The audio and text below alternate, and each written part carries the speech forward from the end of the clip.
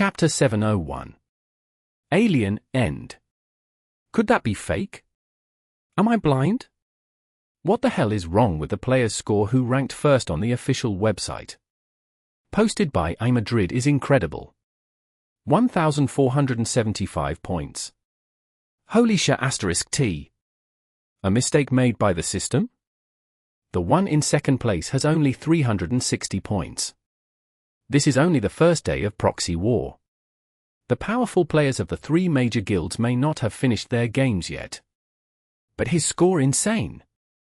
Posted by, can you introduce your sister to me? It is said that the proxy war quest's difficulty is much greater than that of the ordinary quest. Many people failed their first game, as far as I know. Of course, they are the kind of agents that are not that strong. Their score should be around 70. But 1,475. Who the hell is this player with the name, Simon? Posted by, Fruit Egg Tart. Simon is a newcomer. We met at the auction at the end of last year. At that time, he didn't even know that he could team up with others to complete the game. Posted by, Professor. Is that supposed to be a joke? How can a newcomer become so strong in less than half a year? This can no longer be considered growth. This is mutation. Posted by, Carousel. I want to know more about him too. Posted by, Professor. Maybe someone else has the same name as him. I have seen 3 players with the name Ash. Anyway, we can come up with all kinds of random names for ourselves. Posted by, Pikachu. After the start of the proxy war, this had been the hottest topic of discussion on most player forums. The player with the name Simon had become the most discussed topic. Having obtained an unbelievable score in his first game, some people even suspected that he must have completed 3 games in a day. The mechanics of the proxy wars dungeon differed from that of an ordinary game. Players were required to clear 3 games within 45 days. In theory, as long as the players did not need rest or recuperation, they could complete all 3 in one go. Even if the score that Simon acquired was divided among 3 games, the figures garnered were still ghastly. And if this score had been obtained from a single quest, it would be even more mind-blowing. Simply put, even if this player called Simon did not participate in the second and third games, and he would still qualify for the next round of proxy war. Less than a day later, another player who went by the handle of Beta scored over 1,000 points. And this time, someone happened to have just refreshed the list, indicating that just a few minutes ago, S score was, in fact, 0. In other words, S score had been acquired from a single game. This individual now placed second with a score of 1,007. The third player on the leaderboard was not as mysterious as the first 2. Pegasus was the current president of Silver Wing Guild and holder of 3 Grade B game items. He scored 872 points in the first game, and if it were not for the mysterious Simon and Beta, he should have topped the leaderboard by now. It could be seen from this list that the gap in strength between the agents might be larger than most of the people imagined. For a game of the same difficulty, the few people at the top of the leaderboard and the other ordinary players were not on the same level. Jongheng did not care too much about his ranking. On the contrary, Rabbit sent a text to Jongheng through WeChat and asked if he was Simon. After Jongheng admitted that he was, she stopped asking anymore. Perhaps, it was because she witnessed how Jongheng fought with the Sphinx and saved her. To her, Jongheng was the best player, and she wouldn't be surprised even if he scored more than 1,000 points. After she got the answer she wanted, she happily proceeded to her homework. After that, Jongheng also ran into Shen 1111 at school. It seemed Rabbit had told her that Jongheng was Simon, and she congratulated him when they met. On the other hand, Shen 1111 did not have the time to do the quest yet. When she saw Jongheng, she hesitated and asked, "Do you remember them in 1810? Yes. 1810 was the Flathead Man's code name. He and his team participated in the previous Sphinx hunt. As agreed, they took away the stunned Sphinx with them. Their team had an accident on their way back, Shen 1111 sighed. What do you mean by accident? Someone attacked them. Who? A strange look flashed across Shen 1111's face. Dumbledore, she said. Who? Jong-Hung wondered if he had misheard. Albus Dumbledore, Hogwarts principal in Harry Potter. I know who Dumbledore is, said Jong-Hung. The question is, why did Dumbledore attack them? It must have something to do with that Sphinx. 1810 said that Dumbledore used a stun spell on them when they crossed paths. That's the spell from Harry Potter and the Goblet of Fire. The movie was still clear in Jong-Hung's mind. Did they become unconscious or frozen after the spell was put on them? 1810 said that the feeling was more like the kind of coma that followed an electric shock. After getting stunned, those that didn't fall into a coma would enter a state of trance. They would lose the ability to move around and could only watch Dumbledore rescue the Sphinx from the trunk. That shouldn't be a big deal, replied Jong-Hung. At most, the Sphinx would only carry a grade E or F game item. That should be the case. However, after Dumbledore saved the Sphinx, he walked a few steps but suddenly stopped and turned back. Did he forget his wallet? Unfortunately, that wasn't what happened. After Dumbledore walked towards them, he carried the unconscious Yogurt with him. Oh, Yogurt is one of the two girls in their team. She was the smaller girl. She named herself with such a cute name because she likes yogurt. Dumbledore kidnapped her? Yes. This incident angered 1810 and his team. They could not do anything to stop him. For the past week, they have been looking for Dumbledore's and Sphinx's whereabouts. However, they never showed up afterward. This experience is really magical, Jong-Hung shrugged after listening. I know you, and 1810 started off on the wrong foot, Shan 1111 said. 1810 is willing to apologize for his impolite behavior, and they hope that you can help them. Why me? They saw your abilities that night, and your score in this proxy war is outrageous. They consider themselves as independent players, and they are quite skillful. However, they are still rather ordinary, building no rapport with any of the major guilds. As for me, I do know a couple of elite players, but they have been quite busy with the proxy war. I think you are one of those rare ones who completed the first game so quickly. By the way, they are willing to pay you with game items and game points if you help to rescue Yogurt. Chapter 702. Argument. In Dong Lai Shun Restaurant's private room. Other than Yogurt, 1810 and the rest of his team were all there, sitting at the table together. However, worry and exhaustion filled everyone's faces, with 1810 having bloodshot eyes as well. Dishes of all manner were served on the table. Whether it was mutton, fish balls, shrimp, or beef tripe, none, however, could arouse the appetites of those present. 1810 had been staring at the copper pot in the center as if waiting for a flower to bloom. On the other hand, Black Swan was distraught as well. She subconsciously took out the cigarettes from her pocket. Just when she took out a lighter and wanted to light the cigarette, 1810 stretched out his hand and snatched it before pinching the cigarette with his thumb and index finger and then returning it to Black Swan. The latter rolled her eyes, took back the crushed stick, and threw it into the trash can. It's 7. Is he even coming? Wonder Woman promised to come over and meet us, 1810 said. Didn't the hospital say anything? You haven't been to work for so long, Black Swan said. The director from the theater has been calling non-stop. I don't really care about the old drama, but the new one premieres tomorrow night. I took funeral leave from the hospital, 1810 said coldly. Who passed away? My mother. Isn't your mother still alive? Let's hang on until this tough period is over. We have to focus on rescuing Yogurt. Don't blame me for not reminding you that she has been missing for more than a week, Black Swan said. We don't even know if she is still alive. Is it worth the effort to look for a corpse? This also means that all the hard work for the past 6 months has gone down the drain. 1810 moved his gaze away from the copper pot and looked at Black Swan. If someone kidnaps you, we will do the same. That's sweet. However, if I'm dead, it doesn't matter what you do for me. Black Swan opened the cigarette box again while he was talking. This time, 1810 grabbed her wrist. I said, don't smoke tonight.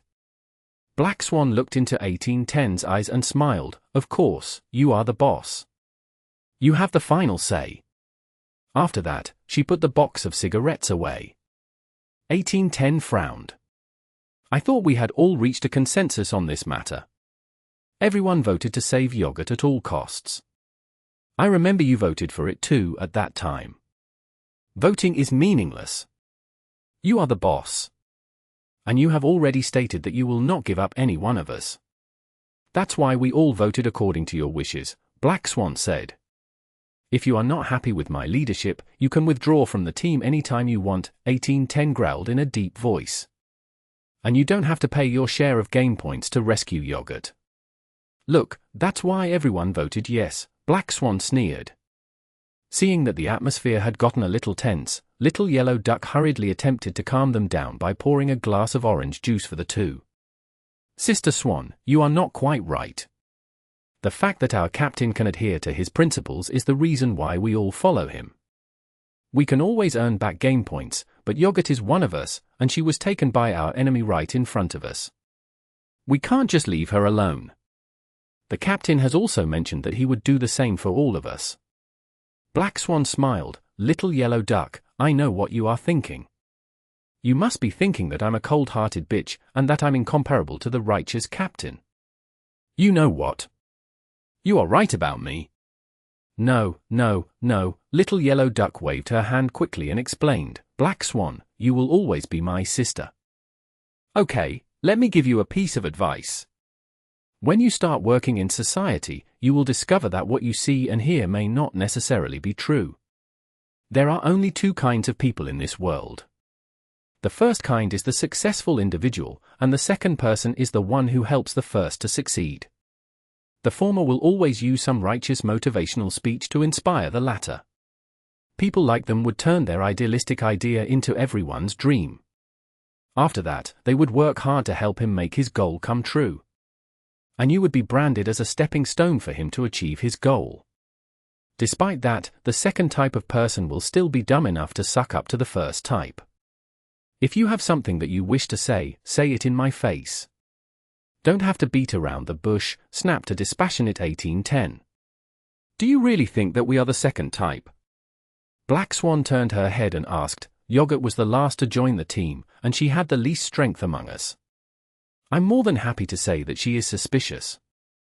2 months ago, you said you need someone meticulous to take care of the team's logistical issues. But the truth was what we lacked at the time was a good attacker. Oh, I see. You're angry because I rejected the person that you recommended to join the team. Actually, not really. Black Swan said, you have been trying to convince everyone that you are a fair, responsible, and righteous team leader, but when you are with Wonder Woman, both of becoming completely different people. Black Swan paused. Are you going to tell the truth, or are you going to let me reveal your little secret? Since you like Wonder Woman so much, why don't you go join her team? 1810 asked rhetorically. I appreciate people with a sense of justice because they are rarer than diamonds amid our society.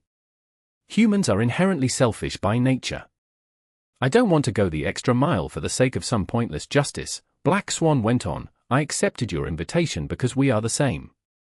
Admit it, the reason why you want to rescue Yogurt is not that she is your team member.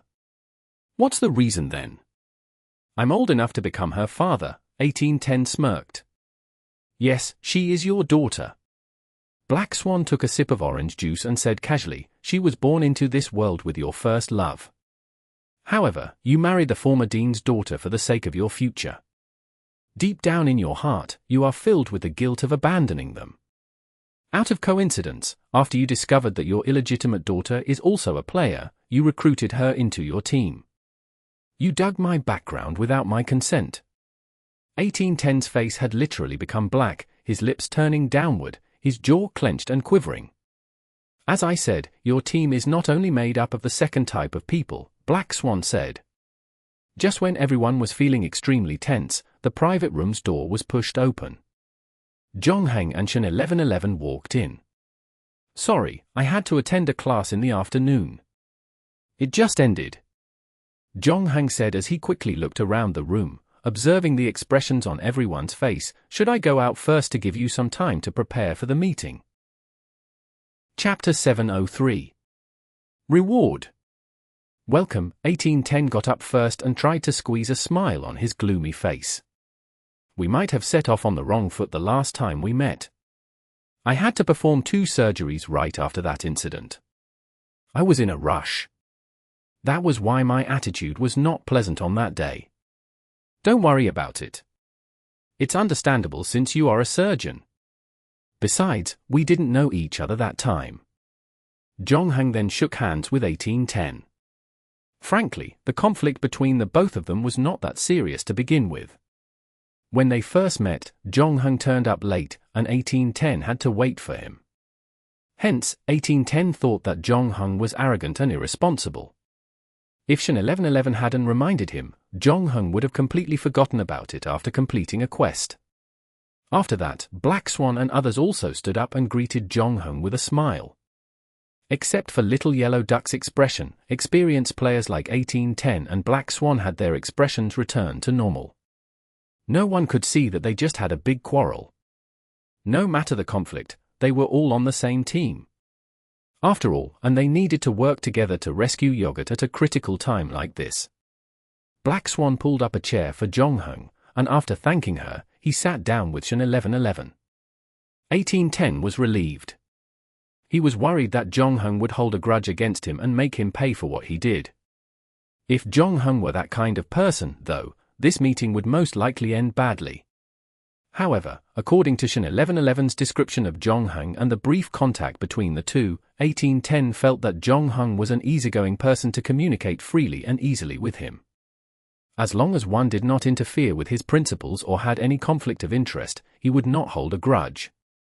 But on the other hand, it also meant that he would not be triggered and manipulated easily like other youths. When facing these types, 1810 would find it best to be honest with every word said. 1810 did not sit down with the others.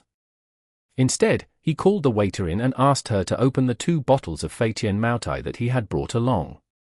At the same time, he was sorting out his thoughts in his mind. To his surprise, Zhongheng took the initiative to speak first. Since you are very worried about your allies' safety, let's get down to business first. Besides, I still need to drive later. I shouldn't be consuming alcohol. 1810 nodded and signaled the waitress to leave the room. This is embarrassing. When we fought against the mechanical sphinx that night, you contributed the most, but we reaped the reward in the end. Oh, about that. Since you have discussed with Shen 1111 beforehand, it is correct that you stuck to the agreement. I was just there to help, Zhongheng said truthfully. Although he was in need of points to recast the katana, he did not mind missing out on a grade E or F item. We couldn't keep that thing with us in the end, 1810 smiled bitterly. Wonder Woman's told you that we got attacked, right? I heard that it was Dumbledore, asked Zhongheng with raised eyebrows. I was a fan of his, and I even bought the entire collection of books and movies that had him in it. Little Yellow Duck interrupted and complained. Not only did he paralyze us, but he also abducted Yogurt. He is out of character. On the adjacent side, Black Swan was able to analyze this incident more thoroughly. According to the behavioral pattern of mechanical creation, they would not hesitate nor would they change their mind all of a sudden. So you think that it came back after receiving a set of instructions? Yes, Black Swan nodded. The Sphinx that we dealt with before has a behavioral pattern typical to machines. It would force the person that it met to guess the riddle, and the person would be given only 3 opportunities to guess the right answer. No matter what we say, as long as it is not the correct answer, we would waste a chance. If we got the right answer, it would leave. If we use up our chances and guess the wrong answer, it will punish us. There is no middle ground. As for the Dumbledore that attacked us, his goal was to rescue the Sphinx. However, it looked like someone was manipulating him. Is that the last time you saw Dumbledore? Yes, 1810 said. I could easily recognize him, especially that big beard of his. If he walks on the street, he is hard not to notice unless he used some kind of invisibility spell on himself. We thought that he would have surely some kind of trace behind, so we have been retrieving nearby surveillance tapes nearby for the past week. As a result, although Dumbledore's whereabouts have not been found yet, we have discovered something new. 1810 hesitated. We saw the Teenage Mutant Ninja Turtles and Master Yoda. Who? You are referring to the Master Yoda in Star Wars. Yes, he's exactly the same as in the movie. He has green skin and a pair of pointy ears and looks like a long-haired goblin. As for the Teenage Mutant Ninja Turtles, all four were there. With our current team, I am afraid that we are not strong enough to deal with them, 1810 said. It was no wonder that 1810 was so troubled. They had a hard time dealing with the Sphinx earlier, let alone the other fictional characters that played an important role in the original films and novels. Even if they did not get to keep their full strength here, as long as each possessed the strength of Sphinx, 1810 and his team could do nothing if they were to get swarmed. They were very likely facing a group of mechanical armies. With their sole strength, the possibility of saving Yogurt was too slight, which was why they sought the elite players' help. Of course, we will pay you if you decide to help us. We can pay you 400 game points and 2 game items. However, they are only of E and F grade. These items might be no big deal to a grand guild, but considering that these were just a team made up of independent players, they should be giving off everything they had to Jonghung. It was a sincere move from them. To prove that they were not wasting his time, 1810 showed Jonghung the 2 items and the 400 game points that he had. These items should worth 100 game points. Seemingly worried that Jonghung was unhappy with the reward, 1810 then said, "We now have 2 grade E and 3 grade F game items. You can choose from them," he said as he took out a lighter and a bottle cap. Black Swan frowned, but in the end, she too unclasped the choker on her neck and put it on the table. Little Yellow Duck and Mole did the same as well. One of them took out a fish hook, and the other one took out something that looked like the foot of a bird. Immediately, Jonghung was drawn to the last game item. Chapter 704. Shadow Feet. The mole saw Jonghung eyeing the game item that resembled a bird's foot, and proceeded to explain in an enterprising manner. "This is Shadow's foot, grade F. The effect is kind of useless. It allows the user to summon a shadow, and the shadow covers an area of about 10 square meters. It's just an ordinary shadow, though. It has no offensive capabilities or special effects. At most, you can use it to deceive your enemies. I have to say that it is not very useful in a real battle. And there is a limit on the number of times you can use it. Right now, you can only use it once more. This should be the least valuable item here." 1810 added, "Perhaps you can look at the others."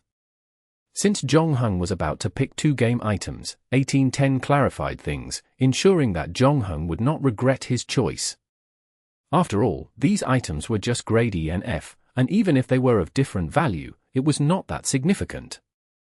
Hence, there was no need to sweat over the minute differences. "That's fine. I just need this grade F," Jonghung said. Ever since he learned that he needed to collect every single piece of item to complete the shadow set, Jonghung had been paying attention to the whereabouts of the remaining ones. Earlier, he even entrusted Fulu to help him find the rest, but he had not heard back from them ever since. This time, Jonghung was lucky enough to encounter one. The name of this shadow set item was easy to recognize. The shadow feat's effect was similar to his shadow moment and shadow key. Even without the 400 game points, this trip was worth it. After that, 1810 introduced the 2 other grade E items, to which Jonghung went for the bottle cap. This object was called Remune, and its effect was fascinating. When the user poured any kind of liquid in the bottle and closed it with this unique cap, the liquid would instantly turn into Remune. However, it would yield a random flavor each time. Now, although it looked amazing, it served no other function except saving Jonghung some money if he wanted soda. Though this game item was nowhere nearly as versatile as Black Swan's choker, Jonghung could see how unwilling she was to give it up. So, since he had obtained the shadow foot, he had no intention to possess a beloved game item of another. Besides, he was a man and it would be a little too weird for him to go out wearing a choker. As for the remaining 400 game points, Shen 1111 would act as their middlewoman, waiting until Zhongheng had rescued Yogurt before seeing that they paid him. Seeing Zhongheng had agreed to help them out, 1810 was relieved, asking for everyone to enjoy the dishes on the table and at the same time, streamlining the next plan of action with Zhongheng. To his surprise, Zhongheng insisted on investigating the case alone this time. Black Swan's and 1810's expressions remained unchanged, but the embarrassment on Little Yellow Duck's face was obvious. Upon seeing this, Zhongheng quickly explained, "Don't get me wrong, I'm just used to acting alone. I will contact you if I have any questions." Hearing this, Black Swan bowed and silently drank her orange juice, making it clear that she planned to stay out of the matter. 1810 thought for a while before subtly voicing out, "Our enemies are quite powerful. If you act alone and encounter any danger." Shen 1111 knew that 1810 was still a little apprehensive. This was, after all, only the second time Zhongheng worked with them, and although they knew he ranked first in the proxy war's first round, they still had no idea how powerful he really was. She was also worried that Zhongheng wouldn't do his best in his attempt to rescue Yogurt. So she said, "I will investigate this matter with him. What do you think?" Shen 1111 turned to face Zhongheng. Zhongheng nodded. "Okay." He had a lot of secrets, and he did not want his secrets to be known by outsiders. It would be hard using his full strength when there were others around him. Fortunately, Shen 1111 was one of those allies that he could fully trust. Besides, he could simply wait until midnight to act independently after finding out where Yogurt had been held. As they all began to devour the food on the table, Zhongheng inquired about the details of their latest investigation and even took notes of key points worthy of attention. The meeting ended in less than an hour. After the meal, Black Swan took the initiative to exchange phone numbers with Zhongheng. She dug up 2 tickets from her bag and handed them to Zhongheng. "I'm playing in this musical theater. If you are interested, you can come and watch with your friends. Sorry, I have to deal with things here first." "I know. I'm not giving you the ticket for the premiere tomorrow night. These tickets are for next week's show." Black Swan smiled. She then whispered into Zhongheng's ear, "Thank you for not choosing the choker. Maybe when you are free next time, we can discuss how I can repay you." "You're welcome. It just happened that I had no use for it." Black Swan winked at Zhongheng and got into her car. Meanwhile, Shen 1111, who had been left behind, walked over after talking with 1810. "What did she tell you just now?" she asked curiously. "She gave me 2 tickets to a musical theater," Zhongheng explained. "Oh," Shen 1111 responded with a playful look on his face. "You performed so well in the first round of the Proxy Wars quest. It is normal for a girl to notice you," Shen 1111 said, and she sighed again. Black Swan has been through a lot. A woman like her will always attract the men around her. I heard that she was unhappy with her original team, and she was forced to play 2 single-player games before joining 1810's team." "Really?" Zhongheng paused, then asked, "What about you?" "I'm lucky. When I was in the novice group, I met some nice people," Shen 1111 chirped. "It's a pity that some of them didn't make it to this day." Although Shen 1111 made it sound so easy, Zhongheng knew that her initial gaming experience was not the most pleasant. In fact, that was how most new players felt. Zhongheng's first game was quite challenging as well. He had to stay on the deserted island for more than a year, to the point he was close to becoming the next Robinson Crusoe. Shen 1111 opened the Polo's door and naturally sat in the co-driver's seat, just like when she came. After thinking for a while, she decided to ask Zhongheng, "Do you know why 1810 wants to rescue Yogurt so desperately?" "I know. Yogurt is his daughter," Zhongheng nodded. "Who? When did he tell you?"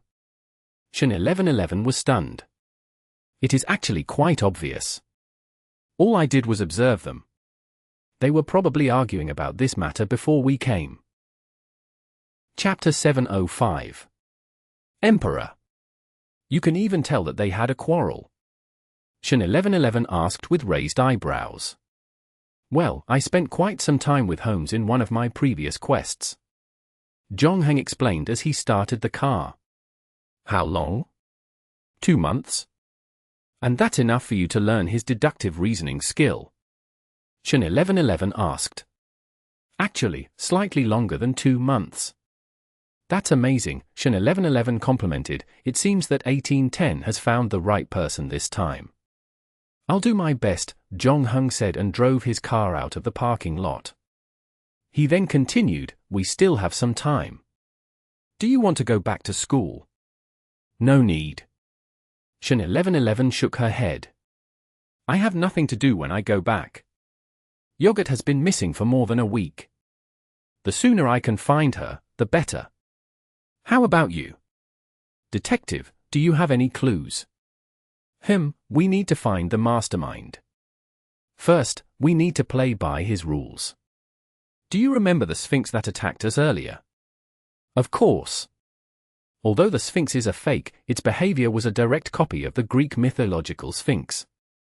In the surveillance video that 1810 showed me, the 4 teenage mutant ninja turtles got into the sewer after passing the intersection.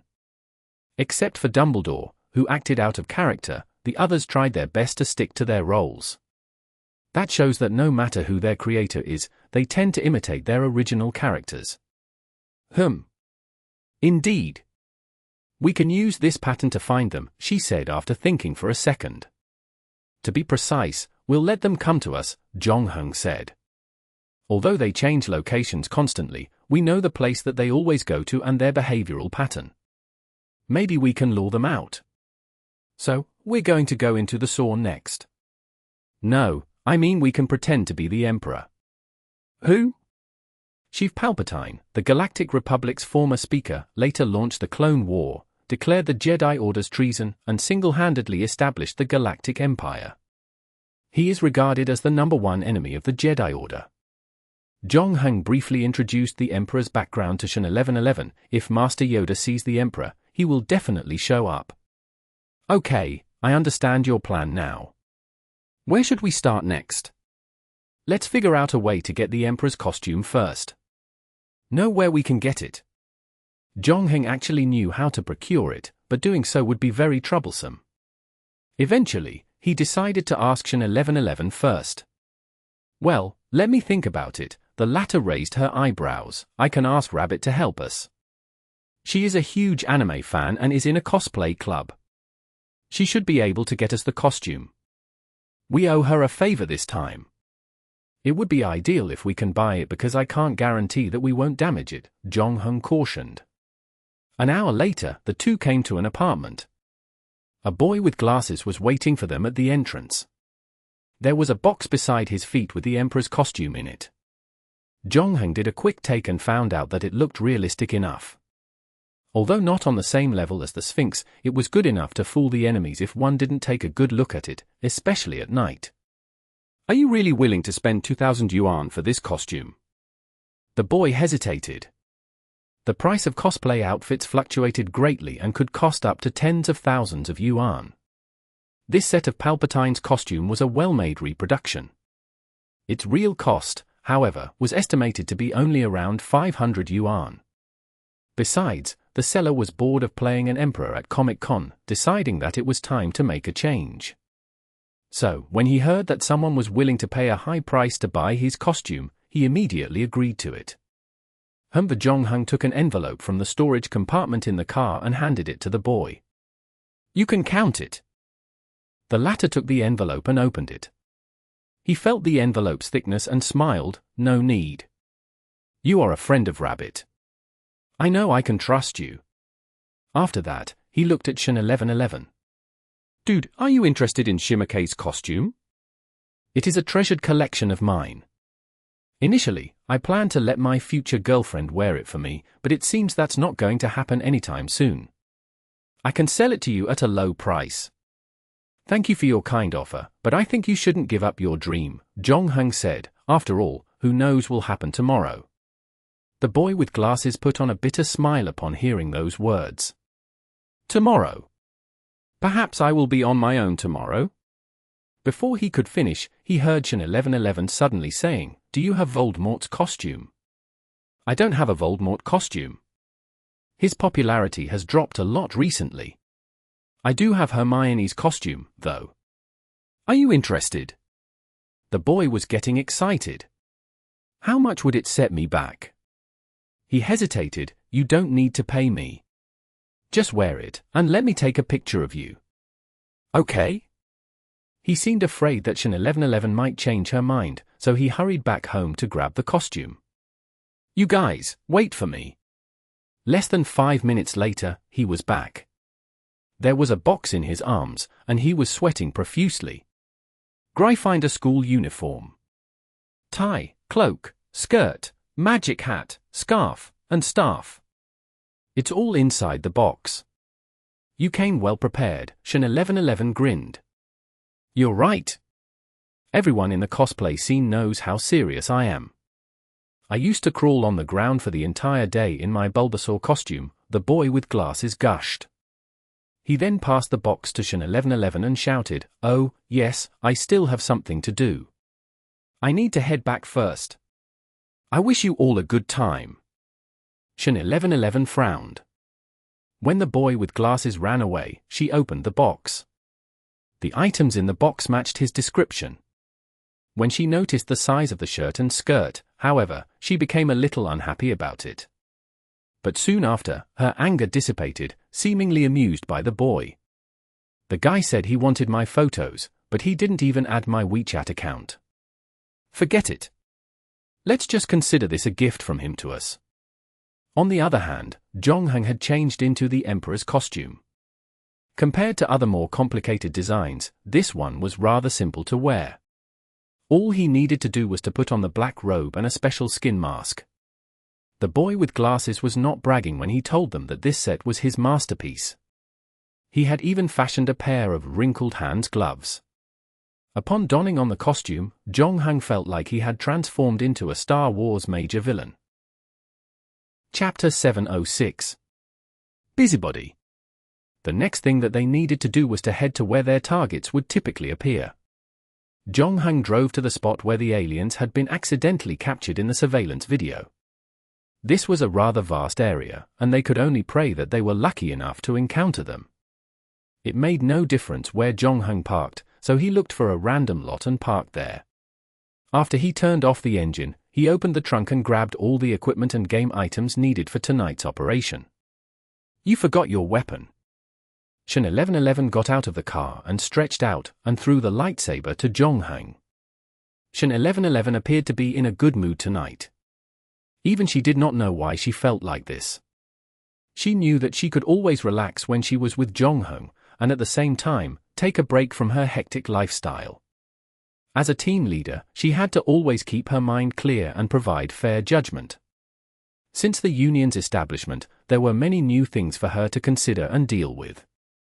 Just not too long ago, she was in a state of confusion. Initially, she had established the consortium with the goal of uniting players to protect ordinary people from the threat of supernatural forces. But when the union was established, things became more complicated. Whether it was the conflicts between the internal groups or friction between the major guilds, they continued to snowball. As a result, she had to spend most of her days dealing with these matters that had nothing to do with her original intention. Therefore, when the consortium was really disbanded, she was not as disappointed as others had imagined. On the contrary, she felt relieved that she was free to do whatever she wanted to do again. Shan 1111 realized that she was lost in her thought. So, she turned around and asked Zhongheng, "Are you going to open it?" "Yes." Anyway, he had to use it eventually, and it was pointless dragging it along. With no hesitation, Zhongheng pushed the bottom switch, and a red glowing beam shot up from the handle, just like how it was in the films. The lightsaber also came with some cool sound effects. Wow, is this what a major villain should look like? Shan 1111 stepped back and admired. "I'm sorry, can I take a photo?" "Do as you wish." "No one can tell it is me anyway," Zhongheng sighed helplessly behind the mask. Shan 1111 took out the phone, stood next to Zhongheng, tilted her body slightly, and pressed the shutter. "If you remember correctly, this should be our first photo," Shan 1111 said while examining the picture she just took. "I think you are right." The good news is that your lightsaber is pretty photogenic. Okay, let's get to work. When Shin 1111 said work, she meant that Jonghung and her would wander around the streets. They were supposed to wait for Master Yoda, representing the light side, to fight with the Dark Emperor. Admittedly, this plan did sound like a fantasy, but considering that the Teenage Mutant Ninja Turtles had left the sewers to roam the streets, it seemed nothing was impossible now. The two talked while walking along the river next to the parking lot. Most of the things they talked about still revolved around this matter. Shin 1111 stepped on the stone bricks in the grass and lifted her forehead's hair. I have watched the surveillance tape as well, and I agree with you. No matter who the mastermind is, he is a childish guy. And I figure that there is a high chance that the mastermind is a player like us. After witnessing the Sphinx's strength that night, it was more than capable of killing the people who failed to answer the riddles, much like the real Sphinx in the myth. However, instead of doing that, it adopted a relatively light punishment, making the whole thing look more like a prank. Maybe he's trying to avoid the scrutiny of the authorities, or maybe he has the habit of obeying society's rules, making him less destructive. Yeah. Jonghang adjusted the mask on his face. But Dumbledore lost control that time, Shin 1111 said. According to 1810's description, I believe he was struggling with a decision at the time, but in the end, Dumbledore still turned around to grab yogurt. This is the part I'm most concerned with. I have dealt with supernatural events before, some of which are caused by monsters, creatures that can control a wall that we have dealt with together. Most of these events, however, are actually caused by players. I don't know how the committee selects the players, but there is no doubt that the composition of the player base is very complicated. This is true, Jongheng nodded as he recalled the players he had met before. Whether the game items or the abilities given to the agents, these are powers that defy the law of nature. Like you and me, many players fail to practice self-control. Take a look at this incident. Many of them started out as pranks. When they began to receive some kind of pleasure or satisfaction from it, they would begin to deteriorate. You are worried that the Dumbledore incident would cause the mastermind to realize that he can do more with these robots. Yes, replied Shin 1111. I want to find the mastermind as soon as possible. I want to save Yogurt, and I also want to stop him from going down the evil path before it is too late. Shin 1111 looked at Jonghang again. Do you think that I am a little too nosy? Many seem to think that I should mind my own business. No, Jonghang shook his head, it's a good thing to have faith. Just do what you think you should do. Ignore what others think about you. What about you? What is your belief? Shin 1111 asked curiously. You are calm, meticulous, clear-headed, and powerful, yet I never knew who or what you stood for. And I am a little curious about the person who hired you. Is this some kind of compliment? Jongheng asked. Shin 1111 seemed to have made up her mind, and before Jongheng could finish, she quickly said, You are the one that helped us that night, right? The mysterious sniper who appeared on the night where the Union fought Arc of Light. I always had a premonition that that person was you. I don't remember displaying my marksmanship in front of you. It's just a guess of mine. I don't have any evidence to prove you are the sniper, and I can't do anything if you don't want to admit to it. It doesn't matter. Anyway, I owe you a ton of favors. I don't mind owing you another. Shin 1111 stopped and looked at Jongheng's eyes behind the mask. Hey, did you know that someone reminded me to be wary of you? Aha. Jongheng harumphed. What do you mean by aha? What do you think? If one day you are really lost in the dark, no matter how far you are lost and no matter what great evil you have done, I will never give up on you. Shin 1111 said solemnly under the starry sky. Because I'm a nosy girl. Chapter 707. Enemy behind you. Jongheng and Shin 1111 walked around the riverside, and despite feeding the multitudinous mosquitoes that hounded them like hungry wolves, they did not manage to bring out Master Yoda as hoped. Maybe someone else is on duty tonight. Should I try putting on Hermione's costume to see if I can bring out Dumbledore? Shin 1111 said. Are you sure? Jongheng had seen the costume in the box and could understand why the latter had become so angry at that time. There was a reason why the previous owner treasured this costume. There were no problems with its looks and was even made with fine craftsmanship as well. However, the sizes of the shirt and skirt were too small. It appeared that this set was designed to fit a kid. If Shen 1111 put it on, she could probably only get to cover her privates. Or, as Shen 1111 took a breath, let's just be more straightforward. How more straightforward can we get? Whether it's the Teenage Mutant Ninja Turtles, Master Yoda, Dumbledore, or something else, they are the characters designed to uphold justice. That's right. Maybe we can create a crime scene. No matter who is on duty tonight, there's a high probability that we can attract their attention. Have you ever thought that we might attract the police's attention?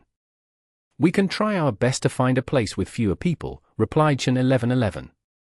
We'll be creating a scene tailor-made for a superhero appearance. If you are fine with it, then I'm fine with it too, said Jongheng. But we'd better put on some makeup and change to a different set of clothing to avoid being spotted. We don't want them to know that we are already here.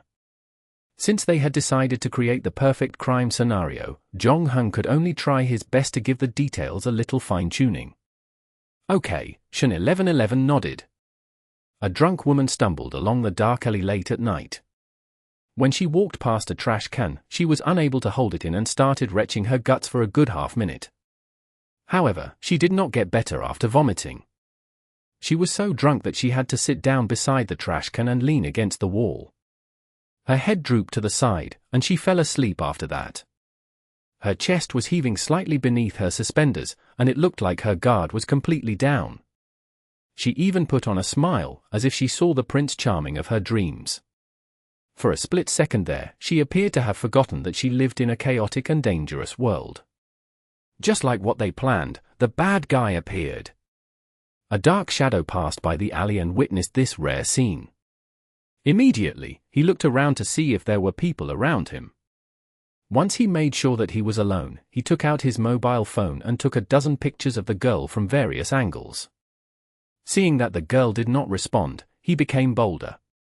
He then decided to move closer to the girl and tapped the girl's shoulder with his hand. Miss. Do you need any help? The girl was still out cold, not knowing what was going on in the real world. The man's mind started to come up with some bad ideas. He drew in 2 deep breaths after that. Perhaps the dark alley had given him the courage he needed, or he found it too challenging to resist the temptation in front of him. In the end, he decided to stretch out his hands, lifted the girl from the ground, and carried her on his shoulders. Just as he was about to leave the alley with the girl, another figure landed behind him like an oriole. The person raised his hand and shot a ball-like object from his wrist at the villain. To the person's surprise, the bad guy seemed to know that he was behind, and he managed to dodge the sudden attack. When Jongheng saw the white spider silk on the wall, he knew who was here tonight. Spider-Man. Jongheng turned around and raised his eyebrows. Although the other party did not answer Jongheng, his distinctive red and blue uniform had confirmed Jongheng's suspicions. It was neither the Teenage Mutant Ninja Turtles nor Master Yoda who had come here tonight. This new version of Spider-Man was the mascot of the Marvel Universe, and the image of the friendly neighborhood Spider-Man had gradually become popular as well. If Jongheng were required to choose an opponent from the Marvel Universe, Spider-Man would be the last he would choose to go up against. The reason was simple. Spider-Man's abilities might not be the strongest, but compared to Thor's and Scarlet Witch's fancy abilities created by special effects and CGI, it was a lot easier to replicate. Spider-Man's endurance, reaction, speed, and fighting ability could all be achieved through adjusting the mechanical replica, not to mention that he had the annoying ability to manipulate spider silk. Shen 1111 began to worry about Jongheng. However, her eyes were still closed, and only moved her lips. She then whispered, "What should we do?" "Continue pretending you're drunk. Let me test his abilities first." Jongheng put Shen 1111 down again. After that, he dished his hands in the trash can and took out a tachi. The ordinary katana that made him miserable was still being recast by the blacksmith, so Zhongheng's current weapon was an ordinary weapon that he just bought. Spider-Man watched Zhongheng draw the tachi from the scabbard.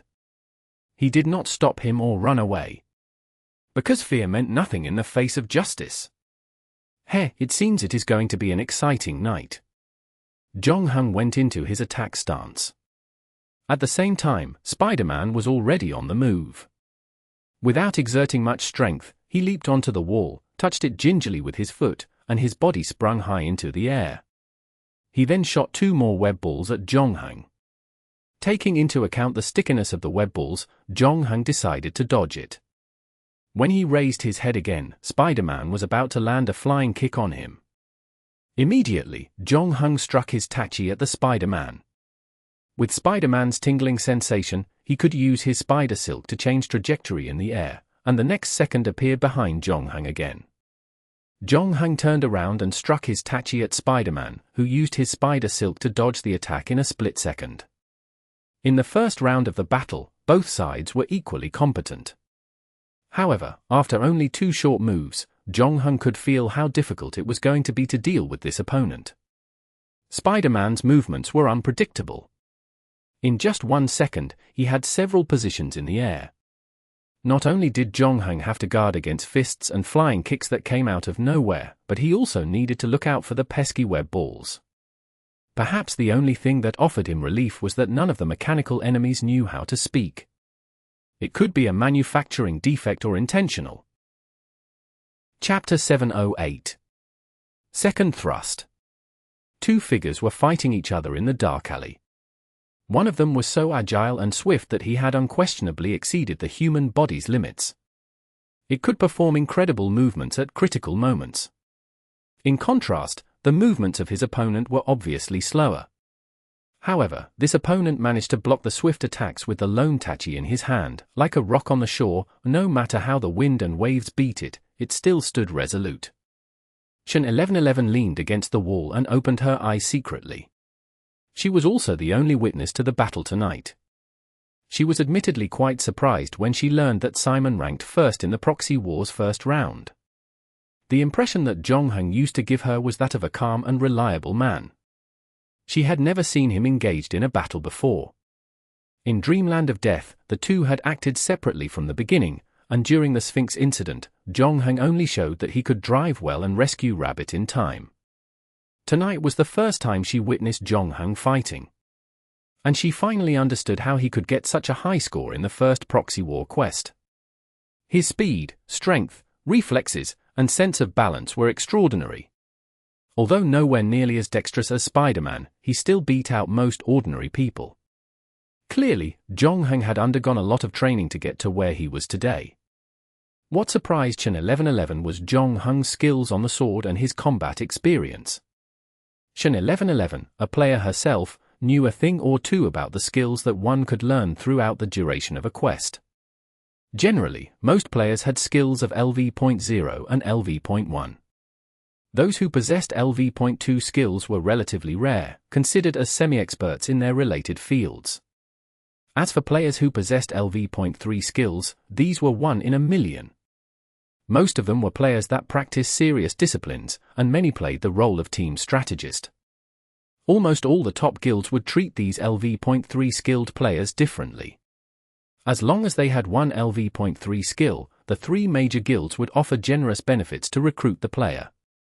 Shen 1111 figured that Zhongheng had an LV.2 driving skill, an unknown level of deduction skill, an LV.2 shooting, and makeup skills. For the average player, this was their limit.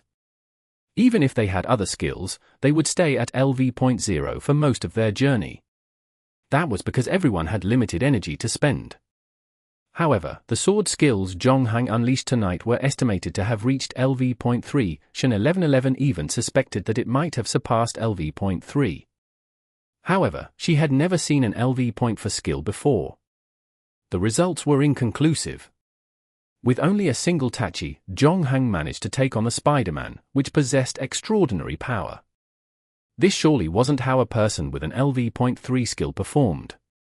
Shen 1111 still could not figure out how Zhongheng managed to accumulate so much combat experience. This was not something that could be faked or made quickly. It could only be earned through enduring battle after battle. The combat experience Zhongheng demonstrated made Shen 1111 wonder if he had been fighting since he was born. Even if she factored in the time he spent in the dungeons, it was almost impossible for anyone to have such rich combat experience. As Shen 1111 entered a state of trance, Zhongheng and Spider-Man on the other side had understood each other's strength after a round of fighting and testing. Both sides knew that Zhongheng could never defeat the Spider-Man with the tachi he held. Even if he could land a successful hit on his opponent, he would not be able to deal much damage. From the very beginning, Spider-Man had been trying his best to behave like a human, pretending to avoid Zhongheng's attacks. If his body composition were similar to that of the Sphinx they had dealt with, this Spider-Man would have no physical weakness. Other than that, the trick Zhongheng used to deal with the Sphinx earlier was estimated to be useless on Spider-Man. It seemed the enemy had learned lessons from previous battles. This iron spider suit looked like it was made of some kind of insulating material where an electric shock would not affect or destroy the components inside his body. Fortunately, Zhongheng was well prepared for such a situation. He no longer focused on defending this time, and in a jiffy, changed to an offensive fighting style. His attacks got faster, and after a while, he managed to back Spider-Man up against the wall. Zhongheng then leaped and threw away the tachi in his hand. Spider-Man tilted his head, seemingly puzzled by Zhongheng's actions. But then he noticed that Shen 1111 was no longer standing there. At some point, Shen 1111 had snapped back to reality, ran back to the trash can, took out a large travel bag from it, and passed the antimaterial rifle to Zhongheng. This was the first time Spider-Man witnessed a criminal working together with the victim. He was left startled for a while. Zhongheng did not waste this precious opportunity, and he instantly got down on the ground and aimed at the nearby Spider-Man with the antimaterial rifle. The previous battle with the Sphinx confirmed that ordinary bullets were useless against these things. However, the antimaterial rifle's explosive bullets would explode when they landed on the target. It would then produce 2 times the force of the explosion to penetrate the armor. When Spider-Man saw the antimaterial rifle, he realized that his situation was turning for the worse. Immediately, he tried to make a run for it. Just when he raised his hand and was about to shoot a web to the wall, he was hit on his wrist. If this shot hit an ordinary person, the entire hand would have been blown off. With this mechanical body, however, Spider-Man's defense might simply be better than the original. The shot had destroyed his web shooter, though rendering him unable to shoot out webs. Afterward, Zhongheng fired a second shot, hitting the spider mark on Spider-Man's chest, sending him flying. The creature finally stopped moving when he landed on the ground. "Did you kill it?" Shen 1111 asked. "It looks dead," Zhongheng replied.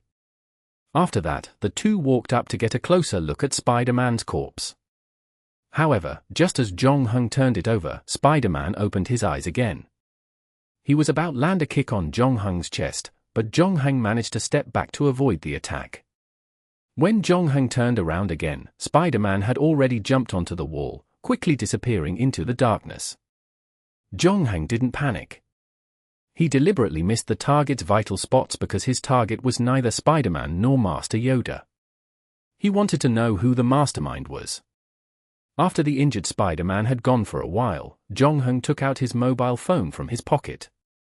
"Is the tracker installed? Well, let's get back in the car. Let's see where he takes us." Chapter 709. Hoax. Zhongheng drove his Polo, following the target from a good distance. It was said that injured beasts would always find a way to return to their lair to lick their wounds. If that were true, then the injured little spider should also find his way home, returning to his owner. But to Zhongheng's surprise, the tracker stopped at an ordinary community. This was no evil manufacturing factory nor a mysterious laboratory. It was just a normal residential area. Zhongheng and Shen 1111 got out of the car and took a good look around. This residential area looked a little old. Some of the outer walls beside the staircase had begun to peel off. However, the location was good, mainly because the land price hadn't risen yet at the time community was built. At times, the accumulation of personal wealth was inseparable from an era's background. Jonghung then looked at his mobile phone again and saw that his target was less than 100 meters away from him. It should be right here. This place seems a little quiet, Shin 1111 frowned. Jongheng knew what Shin 1111 meant. It might be an excellent place to live, but it was not a good spot to imprison people. Yogurt had been missing for more than a week, and if she was here for such a long time, the small community here would have instantly noticed her. In other words, the possibility that Yogurt was dead was very high. Let's act according to the situation later, Jongheng said. Suddenly, Jongheng noticed that his mobile phone's tracker signal had disappeared. It could only mean that Spider-Man must have spotted the tracker that had been planted on him. In other words, their enemies were anticipating their arrival. Do you need any weapons? Jongheng asked Shin 1111, who was beside him. No, I have my equipment with me, Shin 1111 replied, taking out a small scale from her backpack. This was the first time Jongheng caught the eye of Shin 1111's weapon. Also a game item, this weighing scale was a tad smaller than the ordinary one, hence easily carried in her hand. It was made of unknown materials, and it looked sacred.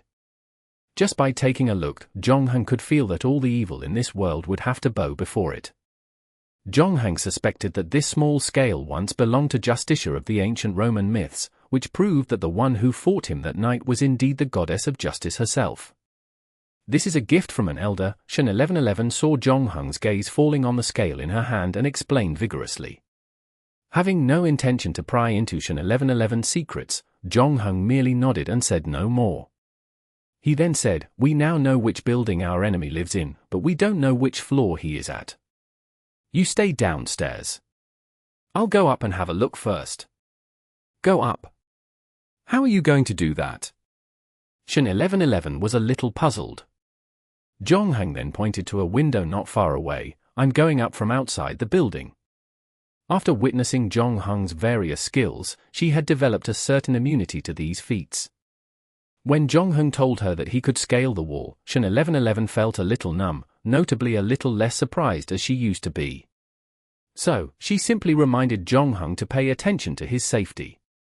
After that, Jongheng began to climb onto the rack of the air conditioner's compressor on the wall. His destinations were the two households with their lights still on. At this time, most people should have fallen asleep. The ones who had not turned off the lights were either night owls or the mastermind he had been looking for. As soon as Jongheng climbed to the third floor, he found that one of the houses had turned off its lights. Since he had just lost the tracker's signal, something didn't seem right with that particular unit. So, he climbed toward the unit that had just gone dark. To his surprise, the windows were still open. Jongheng jumped in from the window without much hesitation. The enemy had just discovered that someone was after him, and there was no time to set up any traps. Soon after he entered the house, he could feel someone jumping on him from behind. He swiftly tilted his body to dodge the heavy blow. When he turned around, he saw his old acquaintance, the Spider-Man who had fought so fiercely earlier. It seemed he had stayed back in this house to buy someone time. At the same time, at the door on the other side was opened. Jongheng could hear a woman whisper, "Go."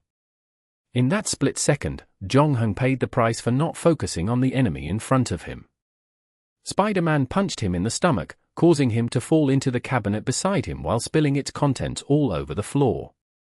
Jongheng looked at the contents and realized that they were all action figures from Harry Potter, the Teenage Mutant Ninja Turtles, Star Wars, and even Cardcaptor Sakura. Spider-Man's figurine, however, seemed to be missing. The latter was probably busy fighting him right now. Also, Jongheng saw various CDs of games and movies on the lower level of the cabinet. The owner of this room appeared to be a geek of some sort. Before Jongheng could take a closer look, his adversary, from the other side of the room, charged at him again. Spider-Man was not in his best shape since he could no longer shoot out webs. Besides, there was also a small hole in his chest. The circuit components inside it were now exposed and his movements had gotten slower too. Similarly, Jongheng was not looking too good himself. Due to the limited space in this room, Jongheng had left his tachi behind, and the antimaterial rifle was in the trunk as well. Fortunately, his infinite building block was small enough to be with him, and he was lucky enough to find a Lego truck under the bed. Jonghang grabbed the Lego truck and reassembled it into a taser in a split second. He then aimed at the small hole in Spider-Man's chest and pushed the button. The next moment, a blue light flickered at that spot, and Spider-Man abruptly froze in its tracks, just like the Sphinx. Jonghang took a deep breath, walked out of the bedroom, pulled out his mobile phone, and called Shin 1111. "How's everything over there?"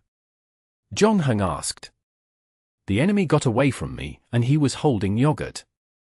Shin 1111 sighed helplessly on the other end of the line. "This is impossible. Since he kidnapped yogurt, there is no way that he could pass my evil identification." Shin 1111's scale was a special kind of game item. She would have to set the benchmark, and once her opponent exceeded its value, the item would come into full effect.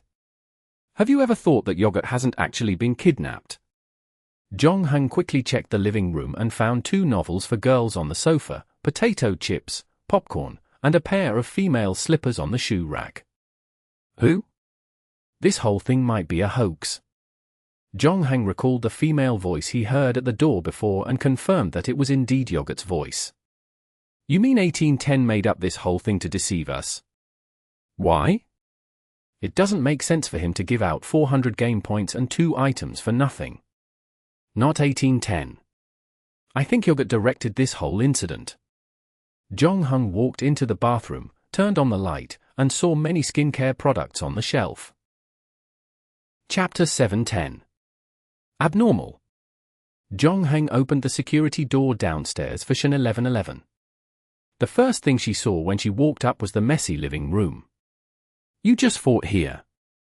"No, I was fighting in the bedroom." "As for the living room, I think this is the prime example of a modern teenager's living environment." Shin 1111 thought for a while. "Are you saying that they never clean up the house?" After that, she squatted down, rummaged through the trash can with a pair of disposable chopsticks on the table, and dished out 2 pieces of facial masks. "It seems that the person we are going to rescue has been living here quite comfortably for some time." Shin 1111 tossed away the chopsticks. "What do you think? Is this just another young couple eloping?" "I don't think the 2 of them are lovers," Jonghang said. "Perhaps the man really likes the woman, or he wouldn't have worked with her to do such a thing. On the other hand, I think the woman has no intention to develop a romantic relationship with the man for now." "Why do you say that?" "I searched the house briefly before you came up, and I couldn't find the one thing that is commonly used by couples." Shin 1111 raised his eyebrows. "Are you talking about? The man and the woman have lived together under the same roof for more than a week. And the 2 seem to have never left the house as well. If they fancied each other, it would have been difficult for them to control their sexual desires." "That's true. Why would Yogurt fake her own kidnapping?" "You should ask 1810, Jonghang said. 40 minutes later, 1810 met up with Jonghang and Shin 1111. Although it was almost midnight when he received the call, he still had not gone to bed at that time. He appeared to be still worried about Yogurt, and once he heard that Jonghang found something new, he instantly looked for him. On the other hand, Spider-Man was stunned by Jonghang in the master bedroom half an hour ago and had transformed back to a figurine. However, there was still a small hole in his chest. Jonghang was playing with it in front of the bookcase. While 1810 was on the way to meet them, Shin 1111 had told him everything that happened tonight. His face remained dry and expressionless. After a long silence, he asked Shin 1111, "What is the name of the person you saw downstairs?" "Shin Dongxing," Jonghang said. "His name is on the parcel." "You saw the guy named Shin Dongxing kidnapping Yogurt? Doesn't this prove that Yogurt has nothing to do with this matter? That means she's just a victim." But Simon heard Yogurt asking Shin Dongxing to escape the place with her, Shin 1111 said. "If you saw the situation in the house, you should know that Yogurt is not the victim here. Her voice can be faked, and the fact that she was not imprisoned is not enough to prove that the man didn't kidnap her. He may have some other way to make Yogurt stay in the house. According to what you said, the kid is also a player, and he may possess some unique game items," 1810 said. "It's possible. Before Shen 1111 could say anything, she saw Zhongheng nodding. He put down the Spider-Man figurine and said, "So you want us to continue investigating until we find yogurt?" "Yes, wasn't that the agreement?" "Once you find yogurt, I will pay you the balance," 1810 said. He still behaved politely, getting up to shake hands with Zhongheng. "Both of your investigation abilities are truly amazing. You guys have made so much progress in less than one night. I hope you two can keep up the good work and rescue yogurt sooner." Shen 1111 frowned and wanted to say something, but 1810 had readied himself to leave. "Sorry, I left the house secretly just now. I can't stay outside for too long. Otherwise, my wife will start to ask me questions. Please see if you can find more useful clues here." Shen 1111 stood in front of the window sill while watching 1810 hastily leaving the apartment and returning to his car. "What do you think? He is acting weird tonight. The whole thing is so damn obvious. No one kidnapped yogurt. Every evidence we presented him is enough to prove that he was wrong about this whole thing. However, he still insisted that he was in the right. If he cares so much about yogurt, why would he leave as soon as we finished talking to him? He didn't even take a good look at the house. I agree with you. And one more thing. The strong scent of stale tobacco on his body was overpowering. If I remember correctly, he has a child. He should not be able to smoke at home. That means he smoked at least 7 to 8 cigarettes while he was driving just now," Zhongheng said. "He is very anxious." "Why?" "We are very close to finding his daughter." "I have some idea, but I need to look for more evidence first," Zhongheng said. "Wait a minute, I'll make a call." After half a minute, Zhongheng hung up the phone. "We have another guest tonight.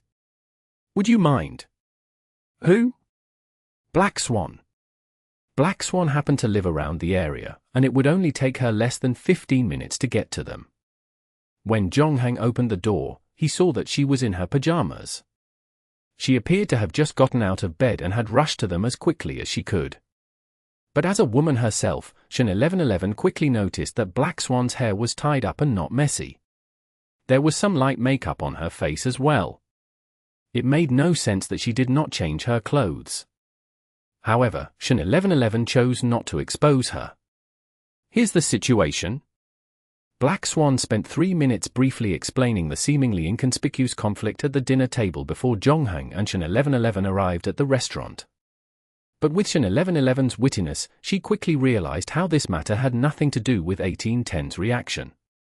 She might not be as observant as Zhongheng, but she was far from stupid. Otherwise, she would not be elected as the leader of the union. Ever since you exposed him, 1810's reputation among his team has been severely affected. The reason why everyone still obeys him is because he is still the captain. If they find out that Yogurt was the one who planned the whole thing, they would definitely not let them off the hook so easily. "Yes." Black Swan pulled out a box of slim, menthol cigarettes from her pocket and pulled a stick out. "Do you mind?" Shen 1111 shook her head. After that, Black Swan lit a cigarette, took a drag, stretched, and leaned back on the sofa. When she sat like that, she inadvertently revealed her bosom a little more. Nonetheless, she acted like she did not notice it. 500 game points is no small amount. Everyone in the team contributed to gathering this many game points. Yogurt is the latest member of the team, and she doesn't get along well with others. At most, we are just acquaintances to her. For the sake of 1810, we treated her as our little sister. Now that she is missing, some of us had to give out our hard-earned game points. For her, however, she's just playing hide and seek with us. Hee hee. Chapter 711. Planning. This explains 1810's abnormal behavior. Once he heard what we told him, he had actually accepted the results of our investigation. However, he knew all too well in his heart that he would have to bear the consequences of this matter going public. "The other players in the team will make him reimburse all their game points," said Black Swan while as she blew out a cloud of smoke. "He'll have to admit to everything even if he refuses to do so," Shen 1111 said. "We found this place, and we even got the name, photo, and bank card number of Yogurt's friend. It's only a matter of time before we find him. It seemed Shandongxing wasn't expecting anybody to be able to locate them, seeing how no defensive measures had been set up around his house. Since it was an ordinary home, all manner of necessities were lying around. Although Yogurt and Dongxing managed to escape tonight, they brought nothing with them since they left in such a rush. Zhongheng even found Shandongxing's ID card in the drawer. It depends. How far is a father willing to go for his daughter? Zhongheng asked gingerly. Didn't you send all the information about Shandongxing to 1810? Yes. Shan 1111 seemed lost in thought for a moment. He deliberately pretended not to remember Shandongxing's name to confuse us. And when he finally left, was he in a mighty hurry. He then asked us to keep staying here to collect more clues.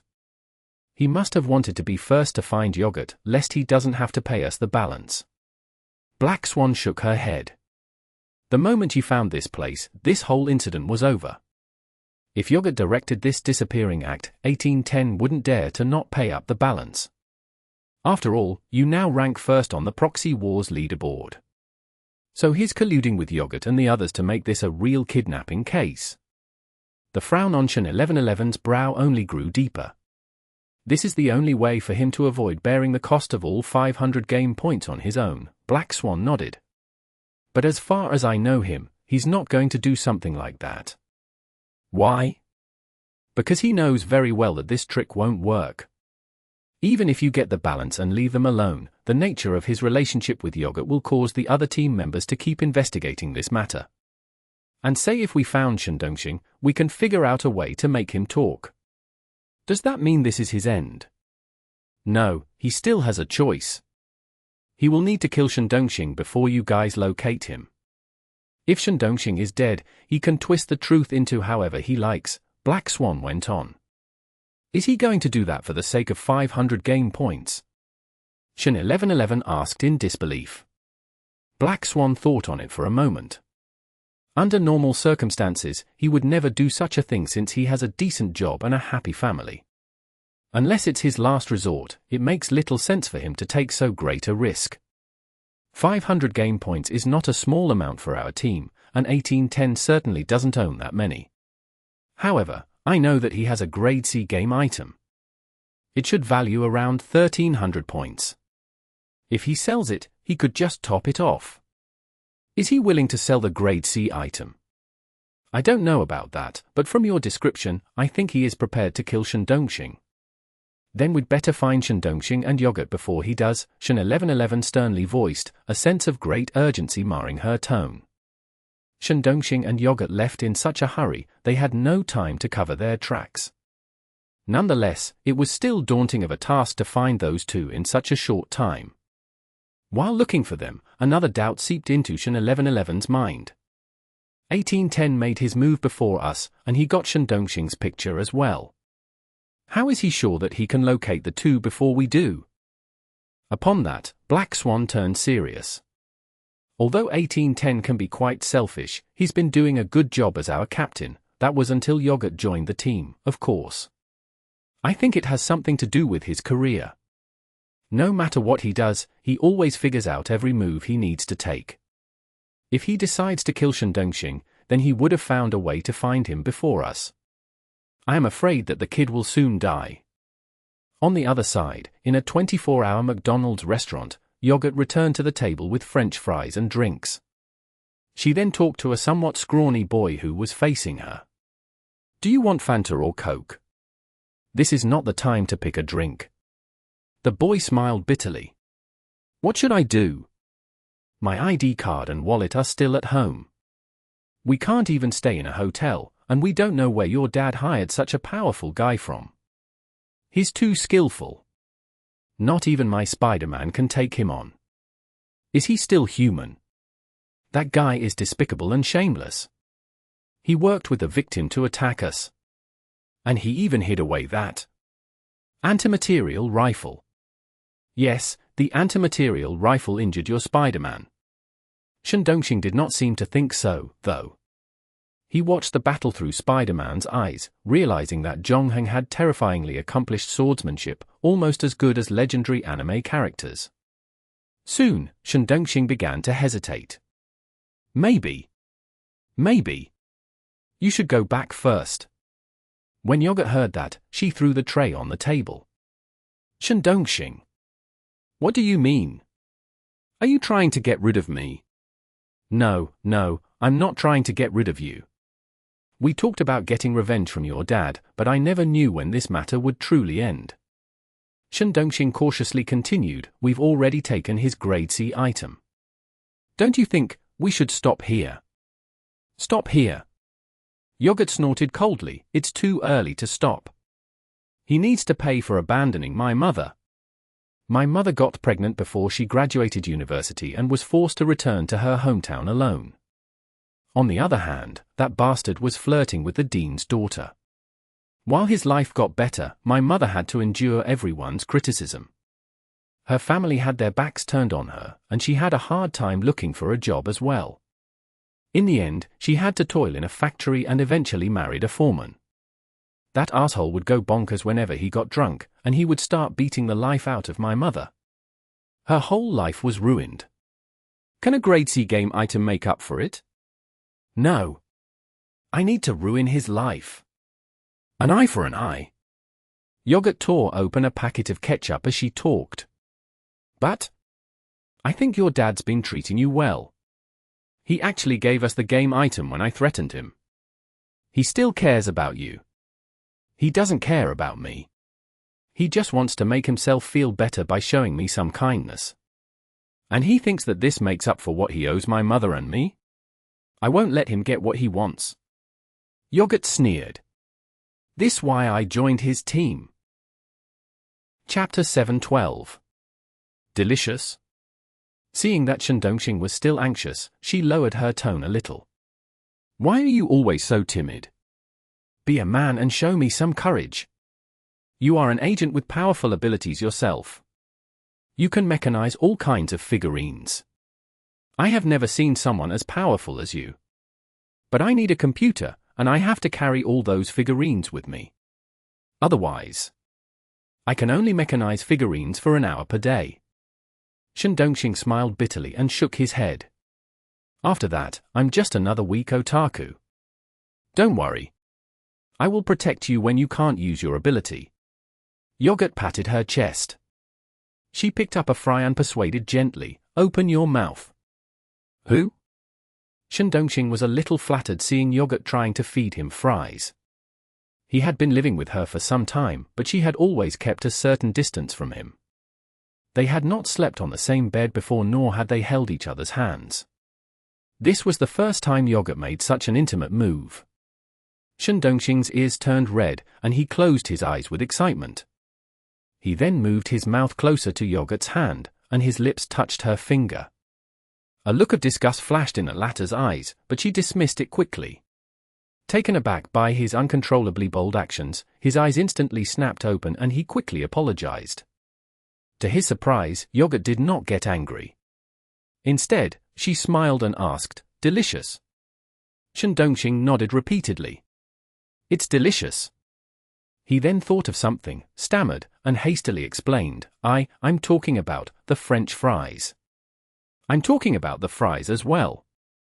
Yogurt retracted her hand, quietly rubbed it at the inner part of the pack, and picked up another fry. You don't have to worry about your identity getting blown. Just hang in there. When this matter is over, I will look for a great guild, and we can join together. When that happens, my dad won't dare hire someone to deal with you. Okay. Shen Dongxing agreed to continue helping Yogurt. As he chewed on the fries, he stared at her with zealous eyes. I will do whatever you ask me to do. Good. Yogurt smiled. Suddenly, her mobile phone vibrated, notifying her that she had received a new email. Faking her kidnap that night was the first step of her plan. After that, she would use herself to threaten 1810. Since she was his illegitimate daughter, he would never let his team members know about it. She was going to use this secret to threaten 1810. If he did not want his daughter to die, he would have to pay the ransom.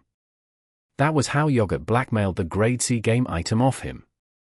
As if that wasn't enough to satisfy her, she asked for another 300 game points from 1810. Yogurt was adamant in making 1810 lose all his possessions, and she was trying her best to force him to drop the loving father act. When she managed to overwhelm him, Yogurt anticipated that he would give up on her to save himself. After all, she was not his only offspring. He still had a legitimate wife, children, and had an everyday life. Yogurt had always believed that 1810's feelings for her resulted from his guilt towards her mother. This was actually what the unassuming person would do. The two had just met not long ago, and they had never lived together as well. 1810 treated her well not because of fatherly love but that he simply wanted to feel better about himself, seeing that he now had the ability to take care of his illegitimate daughter. In the end, he was still a selfish man, and Yogurt wanted to expose his darkest secret.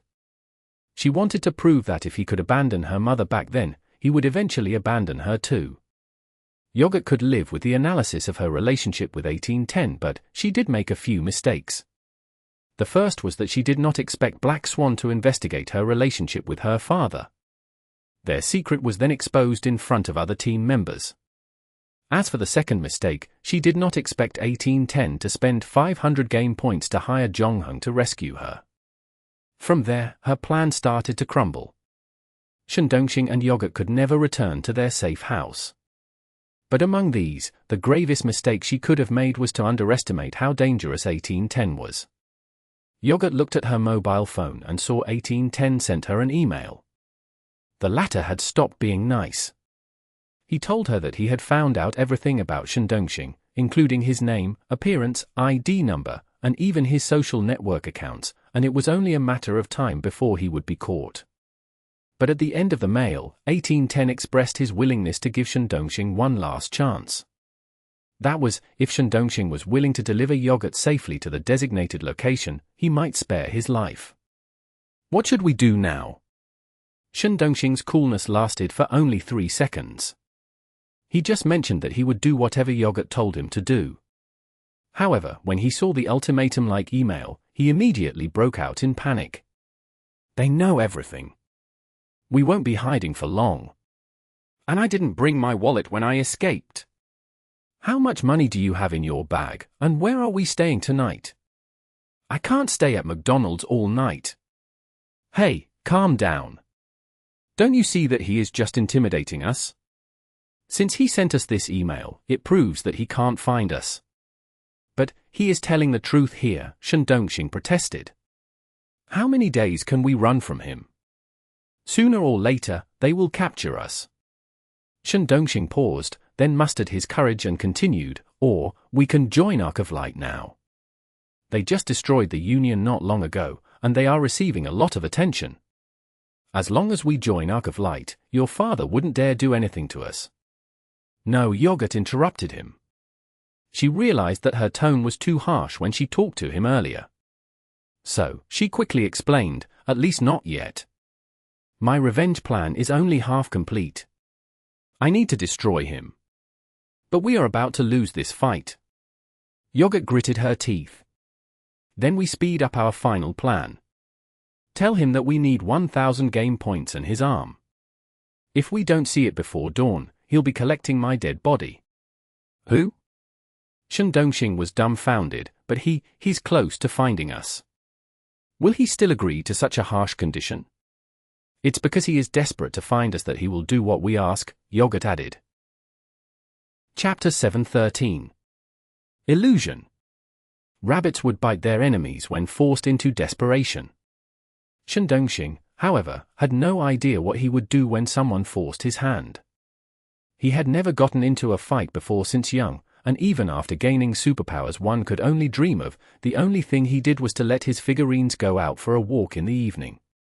What Yogurt did next almost caused Shandongxing to wet his pants. After coming out of McDonald's, Yogurt headed to a 24-hour convenience store and bought a penknife. The two then headed to the parking lot, where Yogurt unpacked the knife and handed it to Shandongxing. She rolled up her sleeves and said, "Come on." Come what? Shandongxing took the penknife and did not know what to do with it. Torture me, Yogurt blinked. Did you really think that you could just sit there and do nothing? My dad needs to know that you are desperate. They have been to your house, and there is a high chance they have begun suspecting that you and I have been faking the whole thing. We have to show him some proof. How do we prove it? Shundongxing asked with trembling hands. Don't you know how to torture people? Forget it. I'll do it myself, snapped Yogurt as she snatched the knife from Shundongxing. In a clean, unfaltering swipe, she made sure she exerted every ounce of her strength when she cut herself. The knife went in all the way, splitting its way into her muscles, causing bright red blood to gush out from the deep wound. Shundongxing was shocked as he witnessed the terrifying scene unfolding in front of him. You are crazy, he yelled while instinctively taking off his t-shirt and wrapping it around Yogurt's arm to stop the bleeding. Wait here. I'll go buy some gauze and iodine, he blurted in panic. As he ran towards the convenience store, he suddenly stopped in his tracks and whispered in embarrassment. Can you lend me some money? I just remembered that I have no wallet. Don't waste your time. Just stay here. Yogurt rolled her eyes. She did not use Shundongxing's t-shirt to stop the bleeding. Instead, she deliberately dabbed and rubbed the wound with it, causing the shirt to be awash with bloodstains. She then threw the t-shirt back to Shundongxing. Put it on. What? Don't make me repeat it, Yogurt growled impatiently. Seeing that Yogurt was getting angry, Shundongxing quickly put on the bloody t-shirt. However, Yogurt still seemed unsatisfied. She frowned. You're too weak. Do you even know what to do when forced into a desperate situation? She then took some of her blood and smeared it on Shundongxing's face and neck, making him look a lot more terrifying. Yogurt took 2 steps back, cocked her head, and took a better look at Shundongxing.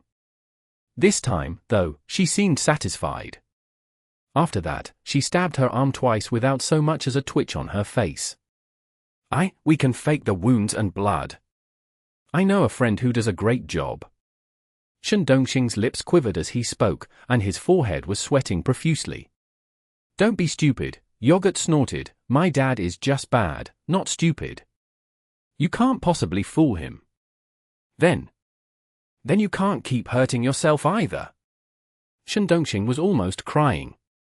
Yogurt's expressions remained stoic. She has inflicted cut after deep cut on her arm.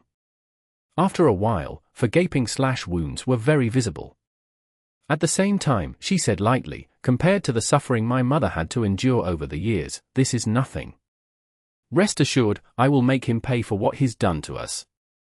After that, Yogurt made another 16 cuts on the same arm. Fortunately, the last 10 cuts were not as deep as the ones before. With all that blood and slashes on her, she looked appalling.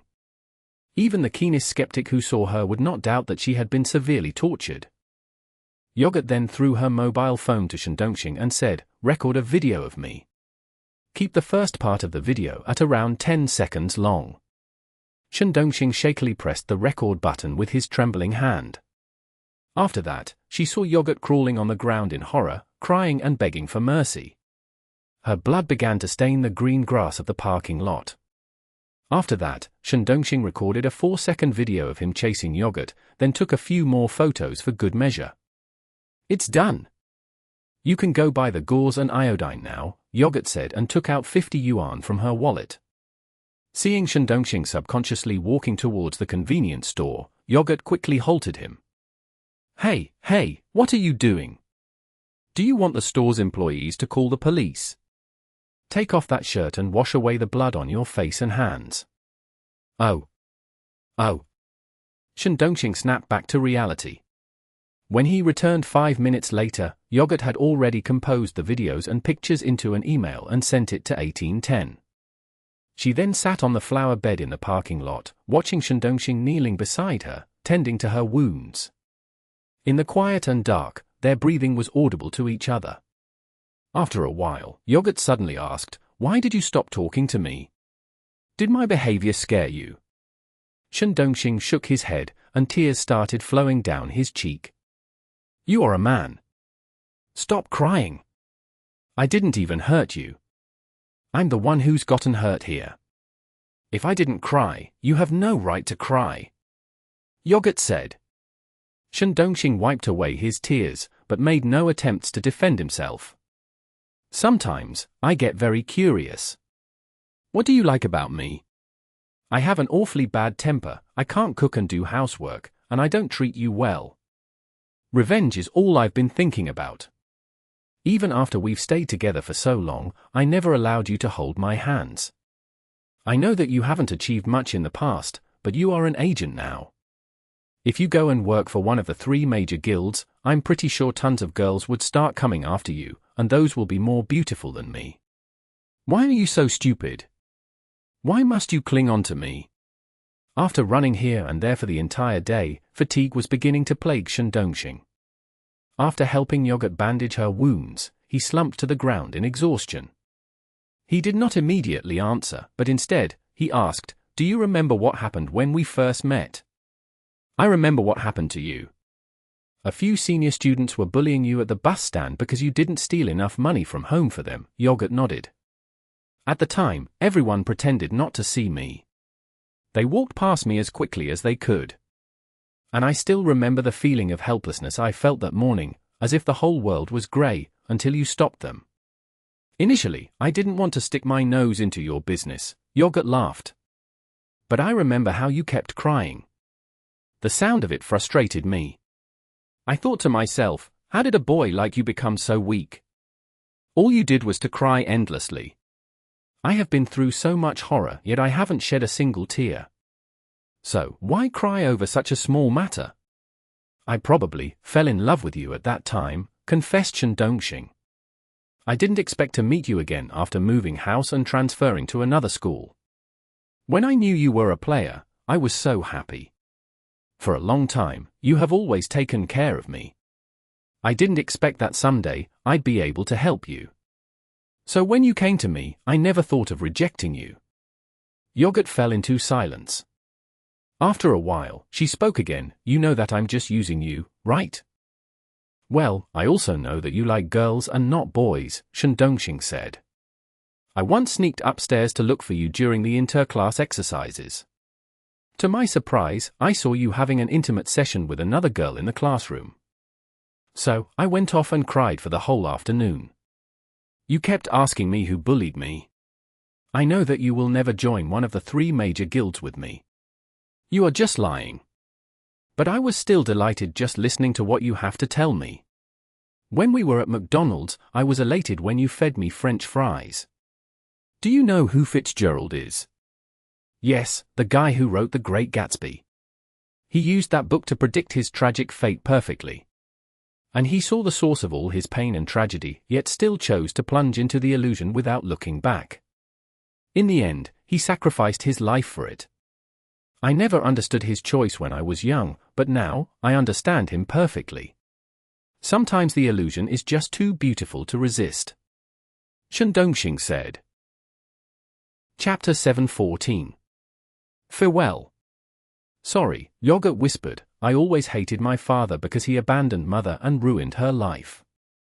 Before I found him, I could only think about how to avenge her.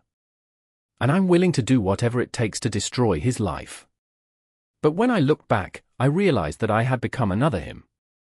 You don't need to apologize." "It's my own choice," Shundongxing replied.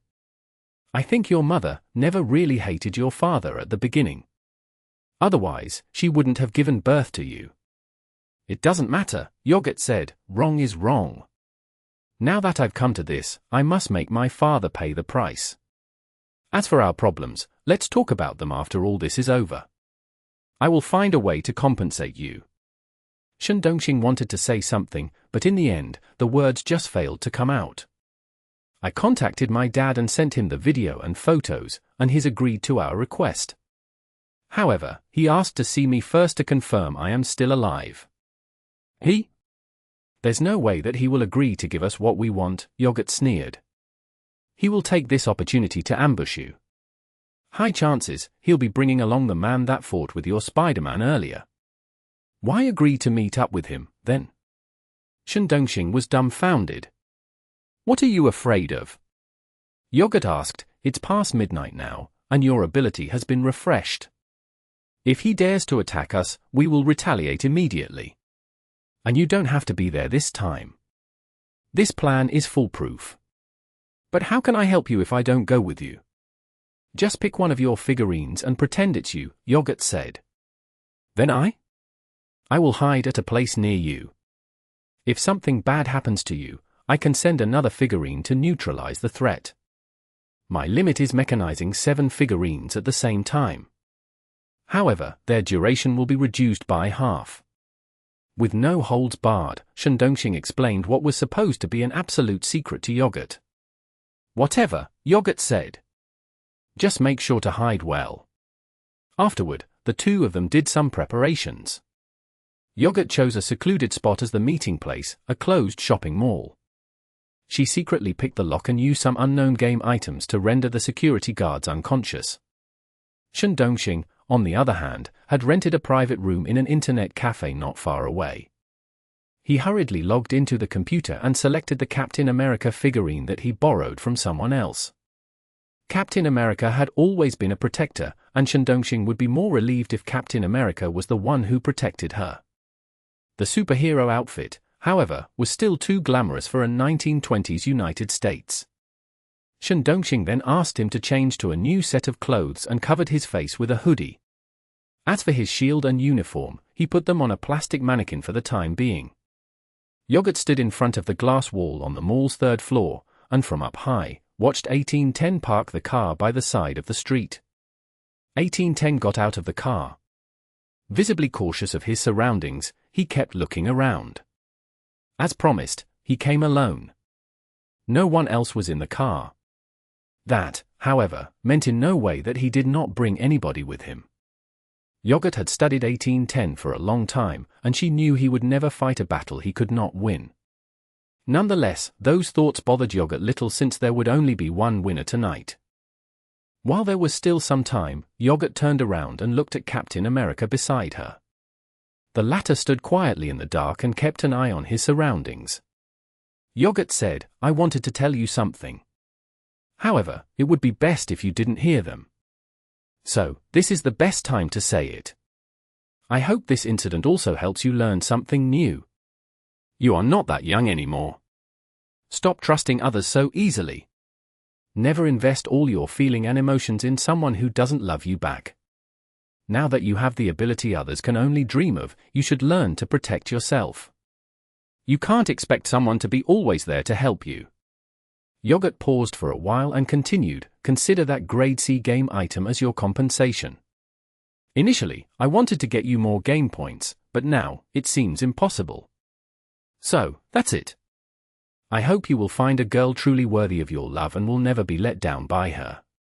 Well, that's all I want to say. Take good care of yourself." After she finished speaking, she moved her head to the other side and looked at the elevator. In the internet cafe's private room, Shandongxing was dumbfounded. He could see what Captain America saw through the computer, but he could not hear any sound. All he saw was Yogurt moving her lips. Hence, he had no idea what she just said. However, his instinct told him that something bad might happen tonight. Unfortunately, he could not make Captain America speak. At the same time, 1810 had arrived, but he could not leave the cafe to help Yogurt. All he could do was sit in his chair and stare at the monitor anxiously. Yogurt never told Shandongxing about her whole plan. She planned to divulge bit by bit as she went along. Shandongxing was not a complete fool either. Sure, he would space out and his mind would go blank at times, but that was when he talked to Yogurt. Now that he was alone, he could finally analyze the whole thing. And he realized that something had gone really wrong tonight. Since Yogurt knew that she wouldn't be getting what she wanted tonight, why would she agree to meet 1810? Even if she managed to defeat 1810 and his men, it would still do her no good. Her ultimate goal has never changed. She wanted to force 1810 to tear off his hypocritical mask and his fake loving act and admit that he was scum and an irresponsible father. He had to live with the guilt until the end of his life, knowing that no one would forgive him. How could Yogurt made it happen? Shandongxing felt that he was slowly figuring out the whole thing. After a while, he realized that he had no way to prove his speculation right. Suddenly, he thought about the man that fought with his Spider-Man earlier. He felt nervous again, and he had to stop allowing his mind to wander around. He quickly focused his attention on Captain America. Besides, he still had Thor, Hulk, Black Widow, Iron Man, and Hawkeye on his table. Their existence gave him a little relief. No matter who came here tonight, no one would be able to hurt Yogurt as long as his ability still worked. It was rare that he possessed such confidence. Chapter 7:15. Accidental Death. After entering the mall, 1810 did not rush to the floor where Yogurt was. As captain, he had helped his team go through all kinds of challenges, and he wasn't one to act recklessly after knowing that his enemy could mechanize figurines. The moment he stepped into the shopping mall, he had to be hyper-aware of his surroundings. Since he took stealthy steps, it took him a good 10 minutes to get from the first floor to the third. However, there was no danger along the way. Then he saw Yogurt. The latter's hands and feet were bound, and she was lying behind a display window. Just like the photo, she looked to be in an awful state, not to mention the deep wounds all over her arms. When 1810 saw her chest moving, he realized she was still alive. And he was relieved to see that. Then he noticed some yellow unidentified liquid on Yogurt. The yellow liquid stretched all the way from behind the display window to the front of the shop. 1810 then took a deep breath, and his expression changed, and said to the man who in front of the door, "Gasoline." Although Shindongxing was extremely anxious, he had still asked Captain America to take out the lighter in accordance with the agreement with Yogurt. 1810 became nervous when he saw the lighter, and solemnly, he persuaded, "Don't do it. We can talk about the reward." At that time, Yogurt had also woken up. She became excited when she saw 1810 and immediately hit her head against the display window, seemingly signaling to him to rescue her quickly. 1810 comforted, "Don't worry, you will be safe soon." Then he turned his head and said to Captain America, "Aren't you Shindongxing? Where is Shindongxing?" Although Captain America had wrapped himself up like a mummy, the difference in size between him and Shindongxing was too vast. 1810 could not convince himself that Shindongxing was actually the one standing in front of him. And he also realized that the tall figure facing him had not spoken since they met. The moment 1810 took a step forward, Captain America ignited the lighter. 1810 knew that his opponent was warning him not to take another step. The situation fell into a temporary stalemate. 1810 did not give up on communicating with the other party, though mentioning that he was willing to give out 1,000 game points. However, he could not come up with so much in such a short time, and he hoped that the other party could give him more time and release Yogurt first. Shindongxing was scratching his head in front of the computer. He could not hear what 1810 was saying. So, he could only order Captain America to protect Yogurt while he held the lighter to continue threatening 1810. 1810 kept on talking to Captain America, but he received no response. Looking at 1810 through the monitor, it seemed like he was trying to calm Captain America down. This was what a father would do to protect his child. But the next moment, an unexpected accident happened. A bullet whizzing by from an unknown direction smashed through the mall's glass wall and hit the target accurately. Shindongxing was taken aback. At first, he thought Captain America was the one who had been shot, but he saw no bullet holes on him. Yogurt seemed unharmed as well. As for 1810, his body jerked back violently, and a bullet hole appeared on his head. After that, he stumbled, hit the third floor's guardrail, and tumbled to the first floor's marble floor. With his head first to hit the ground, it was a bloody scene to watch. And there was no point rescuing him anymore. This is, what the hell? Shindongxing's eyes widened in front of the computer, completely stunned by what was happening before him. Yogurt was equally as shocked. She thought she had taken into account every possible scenario that might occur tonight. No matter what 1810 or Shindongxing did, however, none of them could change the ending. But she did not expect 1810 to be killed right in front of her eyes. His death was so unexpected Yogurt did not know how to proceed. Since her target was now dead, everything that she had done so far was all but pointless. The death of 1810 had messed up Yogurt's plan completely, causing her mind to go blank for a few seconds. She then snapped back to reality when she heard the bullet smashing the display window in front of her. It seemed the enemy had no intention to stop after killing 1810. Fortunately, Captain America managed to grab his shield and block the bullets aiming for Yogurt in time. At the same time, he used his other hand to untie the rope around her feet. "Wait. Something is off," Yogurt said with suspicion. As a player, 1810 must have had participated in team battles before. Hunting monsters in the real world could easily plunge the players into conflict. Therefore, it was not surprising that 1810 had enemies in the real world. However, the timing his enemies chose to eliminate him seemed a little off. And the killing happened too quickly just now. Yogurt did see 1810 getting shot, falling headfirst to the first floor. However, she did not have the time to examine his body. After blurting out what she wanted to say, Yogurt realized that it was all useless because Shandongxing, now far away in the internet cafe, could not hear a single word she was saying. After Captain America untied the rope from her foot and hand, he wanted to drag her away from this place. At the internet cafe, a few young people who were focusing on their LOL game witnessed the most magical scene in their lives.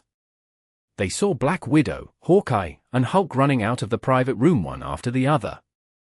Just when they were about to say something even more magical happened. Iron Man smashed the window and flew into the sky. The cafe owner who was helping a customer get a can of Coke at the checkout counter was almost frightened to death. He just sat on the ground and dared not move a single muscle. He never thought that his internet cafe, now open for 5 years, could have become a temporary office for the Avengers. The rest of the Avengers rushed to the mall with lightning speed. Among them, Iron Man was the first to arrive on the 3rd floor. And Yogurt came to an epiphany when she saw Iron Man. She finally realized what 1810 wanted to do. She then yelled at Iron Man, "Quick, go back!" At the same time, she kept waving her hands, but alas, Iron Man had no idea what she was trying to do. He could only respond with a not-to-worry gesture with his hands. There was clearly a communication problem between the two of them. Yogurt did not bring her mobile phone with her. She did this because she had anticipated what would happen next, and she did not want Shandongxing to get in her way. However, she did not expect that this move would inadvertently put Shandongxing at grave risk. Chapter 716. In the Name of Justice. Considering how dangerous it was to become a player, many of the capable ones would have a trump card to handle critical situations. 1810 was no exception. His trump card was a grade C game item that went by the name Feigned Death. In other words, 1810 had 2 grade C game items with him. It was a secret even his team members knew nothing about. Feigned Death was an elementary game item. Basically, it allowed the user to fake their death in front of everyone, where the illusion would last for 15 minutes. If someone touched the user's body, however, the item's effect would be nullified. While 1810 took his time walking from the 1st floor to the 3rd, he was actually watching out for Shandongxing's ambush and looking for a spot where he could use his Feigned Death. Whether Yogurt or Shandongxing, none of the two realized that 1810 had sneaked out of the mall after he faked his death. Since 1810 now knew that Yogurt had orchestrated the whole thing from the beginning, he was no longer concerned about her safety. Hence, he only had one thing to do tonight, and that was to kill Shandongxing. The latter's absence in the mall surprised 1810. However, he strongly believed that Shandongxing had to be somewhere nearby. After reading the information that Shan 1111 provided him, he now knew the nature of the relationship between them both. Yogurt had never developed romantic feelings for Shandongxing, who, however, was completely obsessed with Yogurt. 1810 was a man too, and he was once a young lad. He knew exactly what a boy that age was thinking about. When the girl he liked was in danger, no matter how strong or weak he was, he couldn't just watch and do nothing from a distance. The person who shot 1810 was 1810 himself. He killed his own illusion to create chaos and to disrupt Yogurt's plan. After he killed his illusion, he turned his gun and fired at Yogurt. This was to prevent her from checking his dead body downstairs. The second reason he did that was to force Shen Dongxing's hand when he saw Yogurt getting attacked. As expected, Shen Dongxing went all out to save Yogurt. He mechanized the remaining figurines he had and rushed them to the mall. When he did that, his location was immediately exposed. He was about to pay a huge price for his actions. 1810 knew that Shen Dongxing had taken the bait. He did not enter the internet cafe, however, because what he was about to do was illegal. So he quietly walked to the other side of the cafe, where he could see what would happen in Shen Dongxing's private cubicle. 1810 didn't need to spend too much effort looking for Shen Dongxing. The latter was sitting in front of the computer and looked very anxious. From time to time, he would look in the mall's direction through the window. The poor guy hadn't realized that he had actually been targeted.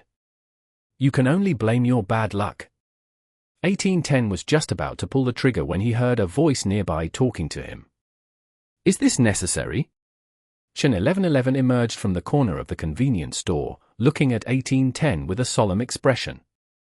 1810 was surprised to see Shen 1111. How did you find this place? Before waiting for the other party to answer, 1810 stressed in a deep voice, tonight's matter has nothing to do with you. You'd better not get involved. I will pay him the 400 points left by your friend. And the price of that is? A young and innocent life. I agree with Young, but he is far from innocent. If he didn't stick his nose into my business, he would not have lost his life today. 1810's last sentence carried a hint of threat. From a rational standpoint, 1810 did not want to be Shen 1111's enemy. Although he had never seen her fighting with anyone before, he knew she was an upright and righteous woman. Some might not fully agree with Shen 1111's philosophy, but one could not deny that it was good to have someone like her as a friend. Therefore, the consequences of killing Shen 1111 and an insignificant otaku like Shen Dongxing were completely different. But at this point, it would be hard to put a stop to his plan. And now 1810 had a new problem. Even if he killed Shen Dongxing, he couldn't escape the law since Shen 1111 watched him. In other words, his only way to completely absolve himself from this mess was to kill Shen 1111 after he killed Shen Dongxing. Fortunately, 1810's problem did not last too long. A figure then came out of the internet cafe. 1810 subconsciously pointed the muzzle at the person. To his surprise, his opponent reacted faster than him. The person took out a pistol, casually pulled the trigger, and the bullet landed on 1810's weapon, dead on target. Meeting a person who's willing to reason with you is something you should cherish, Zhongheng said. Most wouldn't waste their time negotiating with you. Immediately, 1810's expression changed. The person he feared most was none other than Zhongheng himself. When the two met for the first time, he knew nothing about the young lad. However, he had to admit that if it were not for Zhongheng, they would have never captured the mechanical sphinx. Considering Zhongheng ranked first in the Proxy Wars leaderboard, 1810 knew that he was not powerful enough to defeat an opponent like him. So he was smart enough to put down his weapon. He then raised both of his hands to tell Zhongheng that he wanted to surrender. Although he acted aggressively tonight, he killed nobody in the end.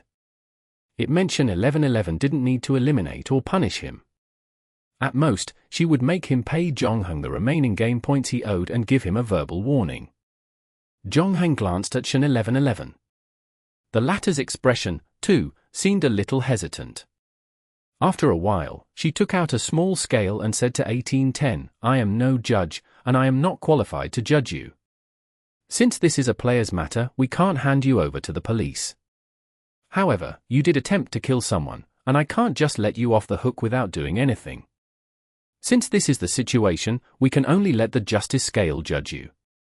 Zhongheng could see that Shen 1111 did not really want to use her justice scale on 1810, but unfortunately, there was no other way to deal with him. In the end, she took the scale and walked towards 1810. 1810's expression became tense. As a player, he knew that different game items were used in different situations. The scale Shen 1111 held looked unusual, not to mention the powerful aura of righteousness it exuded. 1810 attempted to stay calm, but he felt more and more guilty when he looked at the scale. In the end, his legs went soft, and he could not help but kneel on the ground. Shen 1111 stood still in front of him and sighed. In one hand, she held the scale, the other placed on 1810's head. She then said sternly, "In the name of justice, I shall now judge your evil deeds." Chapter 717. Repentance. This was also Zhongheng's first time seeing Shen 1111 putting the scale to use.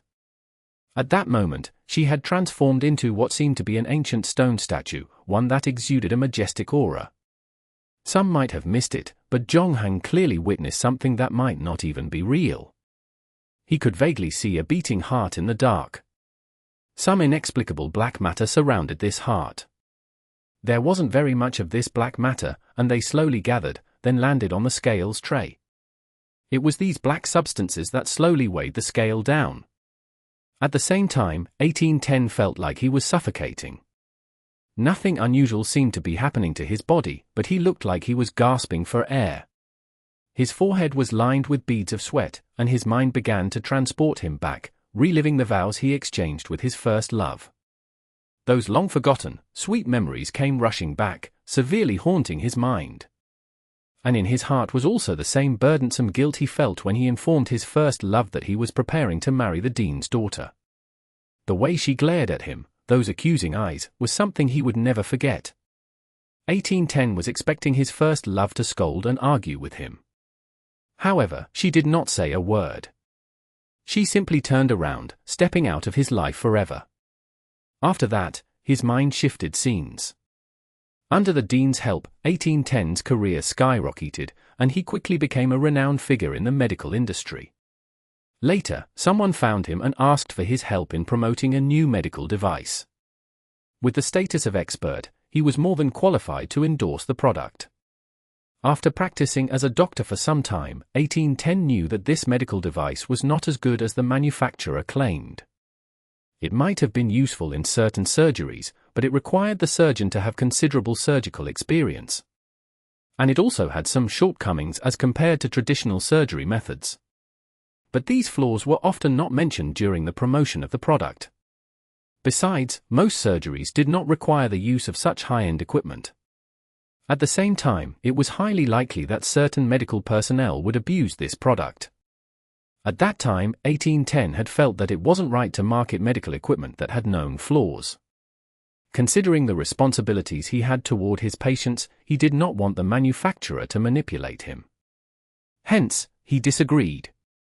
After that, his father-in-law, a retiree, talked to him and hinted that the purchasing of the medical equipment had everything to do with his bright future. Hence, it would be unwise for him to push something like that away. The older man promised 1810 that he would reap the rewards in the near future. In the end, 1810 decided to endorse the medical equipment after sleeping on the thought for 2 nights. During that time, his smoking addiction grew exponentially. Once again, the scene in his mind changed. This time, he was on a plane. Only half a minute had passed, but 1810 felt that he had spent a century in his memories. He was reminded of all the evil he had done in his life. Finally, he recalled that he wanted to keep that 500 game points, save yogurt, and kill Shen Dongxing. All of a sudden, he heard Shen 1111's voice echoing from an unusually remote place. She extended her hand and inserted it into 1810's body. He felt no pain, however. After a while, she retracted her hand, and 1810 woke up from his nightmare. The first thing he did was check his body. He found nothing wrong with it, as if nothing had happened to him. But 1810 knew the punishment had taken effect. He turned to look at Shen 1111, who was now in front of him. "What did you do to me?" "I took away your happiness. From now on, you will never feel joy anymore. No matter what food you taste, what beautiful scenery you see, or meeting whoever you love, you will not get a single ounce of happiness," Shen 1111 said. "But this is not permanent. You can still earn back your happiness. What should I do?" "Aren't you a surgeon? Save 300 people, and you will return to normal." 1810 was left in complete silence. Saving 300 people did not seem like an impossible task. After all, some surgeons performed more than a dozen surgeries a day. Most of them, however, were small procedures like removing an appendix. An operation as such didn't qualify as saving one's life. Surgeries like removing tumors were one of those operations that could save a patient's life. But what if the cancer cells have metastasized and spread to the whole body even after the tumor had been removed? How long did the patient need to survive to be counted as saving one's life? The difficulty of this matter depended entirely on the definition of saving one's life. 1810 looked at Shen 1111 again, but the latter did not intend to explain the matter. While they were talking, Yogurt had left the shopping mall to look for Shen Dongxing. Although Shen Dongxing's combat awareness was rather low, he had already noticed that Zhongheng, Shen 1111, and 1810 were not too far away from him. He was so frightened that he hid under the table since he could find no weapon to defend himself. After that, he saw a woman with a choker on her neck coming into the cafe. She sat on the sofa and looked at him with a smile. Shen Dongxing recognized the woman as a member of 1810's team. He realized that this might be the end for him. "I want you to pay the price for stunning me." "Seriously, that was the first time I was stunned by a man since I was born, literally," gushed Black Swan. Shen Dongxing sneered. "But you are lucky, I happen to be in a good mood tonight, and I don't want to pursue the matter anymore." "Really?" Shen Dongxing was overjoyed. "I'm just kidding. I am thinking how to trick you out of the table, then slaughter you." Shen Dongxing's face turned pale again after hearing what she said. "You are so gullible. No wonder the girls around you could manipulate you so easily." "Yogurt didn't lie to me," Shen Dongxing defended her in a low voice. Black Swan harumphed and seemed like she wanted to say something. She thought for a while before shrugging him off. "Forget it. Young people should do the stupid things only young people would do. Self-protection is something only older people would think about. Learn to reserve your feelings from your failed relationships. Learn to calculate your gains and losses. With that, you will not get hurt easily. However, after experiencing a failed relationship, you won't be able to give as much for the next person you fall in love with. Is that a good thing? I don't know." Black Swan finished speaking and saw Yogurt coming out of the mall. She walked to the table where Shen Dongxing was hiding, reached out, and knocked on the table. "Go ahead. At least stop her from doing something suicidal." Chapter 718. Unraveling the secrets of set items. Everyone had secrets. Zhongheng never asked how Shen 1111 acquired the justice scale and what sort of agreement she had made with the goddess of justice, Justitia. Shen 1111, too, did not ask Zhongheng how he came to know about the location where Yogurt and 1810 would meet. She and Black Swan had followed Zhongheng here, subsequently managing to prevent 2 tragedies from happening during the critical moment. Zhongheng had 2 Grade B game items with him, second only to those major guilds' highest-ranking members. However, his biggest secret was the extra 24 hours that he had every day. To Shen 1111, Zhongheng investigated Yogurt's disappearance with her the whole night, but the truth was that he had left Shen Dongxing's apartment after midnight. Using the tracking skill he learned from the deductive reasoning quest, it took about 4 hours to find the 2. Instead of tying them up, Zhongheng implanted Trojan horse malware in their mobile phones to monitor and pinpoint their locations. If 1810 had arrived here to accept the result, the investigation of this matter would end here. If 1810 refused to accept the outcome, Zhongheng could locate Yogurt and Shen Dongxing faster than him. Anyway, this matter was resolved peacefully in the end. 1810, however, had to pay the price of his team getting disbanded. As they went their separate ways, Black Swan hinted to Zhongheng that if he were willing to team up with her, she would surprise him with something pleasurable. Unfortunately, Zhongheng declined her request. From the beginning of this game, Zhongheng had never thought of teaming up with anyone else. Although the difficulty of the proxy war quest had increased, he could handle it alone for now. Zhongheng had also asked 1810 to pay him the remaining game points he owed. However, the latter did not have enough points, and since his feigned death was now exposed, he decided to give the Grade C game item with 1 use left to Zhongheng. After a little deliberation, Zhongheng agreed to take the item in place of the game points. Feigned death was a unique game item, a perfect trump card he could put to good use. However, it had its shortcomings. If his enemies found out about the item, using it would be pointless. Zhongheng wasn't too bothered, as long as it could be used in the quest. In the real world, however, he would never think of using feigned death to help him to save his life. In total, Zhongheng received 3 game items in just one night. After bidding Black Swan and Shen 1111 farewell, he headed to the game's checkpoint to look for Miss Bartender since he had acquired the last shadow set piece. Interesting. You actually managed to complete the entire shadow set. That's efficient of you, commended the bartender lady after seeing the 4 items on the table. You said that when I find them all, I can inherit part of the original owner's power. Yes, that's right. But I also mentioned that you'd need to go through some form of test. The bartender lady picked up Shadow Key. You can only use this item once more. Once you decide to inherit its power, whether succeed or fail, you won't be able to use it anymore. I know, but it doesn't matter. Shadow Key and Shadow Foot were both Grade E and Grade F game items. Their values were limited, and they had been used before. Shadow Key had only one last use left in it. So after giving it a little thought, Zhongheng decided he wouldn't wait any longer to go through the test. After all, he had a ton of items with him, and he would not be able to use them all. Whenever he entered a dungeon, he would need to consider which item he should bring with him.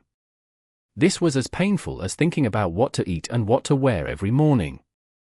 It was better if the game items were converted into an ability. Since you are fine with it, when do you want to be tested? The bartender lady shrugged and asked. Do we need to complete any rituals? Of course, but it is a very simple ritual. You can complete it now if you want. Let's begin, Zhongheng said. It took less than 15 minutes for the bartender to complete all the preparations. Zhongheng watched on simultaneously, and he felt that she was just doing what she usually did. Except this time, she used some weird ingredients like lizard tails and mouse skulls. She then put all of them into a blender to grind them and made a homemade cigar filled with some suspicious tobacco. Zhongheng raised his eyebrows. Yes, I know it looks very old-fashioned, but there's nothing I can do about it. Those old-timers like it a lot. As early as the BCE era, the Mayans and Indians had started smoking tobacco, believing that it allowed them to communicate with their gods. The Mayans left behind this blend recipe, Miss Bartender said. Don't underestimate this thing. It's not easy to get these materials in the modern world. So you'll have to pay me whether you fail or succeed. It will cost you 50 game points. What should I do? Zhongheng asked and grabbed the cigar. Just bring those for game items with you. It's best to allow all of them to contact your body. Once you've made sure of that, go ahead and light the cigar. By the way, do you have any other game items with you now? Pass them to me first, or they might interfere with the communication, especially the more powerful ones. The original owner of this shadow set has passed away for some time. Hence, not much power is left in them. You better not expect too much. Okay. Miss Bartender thought for a while and decided to explain more. If the original owner of this set item is still alive, it'd be nearly impossible for you to gather them all. After all, if not for special reasons, no one would want to divide their power to others. Giving out part of their power would speed up the owner's deterioration process. As an agent, you should know about this. This set of items should belong to some very ancient existence. Zhongheng nodded and temporarily stored all his game items at the game point. After that, he sat cross-legged on the deck and put the 4 shadow set items on his lap. Once that was done, he lit the cigar and took a deep breath. The taste was not as disgusting and strange as he initially thought. Zhongheng even tasted a strange scent from it. It seemed like the Mayans' ritual was not too difficult for him to accept. Zhongheng took a small puff first, and then 2 long drags after that. The white smoke rose in front of his eyes. Strangely, the smoke did not spread to other places but hovered around him, becoming thicker over time.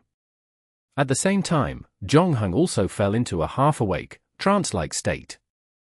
He became completely oblivious to the existence of time and where he was. When he finished smoking the cigar, the smoke had disappeared as well. Jong-hung looked at the scene in front of him and frowned deeply. Chapter 719. Unforeseen Circumstance. Before he even lit the cigar, Jong-hung was already prepared to face everything that came his way. With the current strength he had, there was no need to worry about the similar tests he would face. According to Miss Bartender, the shadow set's original owner should have died a long time ago, which meant that there was not much power left in the items. This implied that Jong-hung would not get much power from these set items, but it did not mean that this wouldn't be a safe trip for him. Considering how he had killed one of the 4 horsemen of the apocalypse, it was unlikely that an ancient god forgotten by time would cause him too much trouble. When the smoke dissipated, a rundown scene appeared before Jong-hung, one that perfectly matched the shadow set items. He was, however, bewildered when he saw the building in front of him. In his dream during the alien quest he completed not too long ago, he had visited this seaside town. Jong-hung speculated that the shadow set had to be the reason the dream happened to him. But when he calmed down, he realized that the items were an unlikely cause. In the alien quest, he had not yet acquired the shadow set's last piece, the shadow foot, and the only set item he had with him was the shadow key. It was hard to believe that a mere Grady game item could be the root of so many problems. Strictly speaking, the first time Jong-hung realized that there was something wrong with his body was when he dealt with the dreamland of death. Pestilence had touched him without him knowing it, and at that time, his condition became critical, and he was sent directly to the emergency room. The doctor, however, did not know what to do with him. His heart stopped beating for a short while, and Jong-hung felt death approaching. He lost a few seconds of memory after that, and when he opened his eyes again, the sickness in him had disappeared without a trace. His heart started to beat again, and he was stronger than before. Han Lu once told Jong-hung that she experienced inexplicable fear when she saw Director Kwong and had always thought the fear had something to do with him. During that time, Jong-hung happened to lose his memory for few seconds. After connecting what happened on the roof, Jong-hung realized that the fear Han Lu had felt might have not come from pestilence but from him. Perhaps he should be considering his current situation from another angle. It seemed that his body hid secrets he had no idea about. And Miss Bartender told him that the tobacco recipe that she prepared came from the Mayans, used to communicate with the gods. Jong-hung had deposited all of his game items at the checkpoint. Right now, he only had the 4 shadow set items with him. Hence, it stood to reason that the original owner of these 4 items should communicate with Jong-hung when he inhaled the smoke. To his surprise, the tobacco did not get him in touch with the original owner. On the contrary, the smoke unlocked a seal somewhere in his body, allowing him to return to the weird dream that he experienced before. Jong-hung did not know what the cause of this glitch was. Maybe the power left by the shadow set's original owner was too weak compared to the secrets in his body. Maybe something happened to his body again after the incident on the roof. However, for some unknown reason, he had failed to notice the changes. All in all, his circumstances were not that bad. Between inheriting a small part of the shadow set's power and the secrets his body held, the latter was clearly more important. He could always attempt to extract the power from the shadow set items later. As for the weird dream, he would not get to encounter it as he wished. And Jong-hung also noticed that this time, although he had returned to this bizarre dream, the shadow set items were still with him. They did not disappear with other game items, and it made him wonder if he was in the test realm or the weird dream. It took him only half a minute to sort out his situation. Whatever that came later would have to be settled later. Right now, he wanted to explore this dilapidated town. This place probably had something to do with his life. As he walked down the street, a strong stench of fish wafted into his nose. A large number of dilapidated houses could be seen on both sides of the street, where some had even collapsed. Everything here seemed to be decaying slowly. Jong-hung noticed a difference, though. There were obviously more people on the street this time. Although there were very few functioning houses here, at least he was no longer the only person around. Those people, however, might not have improved Jong-hung's situation. Some of the residents looked no different from ordinary people. However, they were only a small part of the population here, and most of them were youngsters. It seemed like the elderly in this place were cursed. All of their faces were deformed, just like the old man Jong-hung met before.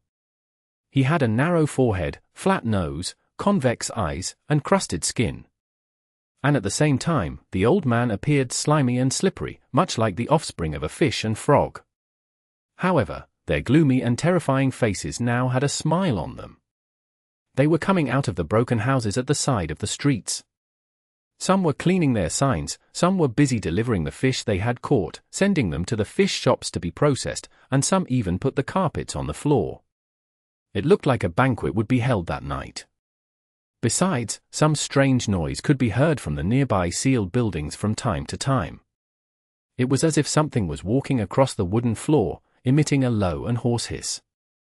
Jong-hung walked for a while and saw a Gothic stone church in front of him. It was far older than the other town buildings. As the bells tolled, the townsfolk knew that it was 6 in the evening.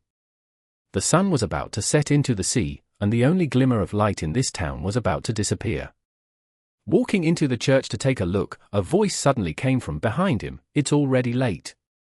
Don't you need to find a place to stay?"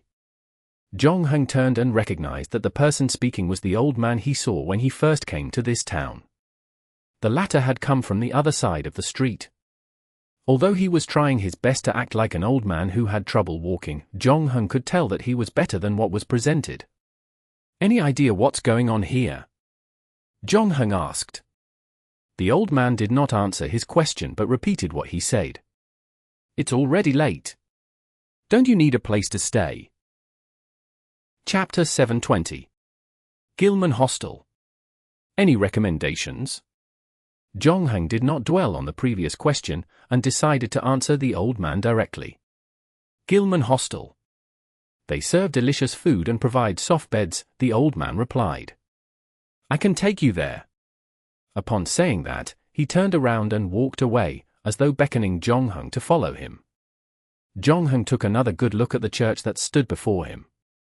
It did not look like a real church since he could sense the evil and insanity oozing out of it, just like the town itself. A man in a black robe and golden crown walked past the church, but Jong-hung could not see what he looked like under the robe. Since Jong-hung was not close to the mysterious man that just passed the church, he stopped walking and glared at Jong-hung with his protruding eyes, like a toad. After a short deliberation, Jong-hung decided to follow the old man since the latter was the only person in this town who took an initiative to talk to him. However, he was still not willing to answer any of his questions. "Do you know me?" Jong-hung asked after catching up with the old man. "What day is today?" "July 15th, 1927. The old man finally answered one of his questions. It was almost similar to the date Jong-hung estimated when he first came into this dream. Jong-hung then looked at the watch on his right hand subconsciously. However, he discovered that the watch that had been with him all the time was not on his wrist. Jong-hung had been wearing that watch for a long time. Previously, when he arrived in this dream, he forgot to check whether his watch was with him. That didn't bother him too much, though. It was past midnight when he came into this world, which meant there was still plenty of time before the next midnight came. Besides, his extra 24 hours might not work here. Second, he was no longer an ordinary person when he entered his first dungeon. The long list of high-level skills that he acquired had become a part of him, and even if he did not rely on his game items, he was more than capable of protecting himself. He technically still had those shadow set items with him. His shadow moment should have depleted its uses by now, but it seemed that got refreshed when he came to this place. For now, there was no time to give it a look. While following the old man, Jong-hung attempted to gather some more information. "I see that you are preparing for some celebration. What are you guys celebrating?" "Oh, it's just an ordinary traditional ritual. Don't mind us." "Is that so? Do you know how to get out of here?" The old man suddenly stopped in his tracks. "The train is no longer in service. It will take a very long time to leave this place on foot. If you insist, you can take the bus that leaves at 8 every night, but..." "But what?" "But not tonight. The driver himself is preparing for the celebration. So, the bus will not be in service tonight. What about a horse? There are no horses in the town, the old man replied in a hoarse voice. Someone attempted to raise them once, but those animals didn't seem to like this place. They were restless at night, so we had to sell them. Then he turned his head. Do you want to leave this place? Leave? No. I'm just asking, Zhongheng said. The old man was not lying. For some reason, he hoped that Zhongheng could stay in the Gilman hostel tonight. Always wanting to investigate the place from the beginning, Zhongheng himself wanted to know what would happen if he stayed in there tonight.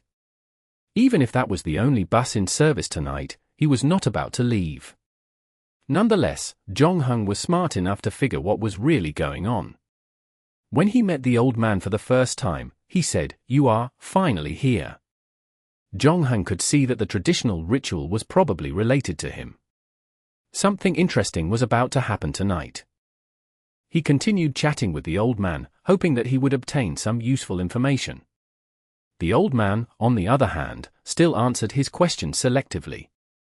It soon became apparent that the old man was trying his best not to accidentally divulge any secrets. He would not answer anything related to the ritual. Still, Zhongheng managed to obtain something useful. 100 years ago, the houses here were filled with people. During that time, this place was prosperous and lively. Some might even refer to it as a city. Ships would dock at the port, and sailors would go ashore for some R&R. Simultaneously, the train frequently stopped by, bringing goods and immigrants from other cities along with it. Locals also employed the train's services to deliver the fishes and shrimp they had caught. Lastly, the gold refinery was the town's primary source of income. Unfortunately, the town started to deteriorate after the Civil War. Its residents began to lose faith in this place, and soon afterward, some started to disappear. At first, only a few went missing, but after that, more and more people began to inexplicably vanish into thin air. At the same time, a group of newborns began to grow up. Some people's appearances began to change, the elderly being one of them. As he talked about this matter, the old man seemed to be paying extra attention to the changes in Zhongheng's expressions. When he saw that there was no reaction, he felt a little disappointed. The young man seemed neither surprised nor afraid, simply signaling him to continue talking. At this point, the old man stopped. "This is it," he said. Zhongheng looked up and saw a domed building. Like the other houses around here, this one was in a state of disrepair as well. The words on the signboard could barely be seen, and the walls around him were peeling too. He even noticed how most of the walls were now covered in moss and mold. A hotel like this would attract no tourists, but according to the old man, this was the only place left in the town for outsiders to rest. As Zhongheng stepped into the shabby hall, he began to suspect that there would be no delicious food and soft beds here.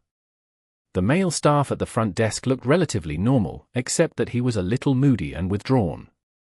"Room for 27, $1. Putting down the dirty old newspaper in his hand, he continued, "Today is a good day. There are actually 2 guests here today. Another person is living here tonight." The old man was a little surprised. Yes, something happened in the town earlier. He stopped halfway and looked at Zhongheng on the other side. Zhongheng searched his pockets and looked at them. "Sorry, I don't have any money with me." The old man and the staff looked at each other. Chapter 721. Another traveler. The male staff and the old man never expected that Zhongheng hadn't brought any money. The $1 room wasn't expensive by any standard, but seeing as to how filthy and depressing the environment was, no one would be willing to stay here even if they reduced the price by another 50%. Since the bus was not in service, Zhongheng had no choice but to live here. Logically, he had no reason to save that $1.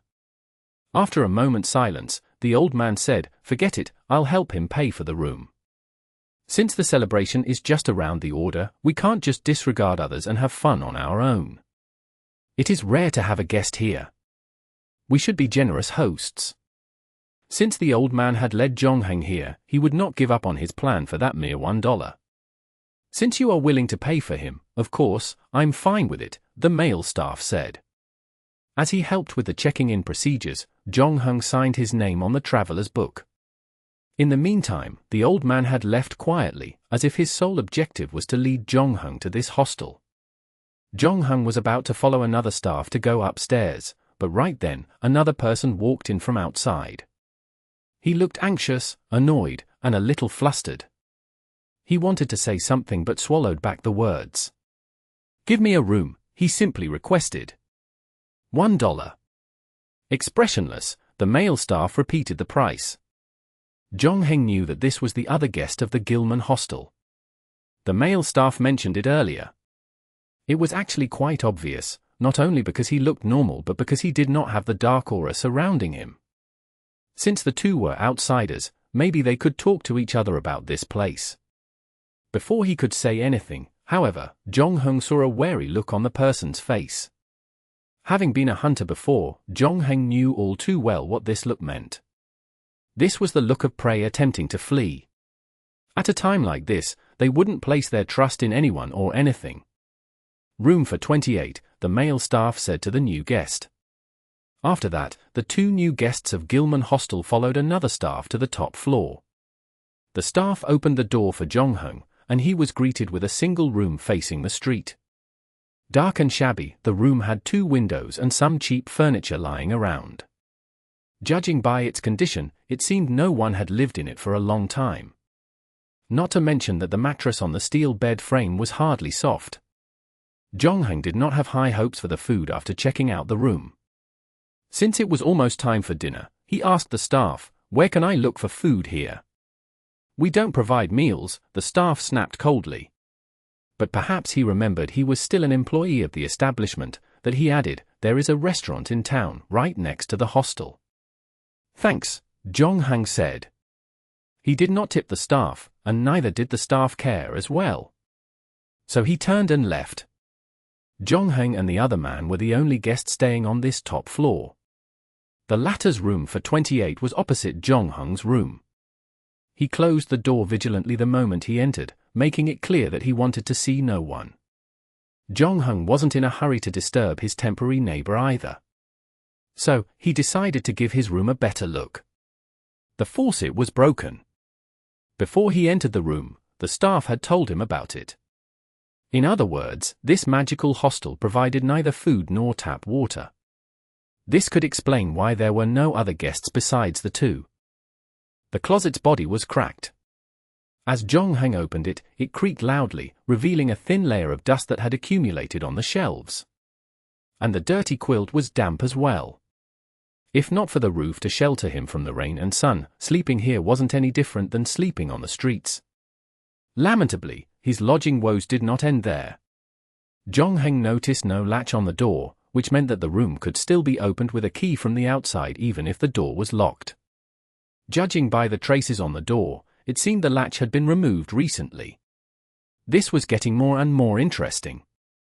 The good news was, at least the old-fashioned electric lamp was still functioning. Although the light bulb was moldy, causing it to emit a rather dim orange glow, it provided a source of light for the night. Something awful was bound to take place tonight.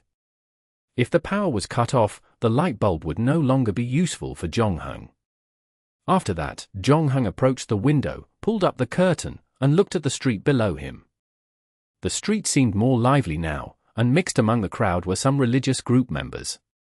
They were all giving their best to prepare for the evening celebration, where everyone had put on gold jewelry. Jong-heng, however, did not see them preparing any food. Without food and drink, a celebration would be pointless. Naturally, many who attended a function mostly didn't care about its purpose, simply wanting to fill their stomachs and have a good time. A celebration without food and drink was like a cake without cream. But the group downstairs didn't seem to think so. They were still excited about the celebration. Jong-heng looked away from the crowd and saw the wave breaker in the distance. There was also a black line on the sea. When he first came here, he saw the black line on the sea as well. It made him feel like something was waiting out there to be summoned by him. The 2 small black dots squatting on the wave breaker should be fishermen. They put down their fishing rods and jumped off the wave breaker. Jumping from such a tall place into the sea was extremely dangerous. not to mention the reefs below it. If a big wave came when they jumped off, it might just sweep them away. Others who stood on the wave breaker, however, weren't surprised by their actions. Seemingly used to such things, they continued on with their own business. Everything in this coastal hamlet was weird. The church bells tolled, indicating that the time was now 7 in the evening. The sun had set entirely, leaving behind only a little afterglow. Jong-hung put down the curtains in his hands. He was actually not very hungry. Even if he didn't get to eat dinner, he was okay with it. However, considering what would happen at night, some preparations needed to be made in advance.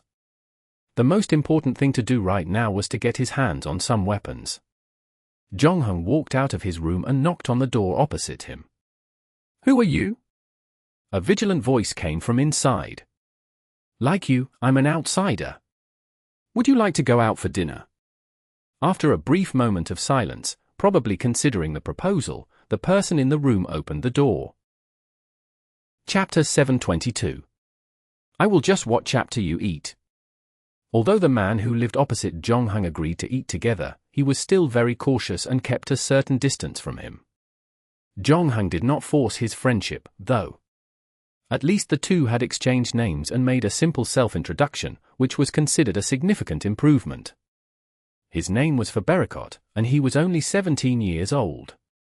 According to him, he was traveling around New England to explore its natural scenery, historical sites, and a deeper understanding of his family genealogy.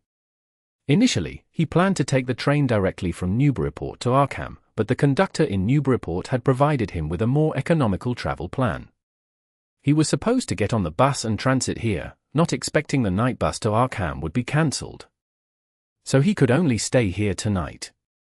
As they chatted, Jong-hung also learned that Fabericotte had arrived much earlier than him. He had departed Newburyport at 10 in the morning, meaning he had spent at least half a day here. He should have collected a lot of information about this place by now. Maybe that could explain his heightened wariness and apprehension. Something must have had probably traumatized him, seeing as to how he immediately closed his mouth and stopped talking the moment Jong-hung inquired about the matter. The two had just met, though, and Jong-hung realized that perhaps sufficient trust hadn't yet been established between them. Although the town was drowning in gloominess and oddities, Jong-hung did not feel too much repression or fear. On the contrary, Fabericotte beside him seemed exponentially disgusted and disturbed by this small town. In his own words, he did not want to stay here a second longer, wishing that he had a pair of wings to fly away as far as he could from this place. After a while, the two walked out of the hostel. Although the nearby buildings still looked dirty, these were in better condition than the town's dilapidated structures. There were grocery stores, pharmacies, wholesale fish markets, refineries, and restaurants. A river even ran in the middle of all these buildings. Perhaps it was time for the residents to get off from their work, or perhaps they were preparing for the celebration that most of the shops were closed. Fortunately for the two weary travelers, the restaurant was still open. Two people were already inside the restaurant, a man and a woman. Among them, the man had a thin face, hunched back, and his eyes looked very dull. Jong-hung stared at him for a while and found that he had not blinked for a long time. If one encountered him as an SCP-173, there was nothing the person could do but cry in the corner. On the other side, the flat-nosed woman, wearing a rustic dress, was bending over and wiping the table. Although she was about to experience a wardrobe malfunction, no man would look at her when they saw her face. Jong-hung also noticed that Fabericotte, beside him, had become uneasy again. Although neither of them had apparent deformities, they both looked somewhat similar to the old man that Jong-hung met earlier. According to the old man's previous statement, their faces would start to deform as they grew older. If Fabericotte had a choice, he would never want to walk into this restaurant. Eventually, though, hunger overcame his fear. He tried not to look at the two other people in the restaurant and focused on the menu at the counter. After discovering they mainly served canned food and ham, he was not disappointed but relieved. He did not trust the people in this town very much. Hence, he was quite skeptical about the food they served. A portion of canned food with biscuits and a bowl of vegetable soup were more than enough. After that, he made way for Jongheng and asked, "What are you eating?" The latter replied, "I have no money with me, and I am not very hungry. I will just watch you eat." Fabericotte stood there for a moment and blinked. "Forget it, let me buy you your meal," he relented. Jongheng then said to the dull-eyed man, "I'll have one more of what he ordered." After Fabericotte paid for the food, the woman with a flat nose headed into the kitchen. Jongheng and Fabericotte found a place away from the counter and sat down. Fabericotte could not help but ask, "You knocked on my door and asked me out for a meal, yet you don't have any money." Jongheng nodded at Fabericotte. After that, he started to check out the restaurant. Decorations had been hung for the celebration later. Fabericotte frowned, growling in a melancholic tone, "Do you take me for a fool? I told you that I'm not hungry. You should have just eaten without me." Jongheng turned to him, continuing, "You are the one who insisted on buying me a meal." I was just being polite.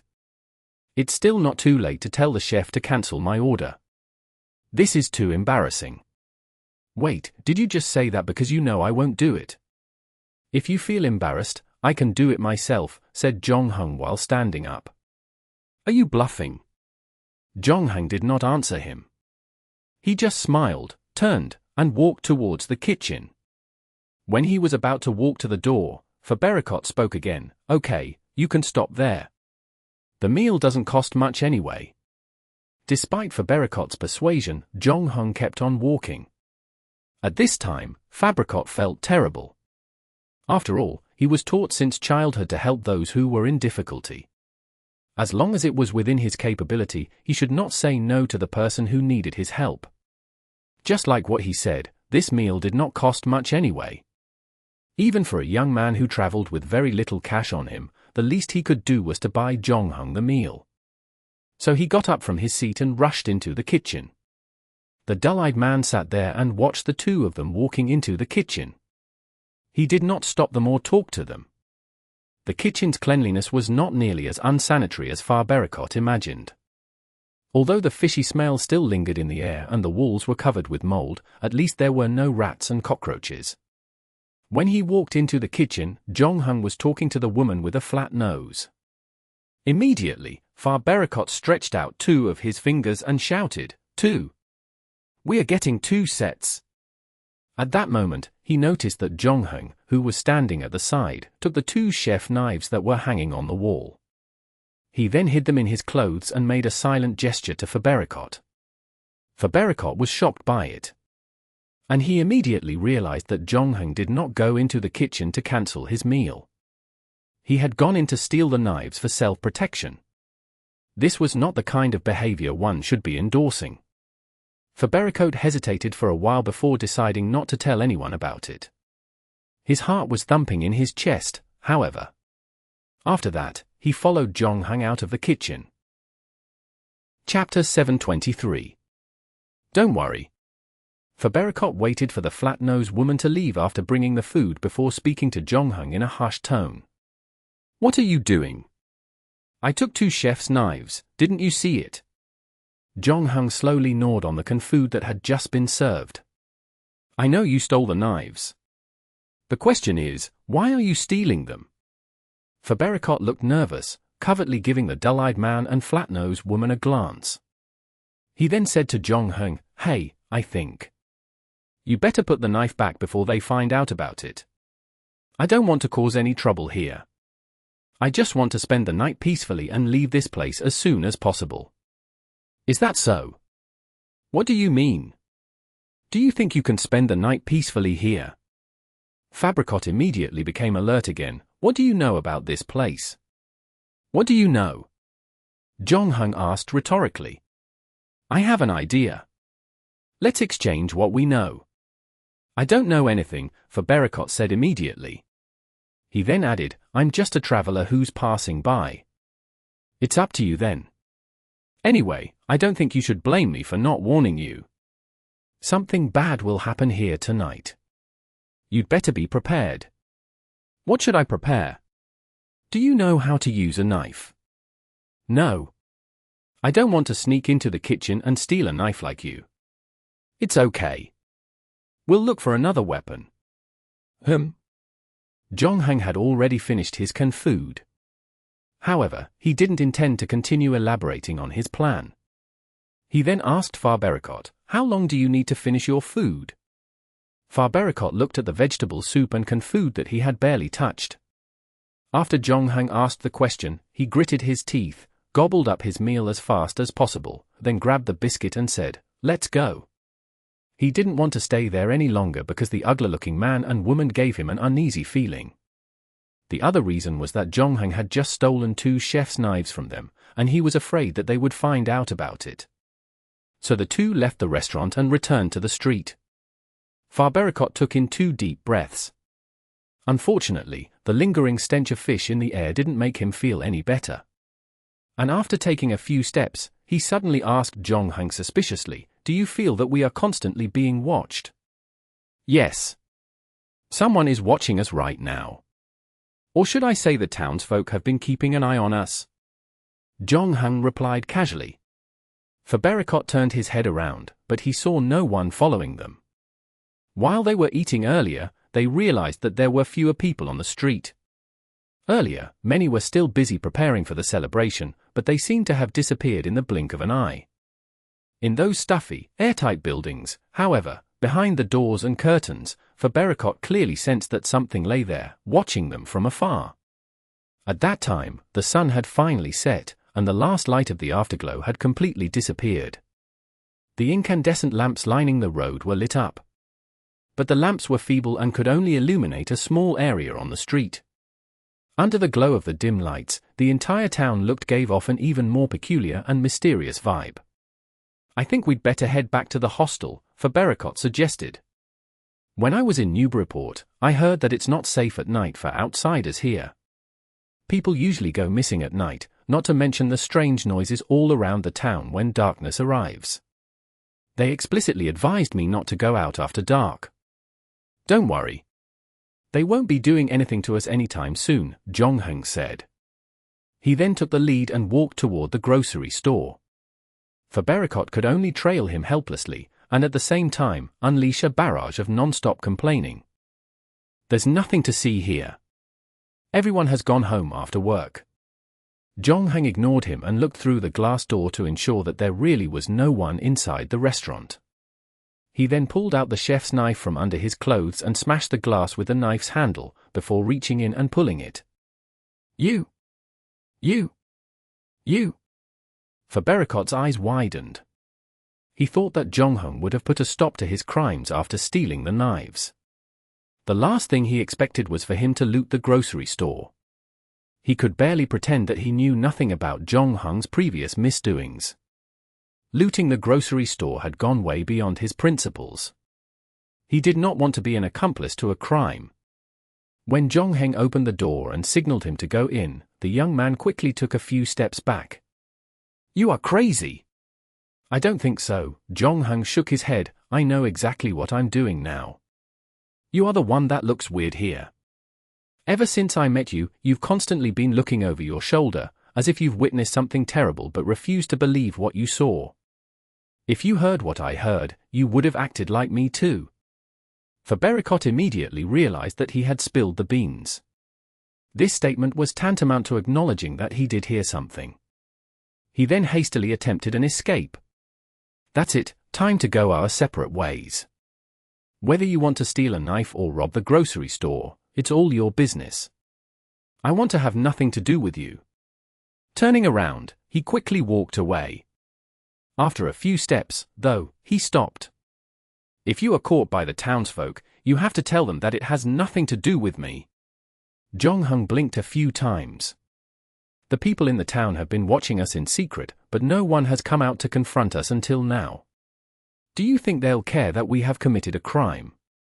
Fabericotte was startled when he heard Zhongheng's reply. "I don't know. That's just your speculation. I really don't want to get into any trouble.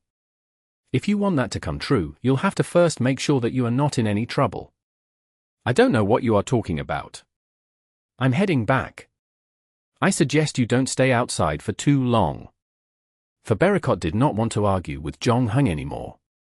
With that, he ended the conversation and headed straight back to the hostel. Jong-hung watched him walk through the hostel's door. He stood under the street lamp for another half a minute before turning around to walk into the grocery store. Not only was he looking for weapons for Fabericotte, but also potential weapons that he could use to protect himself. The 2 chef's knives from the restaurant weren't nearly enough to handle the threats he was about to face. Jong-hang found flashlights, candles, ropes, fishing lines, and whiskey in the grocery store. Among all these, his biggest surprise was that he found a rifle, 2 revolvers, and several bullets. He then took a large backpack and stuffed everything that he found useful in the grocery store. Chapter 724. Midnight is coming. Jong-hang returned from the grocery store with a bag full of useful items.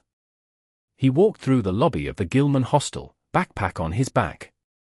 Although the rifle clearly protruded out of it, the surly-looking male staff didn't say a word, pretending he hadn't noticed it at all.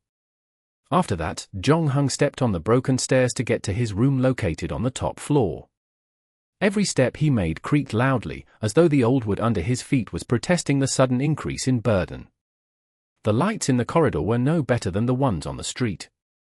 Although turned on, the distance the light could reach was sorely limited. The long shadows it cast on the walls made the whole place look even eerier. Jong-hang could clearly hear Fabericotte's footsteps thumping around in his room. And he could tell from his pace how upset the young traveler was now. After a while, he sat down and took a book out of his luggage.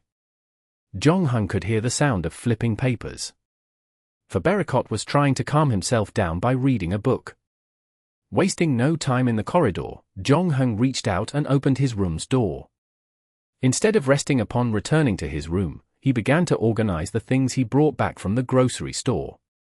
He attempted to make a few Molotov cocktails using methods the Finnish guerrillas had taught him during the Soviet-Finnish War. However, there wasn't enough alcohol in commercial whiskey to be ignited.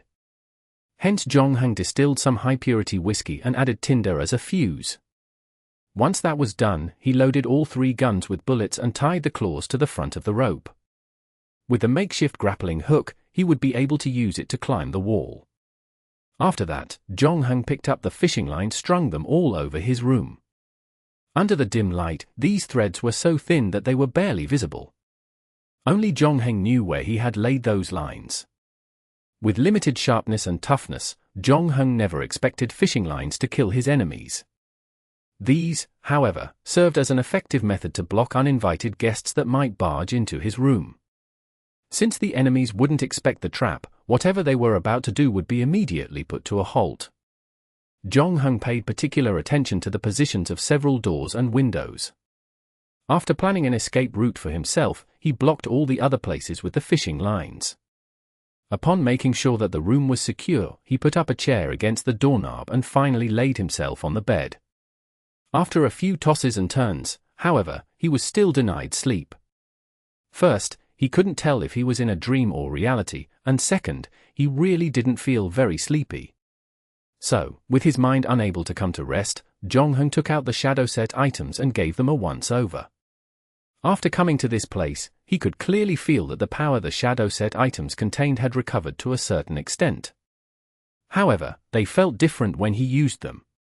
Pulling out his favorite shadow moment, he started to think about the crow in his mind. Unfortunately, he saw no crow in the dark. He then tried the shadow foot, but it yielded no result too.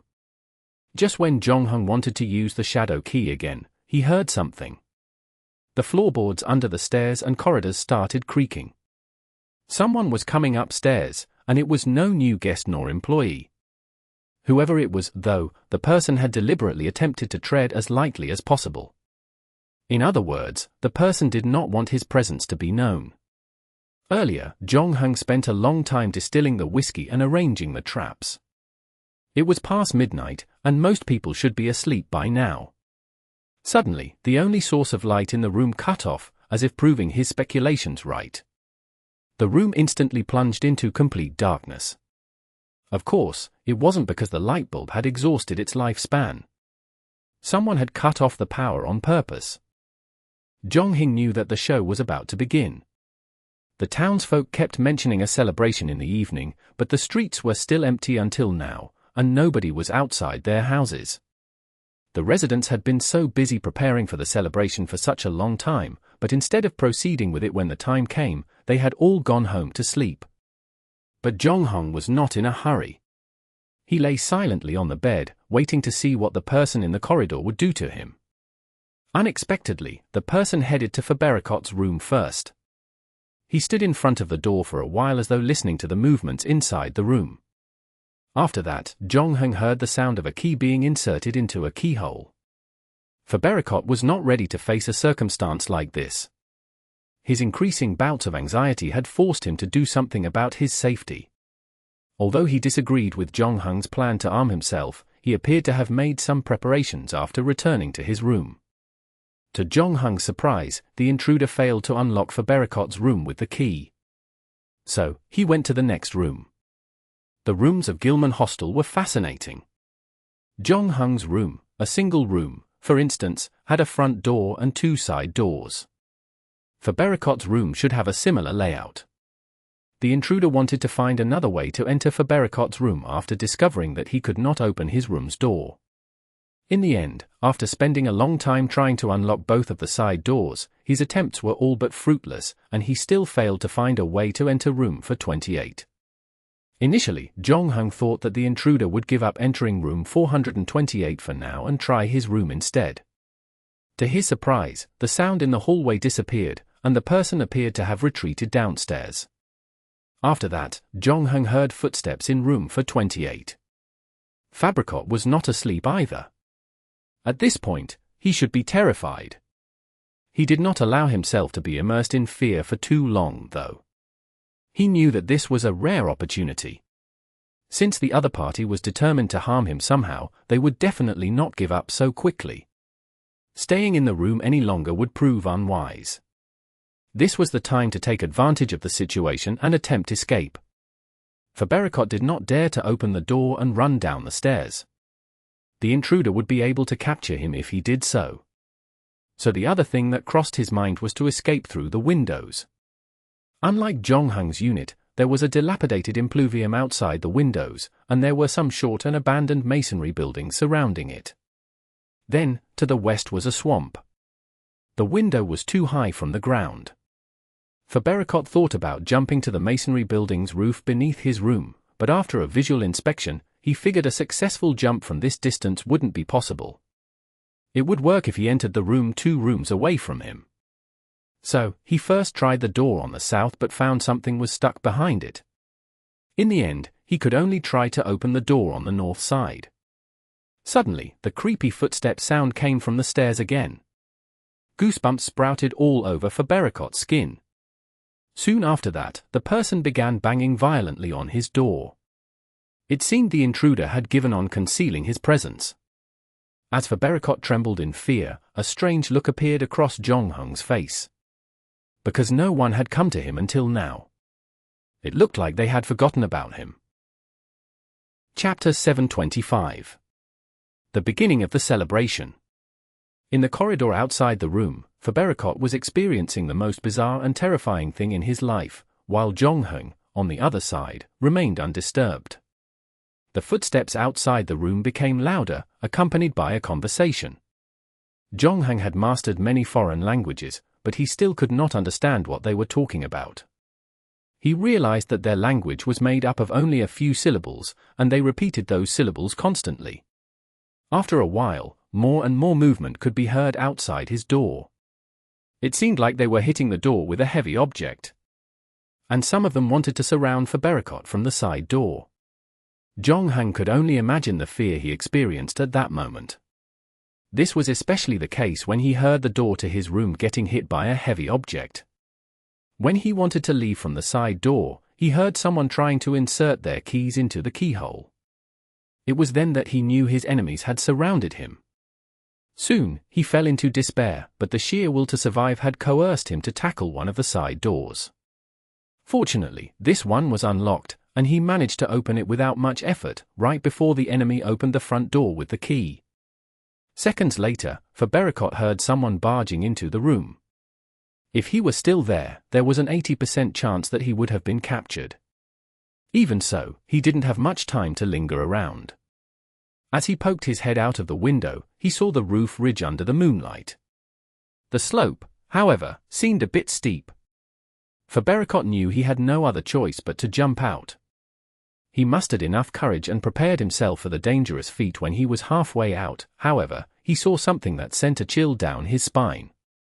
Black shadows had suddenly appeared from the abandoned masonry buildings below.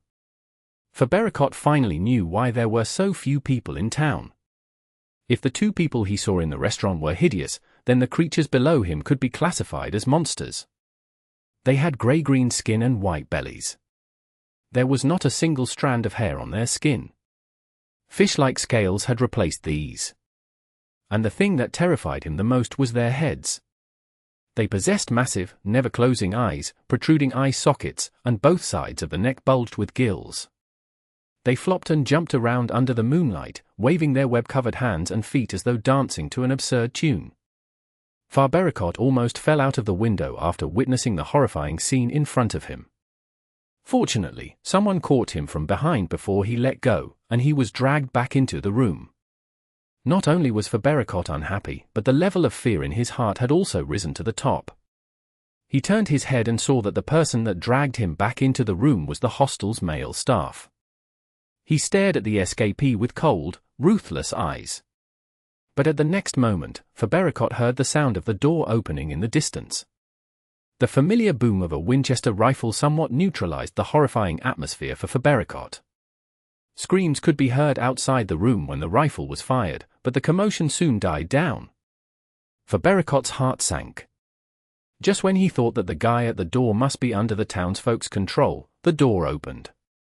Zhongheng hit the head of the staff, charging at him with the butt of the rifle, managing to silence the latter completely. After that, he walked toward Fabericotte. When he saw Zhongheng approaching, Fabericotte subconsciously backed off until his back came against the wall. "We are greatly outnumbered. Even if I stay here, I can't save you," Zhongheng warned. Fabericotte snapped back to reality, swiftly getting up to his feet. Where did your gun come from?" he asked, pleasantly surprised. "I borrowed it from the grocery store," replied Zhongheng. "Can we leave this place through the window?" "No, there are monsters outside." Now, Fabericotte began to regret that he didn't loot the grocery store with Zhongheng earlier. "How about the street?" he asked, moving himself a little further from the window. "What do you think?" Zhongheng asked rhetorically. Although the small town's residents did not knock on his door, Zhongheng did not continue lying on the bed, allowing them to take Fabericotte away. Other than the fact that the two of them were the only outsiders in this town, Fabericotte was also the only one who could tell him what had really happened here. And Zhongheng wasn't that naive to think that they would never come looking for him. After all, the old man that he met earlier did everything possible to make him stay at the Gilman hostel. He even paid for Zhongheng's accommodation fees. There was no way that they would allow him to be the bystander here. What should we do, then? Fabericotte was lost. For starters, they could no longer stay here. Although Zhongheng had a rifle in his hand, they were only a two-man team. A two-man team that was about to go against an entire town. Other than the deformed residents, the monsters that usually stayed hidden in their houses during the day were also out roaming the streets now. "Go south," Zhongheng said. Before they walked out of the hostel, they quickly checked the street. There were not many people, and the building nearby could help them cover their tracks. While talking, Zhongheng had already returned to the corridor, followed closely by Fabericotte. The two walked all the way to the end of the corridor. At the same time, they heard footsteps coming up the stairs again. It meant that another group was coming up to deal with them. Zhongheng handed the jerry-rigged wall-climbing hook to Fabericotte. "Do you know how to use this?" "I think so," said the latter nervously as he took the grappler. "Go to the roof of the opposite building. I will meet you there later." Zhongheng raised his rifle and aimed at the stairs.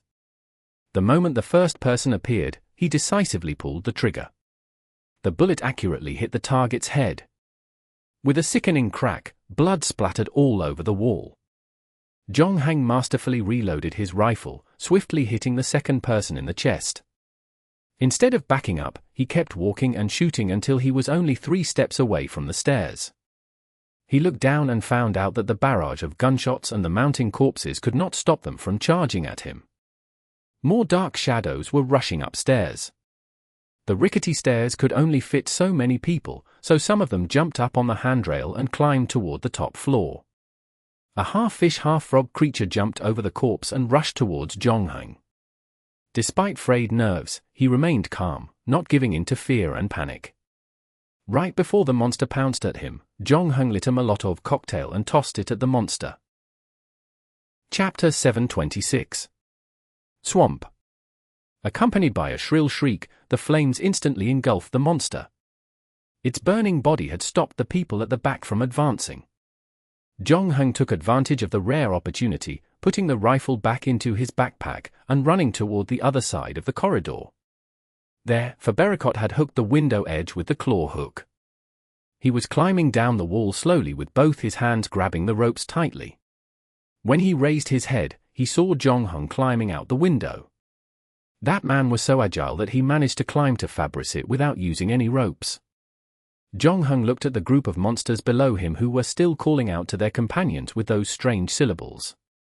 He then said to a still hesitating Fabericotte, "You'd better hurry up because I will not wait for you if the situation goes downhill." Wearing his backpack in front of him, Zhonghang bent his calf slightly, exerted maximum force, and leaped to the roof opposite him. With the backpack acting as a buffer, it helped him to significantly reduce the impact of the fall. Unavoidably, some of the items inside were damaged. When Zhonghang checked the 2 Molotov cocktails inside of the backpack, he found it to be broken, though he had made very sure it was well protected. After hearing what Zhonghang said, Fabericotte did not dare to wait any longer. He did not have the explosive energy and excellent balance that Zhonghang possessed. Fortunately, he could fully utilize the rope. He held on tight, and like Zhonghang, kicked the wall hard. After 3 kicks, he felt that he now had enough strength to leap over to the roof opposite of him. So, with a final, decisive swing, he released the rope in his hand. In the end, Fabericotte successfully landed on the roof, but he was not as fortunate as Zhonghang. He landed back first, and his landing point happened to be a weak spot. The building had been left unmaintained for so many years, after all, and as a result, he fell right through. Seeing that Fabericotte was about to fall through the roof of the abandoned house, Zhonghang quickly grabbed his hand and pulled him up. "Thank you!" Fabericotte exclaimed in shock, his breaths heavy and his eyes bulging. "Keep up!" The black shadows that initially gathered in front of the Gilman hostel rushed to the side upon hearing their companions hail. Simultaneously, the people in the hostel seemed to have crossed the line of fire Zhonghang created. Poking their heads out the window, they frantically looked for the 2 escaped men. Some of the more impatient ones even attempted to jump to the roof to pursue them. 2 monsters managed to jump on the roof. Unfortunately, one fell into the hole that Fabericotte created, and the other lost his balance when he landed, swiftly kicked off the roof by Zhonghang. "Here!"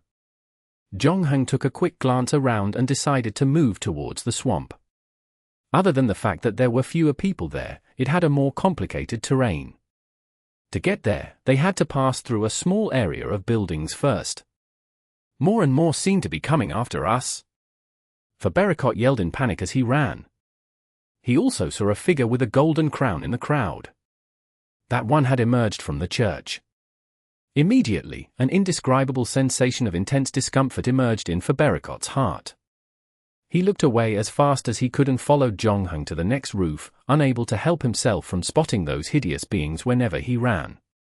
Unfortunately, they could not stay on the roof all the time. With the increasing gap between buildings, they couldn't keep making more leaps. Fabericotte then saw Zhonghang changing direction and jumping off the roof. It happened that 5 half-human half-fish monsters were blocking them. The moment he saw them, his heart started thumping violently. After that, he saw Zhonghang fell on one of the monsters, stabbing its head with the chef's knife in his hand. It was a clean kill.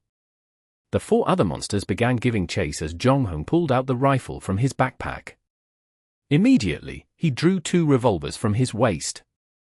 Having a greatly enhanced shooting and drawing speed thanks to the western dungeon he was in, it now took him less than a second to draw the gun and pull the trigger.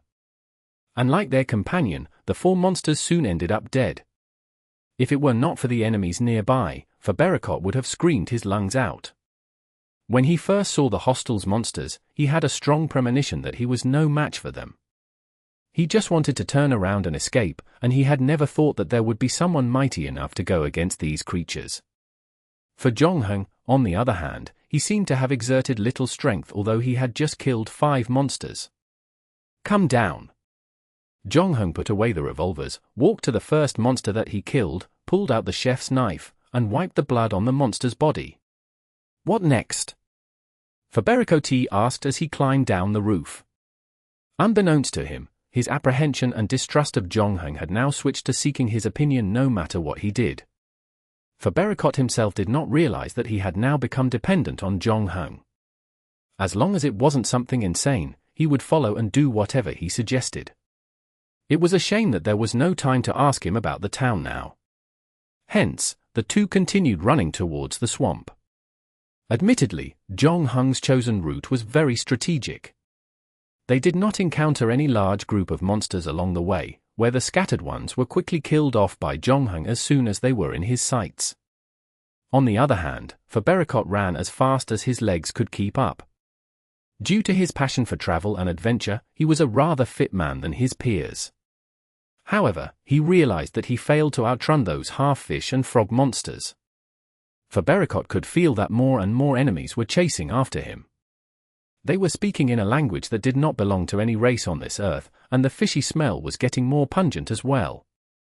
As the slapping and splotting of their webbed feet got louder and louder, it reminded him that the enemies were getting closer.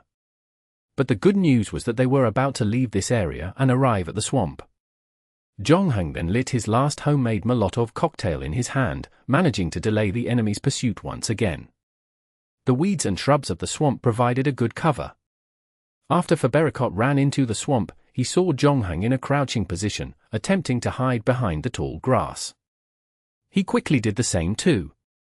Before they could run far, however, they heard the strange sound again, accompanied by crunching and rustling from stepping on the weeds. This also meant that those monsters hadn't yet given up on searching for them. In fact, they had followed them into the swamp. The worst part was that the 2 parties were getting closer a lot faster than when they were in the city. Chapter 727. Necklace. Go in this direction. Don't look back. Hide if you manage to find a perfect spot. Zhongheng said to Fabericotte.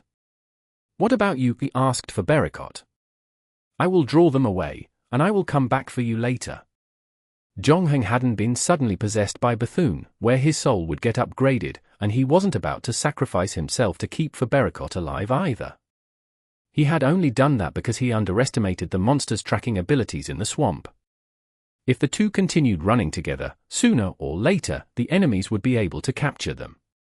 Also, if Zhongheng ditched Fabericotte aside, there was a good chance he would be able to get out of this predicament alone. Getting out of trouble wasn't his purpose tonight, though. He wanted to investigate what was happening to him, which also meant that he first needed to understand what was really going on with this town. If it were not his last resort, he would have tried his best to protect Fabericotte. Zhongheng then handed Fabericotte a revolver. Use this gun to defend yourself. If the circumstance is not dire, try your best not to fire. Otherwise, I may not be able to save you in time. Fabericotte was no fool, and he immediately understood what Zhongheng meant. Although the revolver could protect him to a certain extent, the loud gunshot would almost certainly reveal his position. If a large number of monsters did surround him, Zhongheng definitely wouldn't be risking his life to get him out of that. That being said, the revolver still gave Fabericotte a sense of security. When fear went beyond human understanding, at least the technological advancements of civilization could bring him some comfort, especially under the knowledge that he would surely die without a gun if those monsters surrounded him. With that piece of crude technology, he could at least fight for his life. The footsteps behind him were getting closer and closer. Zhongheng and Fabericotte quickly went through the action plan and went on their separate ways. Fabericotte kept moving forward, while Zhongheng chose another direction to advance. And he deliberately made more noise by touching the weeds around him as he moved. Almost immediately, the monsters who were searching for them noticed the rustling. Like a torch burning brightly in the dark, he was attracting the nearby moths to pounce at him. Of course, there was good news. After ditching cumbersome, Zhongheng had become a lot more agile. He quickened his pace and ran toward the paddy field in front of him, where 2 residential houses were located. It would be idiotic to block those monsters with a thin door and wall made of soil. Since he was on high ground, it was perfect for him to carry out a blockade. Although Zhongheng's ultimate goal was to run away, he did not want to just run. It was never his style to stay silent after getting forced into a corner.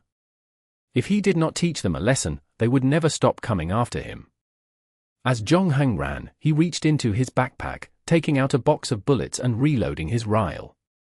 He was less than 200 yards from the 2 small houses at that time, where its broken windows that had been stuffed with clothes could be clearly seen. The front doors were open, and there was a pile of garbage in the courtyard. The mess of broken oyster shells scattered all over the floor indicated that this place must have been uninhabited for a long time. He was about to approach one of the houses after crossing a small bog. Suddenly, something unexpected happened. A shadowy figure emerged from the grass on his left-hand side. It seemed the person had been waiting for some time to ambush Zhongheng. Considering how close the two were to each other, the monster's huge protruding eyeballs almost touched Zhongheng's cheeks. Zhongheng, on the other hand, had no time to mount an ambush. The putrid fishy smell on his enemy had made it possible for Zhongheng to identify him. Although Zhongheng had been pushed to the ground, he still managed to aim at his opponent's neck with his rifle. As he started examining the creature, he realized that its physiology completely differed from that of an ordinary person. It breathed via the gills on both sides of its neck. The rifle hadn't affected it too much, simply making it feel a little uncomfortable. With its feet, the creature kicked the rifle away. Zhongheng also noticed that a piece of gold jewelry engraved with a strange pattern had fallen from the enemy's neck to the ground amid the struggle. Before Zhongheng could take a closer look at the necklace, he saw other figures rushing out of the abandoned house. They looked like the nearby farmers but weren't yet fully transformed into the monsters he met earlier. At most, they looked like the man and woman that worked in the restaurant. If they managed to get to him, Zhongheng would need more time to get rid of them. So he decisively pulled the trigger while wrestling the enemy in front of him. He managed to aim at the farmer's leg when he grabbed his rifle, the bullet firing out of its chamber embedded itself into the target's thigh. Although not fatal, it was more than enough to stop him from getting into his way. After firing the shot, Zhongheng dropped the rifle, drew the chef's knife from his backpack, and inserted it into the eye socket of the monster when it turned its head. The latter grinned and exerted the last of its strength to squeeze out few vague syllables from his throat. "Save it! I don't understand what you are talking about." Zhongheng picked up the rifle. After hesitating for a while, he picked up the necklace as well and put it in his pocket. Initially, he thought that the necklace was made out of gold, but after closer inspection, he found that it had a strange luster with a lighter color. It seemed someone had cast it with an alloy of unknown metals. This was not the time to analyze this necklace. Zhongheng looked at it briefly, stepped over the wailing farmers, and came up to the 2 abandoned houses. It was crucial that he confirmed nobody was hiding inside them, so he gave them a quick once-over. Sure that he was alone, he climbed onto the roof of one of the houses. What greeted him was a spectacular and mysterious scene. He witnessed countless half-man half-fish and frog-like monsters leaping around in the swamp, like dolphins jumping out of the water. However, these look far more horrific than the graceful creatures. Seeing dolphins in a boat at sea would always make people happy, but these hideous creatures moving in the swamp would freak most ordinary people to the point they peed their pants. Instead of wasting time gawking at the multitude of monsters below him, Zhongheng hurriedly looked for the ones wearing golden crowns and robes. He had noticed these people with weird appearances when he was running away, and it seemed that they were the same ones near the church when he first arrived in the town. They played a commanding role among the monsters, hence making them of higher status. Naturally, Zhongheng needed to kill these ones first. but little time was left. The first wave of monsters would soon reach his location. Zhongheng raised his rifle, and with help from the moonlight, he took aim at one of them. A deafening bang pierced the air. A figure wearing a golden crown trembled, fell to the ground, and could not stand up again. This time, Zhongheng was unbothered to admire his kill, swiftly changing his muzzle's direction and fired at his second target. The shot missed, however. It was all due to the distance and that this target had become vigilant enough to dodge the gunshot after witnessing his two companions getting killed. The filter lens, or rather, the lack thereof, was responsible for these misses. If only he had the device with him, he would have taken out the enemy with a single shot even if it came prepared. As of now, Zhongheng knew that he had run out of time to reload his rifle. The gold-crowned figure glared at him for a while. Zhongheng then killed the two monsters that charged at him and jumped down from the roof. Chapter 728. Meetup. Zhongheng's two shots impacted them somewhat. At least it slowed their advance. They were clearly not used to losing their commanders, and although they were still charging at Zhongheng, they could not help but slow down. This was a logical thing for them to do. Although monsters, these were no brainless zombies. They witnessed the way Zhongheng had massacred their companions. With the bodies of the sacrifices lying beside them, hearing the farmers wailing on the ground, they would naturally worry about their safety. As for the monsters led by the third sacrifice, Zhongheng was not too bothered because they were still far away. After firing at his target, he put the rifle back into his backpack and left the two farmhouses. Zhongheng did not rendezvous with Fabericotte immediately. Instead, he went around the area to make sure that he had gotten rid of all the monsters behind him before heading off. After such a long time, Zhongheng had no idea where Fabericotte went. He didn't even know if Fabericotte had been apprehended. There was nothing he could do if he were that useless. After all, he had done everything he could to help him survive. Zhongheng headed in the direction that Fabericotte went in. At the same time, he noticed that the monsters behind him hadn't yet given up. He was quite a distance from them, though, not to mention that it was a large swamp as well. They couldn't be locating Zhongheng in a short time. Considering how he had led the enemies in other directions, he had plenty of time to move around if he was careful. In other words, he finally had the time to listen to Fabericotte's experiences. For him to do that, he had first to locate Fabericotte. Zhongheng also took this opportunity to check the necklace that he picked up earlier. Busy fighting off monsters, there was simply no chance to take a closer look before this. He discovered that the materials used to make the necklace were a bit strange. He deduced that it was of the same material as the golden crowns of the sacrifices, save for the crown's more refined and intricate workmanship. In contrast, the necklace had been made to simpler standards. Although there were markings on it, they were mainly some very abstract symbols. Among them, Zhongheng could only identify the water symbol, something that might represent life. Other than that, there was an ocean and some fishes. He could feel that it was cold to the touch. It would have been an excellent summer accessory, except that just like its owner, this necklace also exuded an indescribable evil and mysterious aura, like a rattlesnake hiding under a slate. After Zhongheng confirmed that he could no longer decipher any information from it, he stuffed it into his backpack and continued to look for Fabericotte. The dilapidated church's spire stood tall in the darkness from far. And on the other side, long shadows loomed over the wave breaker. It seemed some people were standing on top of it. At first, Zhongheng thought they were looking for him and Fabericotte, but after close inspection, he realized how wrong his initial speculations were. Their backs were facing Zhongheng, and they were looking in the direction of the sea. Or, to be more precise, they were staring at the Black Reef. Zhongheng could not figure out what they were waiting for. Simultaneously, the stench of rotten fish got stronger and stronger, more so when the sea breeze blew at him. At first, Zhongheng mistakenly thought that another wave of enemies was approaching him, only to realize that it was the breeze that was actually responsible for carrying the disgusting smell to him. Zhongheng had a hunch about what would happen to the Black Reef. And this might even have something to do with him. The most urgent thing, however, was finding Fabericotte.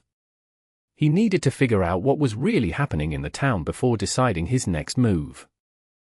Crouching down, Jong-hung tried to hide behind the weeds while paying attention to any movement from all sides. He spent about an hour trying to identify the types of footprints left on the soil with his pocket flashlight. He had deliberately chosen to walk on some muddy road when heading to dinner with Fabericotte, and on those paths, he spotted Fabericotte's shoe prints. In the end, Jong-hung managed to locate him. He was hiding beside an abandoned railroad track. At first, Jong-hung thought he was dead when he saw him since he was completely motionless, looking very much like a corpse. As Jong-hung approached him, he found Fabericotte's breathing to be very stable. He was simply unconscious. Jong-hung shook the young man and woke Fabericotte from his nightmare. The latter almost screamed when he opened his eyes. Fortunately, Jong-hung was quick enough to cover his mouth with his hand. Fabericotte was surprised and delighted the moment he saw who was in front of him. "You are finally back," he gushed. "Well, why are you sleeping here?" Jong-hung asked. "You even deviated from the route we agreed. After we are separated, I ran in the direction that we agreed. Unfortunately, I ran into a group of monsters. To avoid them, I had to change the route slightly. Initially, I wanted to head back in the right direction after a while. It was then that I saw another group of monsters. I saw no alternative, so I had to hide in the railway tunnel temporarily. What I didn't expect was that they would jump over my head one by one." As if reliving the horrific scene, Fabericotte's voice quivered. "God! They were so close to me, so close that I could see the scales on them. The extreme fear that I was experiencing made me pass out. I never thought I would see you again. If one of them looked down at that time, I would have been done for good. So, it seems great luck is on your side." Jong-hung sat down next to Fabericotte. "Now, can you tell me about the town?" "Of course. I'm so sorry. Please forgive my apprehension. The thing that has happened here is too absurd," and, at that point, Fabericotte hesitated again. "Do you know that there are only 2 buses here? Did you have any contact with the outside world? I came here by the morning bus, but I didn't see you at the time. I don't know where you came from. The people at Newburyport said that no outsider would come to this place." "I'm from Arkham," Jong-hung lied calmly. "I was ordered to investigate what happened here." "Ah, are you a detective? No wonder you are so good at what you do." Fabericotte came to a sudden realization. And soon, a look of regret flashed across his face. That means the government has realized that something is wrong with this place. There are a lot of legendary tales here. I didn't expect them to be true. I should have told you everything I know, Mr. Agent. Chapter 729. Fabericotte's story. Fabericotte calmed down a little after that. Although his common sense and logic were destroyed after seeing those monsters from such a close distance, he did not allow his mind to fall into confusion. He was able to describe to Jong-hung what he saw and heard that day. According to him, he initially wanted to transit to Arkham from here by riding the bus at 8 p.m. Usually, no one would pick this route, hence the cheap fare. For a poor traveler like him, he chose that route without much hesitation. Besides that, he was curious about this place as well. In Newburyport, he had heard many tales about this place, such as the disgusting and hideous people who lived in this town, the gloomy, oppressed, and sneaky atmosphere, and the periodical disappearance of people. It seemed like a rather attractive prospect at that time. That was especially the case when Fabericotte saw the golden crown in the museum. He became deeply fascinated by the evil aura beyond human imagination and its mysterious origin. Is the golden crown made of this material? Jong-hung took out the necklace he found in his bag. Yes. That's it. Fabericotte immediately yelped when he saw the necklace. However, before he could get a good look at it, he shuddered, trying to look away. It seemed the necklace stored some evil magical power. Despite that, Fabericotte could not help but be fascinated by it. Fortunately, Jong-hung did not take it out for too long. He just waved it in front of him and put it away again. Fabericotte breathed a sigh of relief. Anyway, I took the bus at 10 o'clock the next morning and arrived here. Although I've had done a lot of research and mentally prepared myself before coming here, I must admit the strange and dead atmosphere is beyond my imagination. I mean, can you believe it? Before 1846, this town was filled with people. It was said that a great plague swept by, destroying this town, wiping out more than half its inhabitants in a short time. Perhaps this unknown disease is the cause of their strange appearance. Fabericotte paused for a while. Anyway, I had already gotten on the bus and landed here. Even if I wanted to leave, I had to take the evening bus. So I decided to spend some time walking around. I wanted to satisfy my curiosity too. I wanted to hear more tales about this place. But as you can see, the people here are not very friendly to outsiders. No one wants to talk to me. In fact, it is not that I don't want to communicate with them. Their strange looks simply make me very uncomfortable. Then, found an employee in the grocery store. He is not a local. Not too long ago, his headquarters transferred him here. He told me a few things that I should be mindful of, such as not going out in the middle of the night and staying away from the church. Another mysterious order had replaced the Freemasons here, and their priests worked on some peculiar rituals. On another note, the townsfolk love water very much. They have swimming competitions from time to time. Trust me. You don't want to know how they swim. By the way, there are 4 famous families in this town: the Marsh family, running the refinery, the Witt family, the Gilman family, and the Elliott family. However, the people here rarely see them around town. When the staff in the grocery store knew that I was curious about the tales here, he recommended an old man called Zadok Allen to me. He is a poor old drunk who lives alone and is over 90 years old. Normally, he would keep his mouth closed tight, and he is mentally unstable. But as soon as he gets drunk, he would start spilling everything kept in his mind. It is said that he created most of the fables around here. Did you manage to find him? Jong Hung asked. Yes, but it was not an easy task. I had to avoid as many people as possible. In fact, the staff told me that it would be best that nobody knew that I had met Zadok Allen. I used a bottle of wine to lure him to some ruins. That was where I acquired a precious opportunity to talk to him one-on-one. Fabericotte suddenly displayed a look of horror and annoyance, but I now wished I never heard those horrible stories from him. What kind of stories? Everything traced back to a small island in the South Pacific. At that time, a series of unfortunate events took place one after another. A ship of fishermen was killed by pirates during the war in 1812. 3 of the Gilman ships went missing, leaving only the Marsh's vessels still sailing. However, they didn't manage to fish for a long.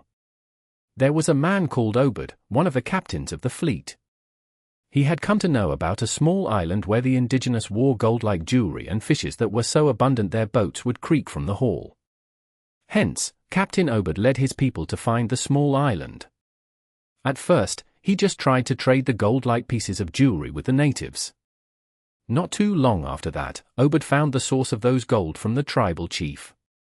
The tribal chief told him that the people on the island would hold ceremonies from time to time. These creatures would ask the tribe to give up their young people as a sacrifice, and in return, they would give them gold and fishes. After that, those things attempted to persuade the island's natives to reproduce with them. When they gave birth, their offspring look exactly like humans, but as they mature, they would take on the likeness of those creatures. Eventually, they would live underwater forever. Are you referring to those half-human, half-fish, and frog creatures? Jong Hang frowned. Yes, those creatures were the ones who did business with that tribe. But not all their children grew up that way. Besides that, different people had different mutation times. Some were born like this, and some could maintain their human appearance until they were 70 or 80. Some even looked human until the day they died.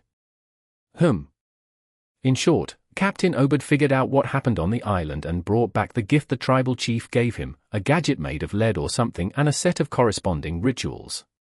According to the chief, if they managed to find a place with fishes, all they had to do was throw the gadget into the water. In conjunction with the ritual, they would be able to find those creatures living underwater. Captain Obed did not use it at first. He just put it aside and continued to trade with the tribal people on the island to acquire their gold. Not long after that, he opened a refinery in the town to secretly process the gold and made a lot of money. On the 8th of March, when Obed took the people to the island, he discovered that the tribe had disappeared. Folks from other islands had wiped them out, and mysterious amulets were scattered everywhere on the island. For Captain Obed, that could only mean terrible news. Chapter 730. The Truth Revealed. The refinery's business took a sudden turn for the worse, and even the economy of the town began to deteriorate. Captain Obed thought of the lead object that he received from the tribal people. So he told the people in the town that he could bring in gold and fish again. At first, there were objections, especially one of the sailors who had gone to the island with him. However, those who objected to the idea were soon forced to step away. At that time, Captain Obed started to restore his refinery business. But in 1846, things got out of hand. Too many people had gone missing in the town, and many inhabitants had seen the half-human, half-fish monsters crawling out of the water. That had caused some working in the city committee to go against him. They made contact and gathered a large number of people to force him to surrender. In the end, Obed and the 23 people who followed him were put in prison. Unfortunately, something terrible happened before their trial got to proceed. One night, countless creatures crawled out from the water to the shore. There were gunshots and screams in the square, churches, and fields. It continued until dawn.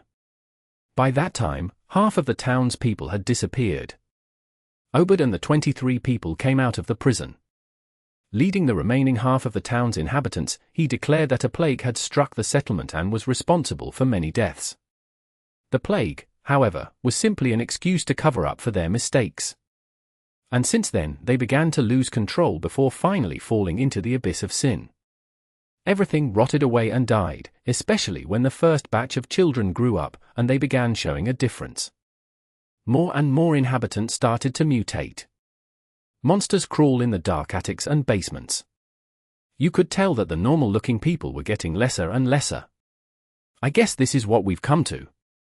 Fabericotte's voice has been to tremble. I've been trying to comfort myself ever since I first heard these tales. I kept telling myself that these were the drunk talk of an old man. After he spoke, he suddenly grabbed my shoulder. He told me that it's coming. It's too late. It's too late. It's too late. He shouted. Then, I saw him run to the distant wave breaker and jumped off of it. Did anyone see him talking to you? Zhongheng asked. I don't know. I was in too much of a panic. I should have saved him. A normal person would have saved him or at least checked if he was alive. I mean, after all, he committed suicide because of me. Initially, I thought he had a mental problem. After he jumped down from the wave breaker, I just stood there and felt something strangling me. When I realized that I couldn't save him anymore, I turned around and ran back to the square. I wanted to take the bus at 8 p.m. to get to Arkham, but the driver suddenly told me that some celebration would be held in the evening and the bus service would stop for one day. After that, I met you at the Gilman hostel. Then, do you have any idea what this thing that Alan mentioned was? No, I have completely no clue. I have told you everything I know so far, Fabericotte said. If I hadn't seen it with my own eyes tonight, I would have never believed that such terrifying creatures exist. I swear that the excitement that I experienced here beats my entire life's experience of encountering strange happenings. If we are lucky enough to leave this place safely, I will never come back again. He looked at Zhongheng with hopeful eyes. We can leave this place in one piece, right? Zhongheng did not answer him right away. He turned to look in the direction of the wave breaker. The dark shadows were still standing there, motionless. After that, Zhongheng turned around and said to Fabericotte, You didn't tell me the truth. What do you mean? Fabericotte was stunned. I wouldn't dare hide anything from you now.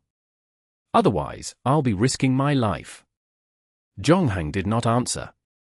Instead, he said, I'm just curious of why you guys would put so much effort into making up the whole thing.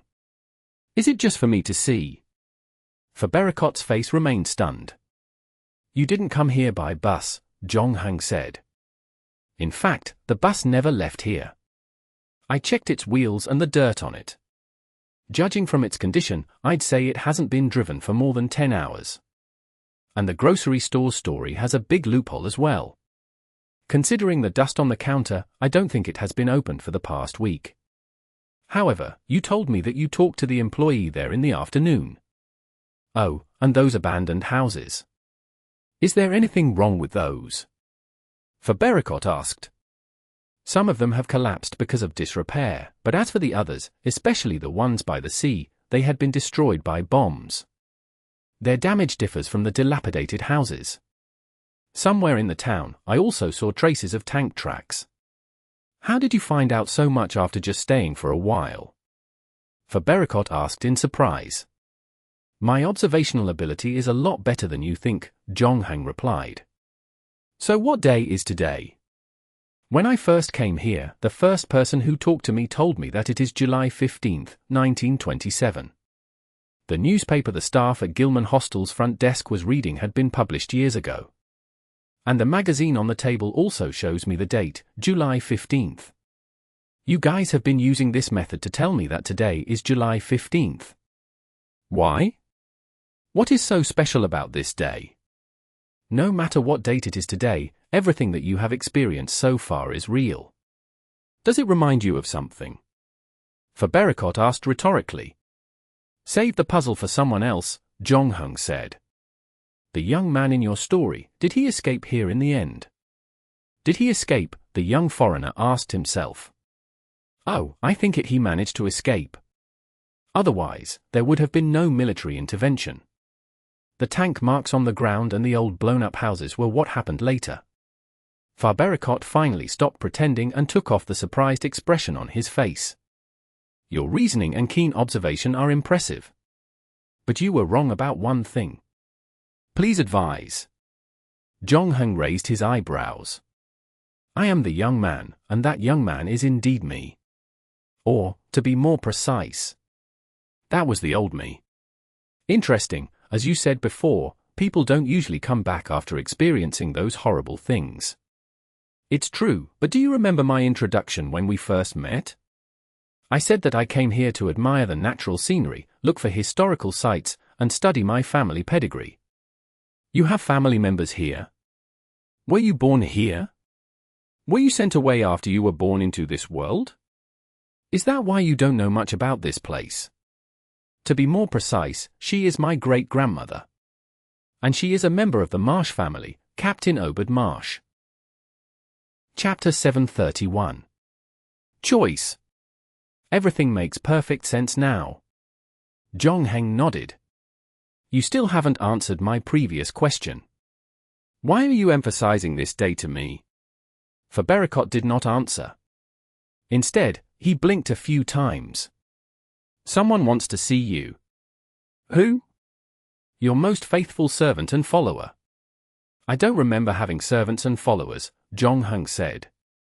There are many things you don't remember, but it doesn't matter. Take your time, and one day, you will remember them all, Fabericotte said. We can help you. What's the price? What do you mean by that? In the story, you told me that all those who dealt with you had to pay the price. This applied to the indigenous people on that small South Pacific island and this small town's inhabitants. No, you are different from them, Fabericotte shook his head, we don't want anything from you. It's our duty to assist you. You are very caring, just like Heidilu's waiter, Zhongheng said. After he was done talking, he ignored the puzzled expression on Fabericotte's face and stood up from the ground. Although the fishy smell in the sea breeze was stronger than before, it still could not overpower the foul breaths of those half-human, half-fish, and frog monsters. Zhongheng could sense many people approaching him. They came from 4 directions, which happened to block all escape routes. Drawing his Winchester, he pointed at Fabericotte and warned, since you like staying this hellhole, you better make sure to stay put this time. The latter stretched out his hand to signal that he would not move. Zhongheng then looked at the wave breaker in the distance. He knew that the person Fabericotte wanted him to meet was probably behind the wave breaker, or more precisely, on the Black Reef. He could not deny that he was tempted to meet the person as well. Although Fabericotte had lied about the time before, he was still quite forthcoming about other issues. To know more about his life, Zhongheng knew he needed to meet the person on the Black Reef. At the same time, a lot of vigilance was also needed. They were desperately hoping that he would remember who he was.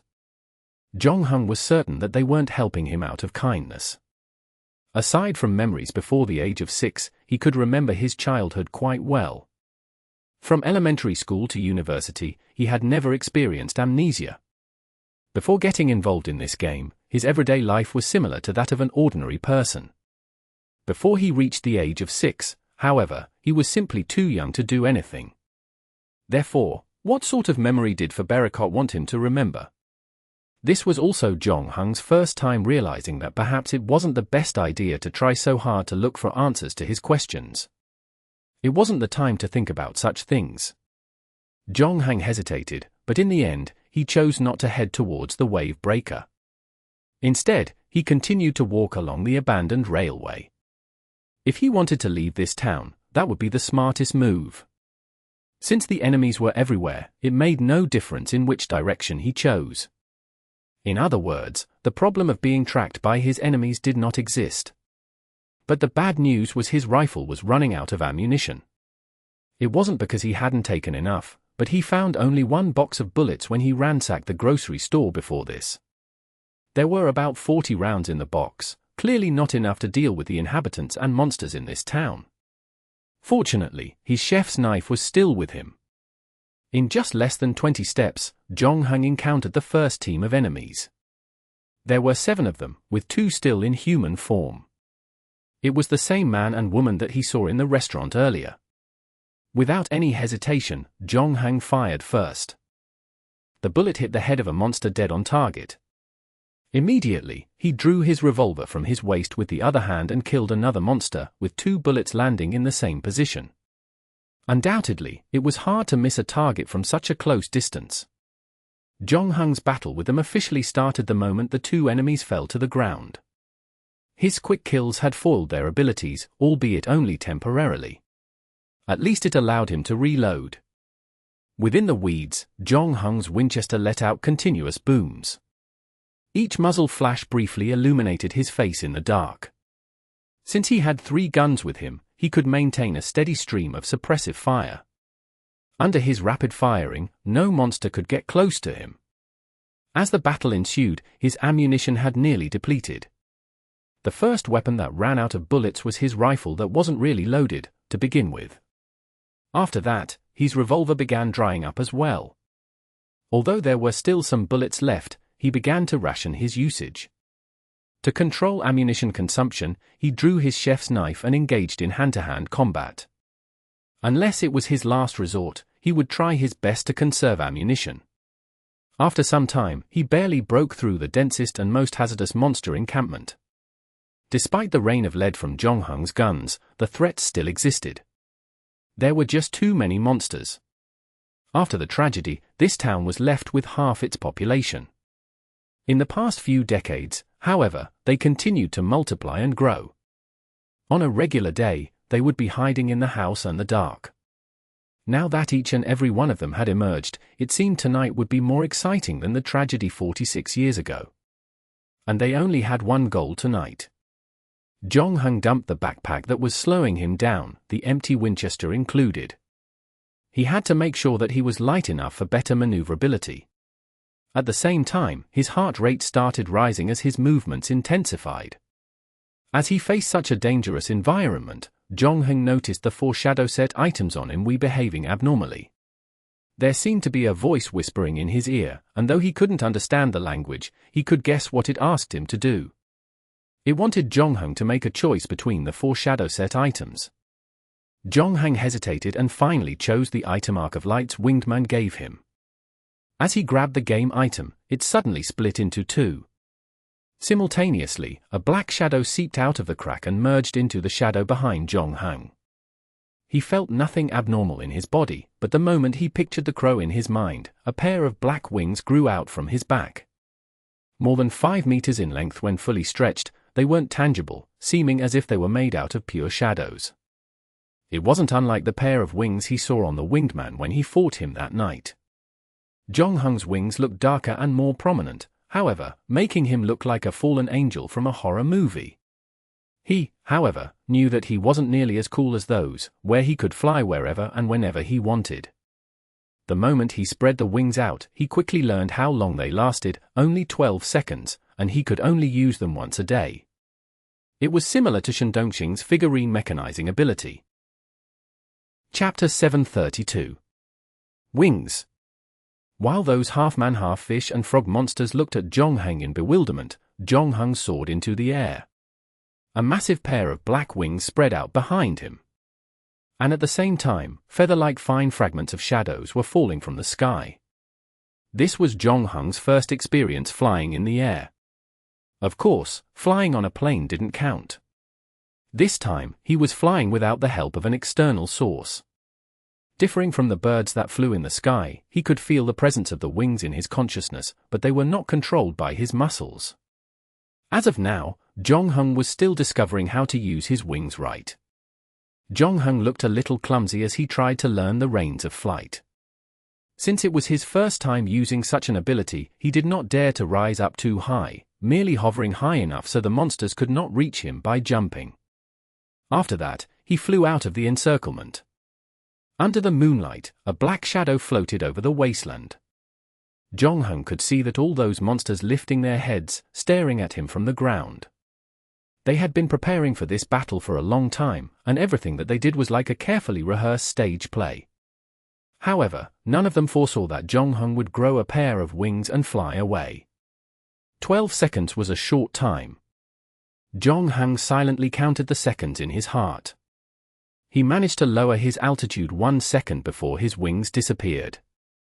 Due to his inexperience in flying, he couldn't estimate the right speed and strength needed for landing. His arm landed first, and he rolled on the ground a few times before coming to a stop. He didn't even care about checking his injuries. After he got up from the ground, he continued to run forward. Although he had managed to avoid many enemies by flying, there were still many scattered nearby. Since he could not use his wings, for now, Jonghung was not entirely confident that he would be able to run away. After all, the residents who had lived here for decades or longer knew these grounds much better than him. Suddenly, he heard someone uttering a series of rapid syllables. The noise was coming from the priest with the gold crown. Jonghung wasn't sure if this priest was the one that survived the shootout earlier. Although there were more monsters than priests, he was certain there were more than just 3 priests. After a while, more and more monsters started to repeat the series of strange syllables and, at the same time, stopped advancing as well. It was as if they had just received an order from their commander. Although unaffected by the chants, he still looked back as he ran. For the time being, he did not see them coming after him. It seemed they were just going to stand there and watch him leave. After running for a while, Jonghung gradually slowed his pace. Right now, another sound permeated his ears. If the voices of those monsters made him feel uncomfortable, then these low-frequency hums filled with malicious intent would probably turn a sound-minded person utterly crazy. It was comparable to the sound that came from the deepest parts of hell. Since Jonghung was gradually losing his emotion, he showed little reaction to the sounds. He guessed that the sounds roughly originated from the Black Reef. It was a shame that the wave breaker blocked the person and he couldn't see what was beyond it. All of a sudden, a cloud of white smoke reappeared beside Jonghung. Judging by its taste, it was the cigar that the bartender gave him. Jonghung knew that it was time to leave. Before he left, he took one last look at the low and dilapidated buildings and ruins in the distant town, and half of the tower spire bathed in moonlight. He then allowed the white smoke to engulf him. "You stayed longer than I expected." The bartender lady glanced at the clock hanging on the lounge wall and asked Jonghung, who had just opened his eyes, "How did the test go?" "I don't know if it went well." Seemingly remembering something, he went silent before asking, "How much time has passed?" The bartender lady wasn't too bothered about Jonghang not wanting to talk more about the test. She was never a person who liked to explore the secrets of others and had done an excellent job as a game checkpoint staff. That said, she was quite obsessed with the game herself. You were in there for about half a minute. Since you are awake, come and settle the bill first. How much? Jonghang was not too surprised by her answer. Although he had been in that weird town for almost half a day, he had become accustomed to the change of time after experiencing so many quests. But that place wasn't like the dungeons he had been to before. His game items, character panels, and even his watch were taken away from him. If he were to describe it, it was more like a dream. 100 game points. Why is it so expensive? Jonghang frowned. Compared with what you have recently received, this is nothing to you. The bartender raised her eyebrows and returned all the game items to him. Jonghang had stored all his game items here before he entered the game. But I don't have so many points with me. Jonghang said. Impossible. Aren't you ranked first on the Proxy Wars leaderboard? The bartender lady was surprised. But there were no game points to earn in the Proxy Wars dungeon. Jonghang told everything truthfully to the bartender lady. Initially, he could have gotten 400 game points from 1807, but the latter decided to pay with his game items. And the points that he earned from the Western dungeon had practically been used to pay off his debts. Now, all he was left with were 30 game points. All your points have been used to recast the sword. The bartender lady rubbed her chin. What should I do? I still have 29 game points. If possible, I will pay the remainder after the next quest, Jonghang said. If it was someone else, I won't take the deal because I don't know if the player can survive the next round. And even if they do, I don't know if they can earn enough points. But given that we have done so many transactions, I might make an exception and let you pay the next time. However, this is only a one-time thing, Miss Bartender said. She seemed nicer to him this time. However, Jonghang did not seem to appreciate the favor very much. His expression changed. You used to collect game points before providing me with services. You mean, I'm making you pay all your game points now?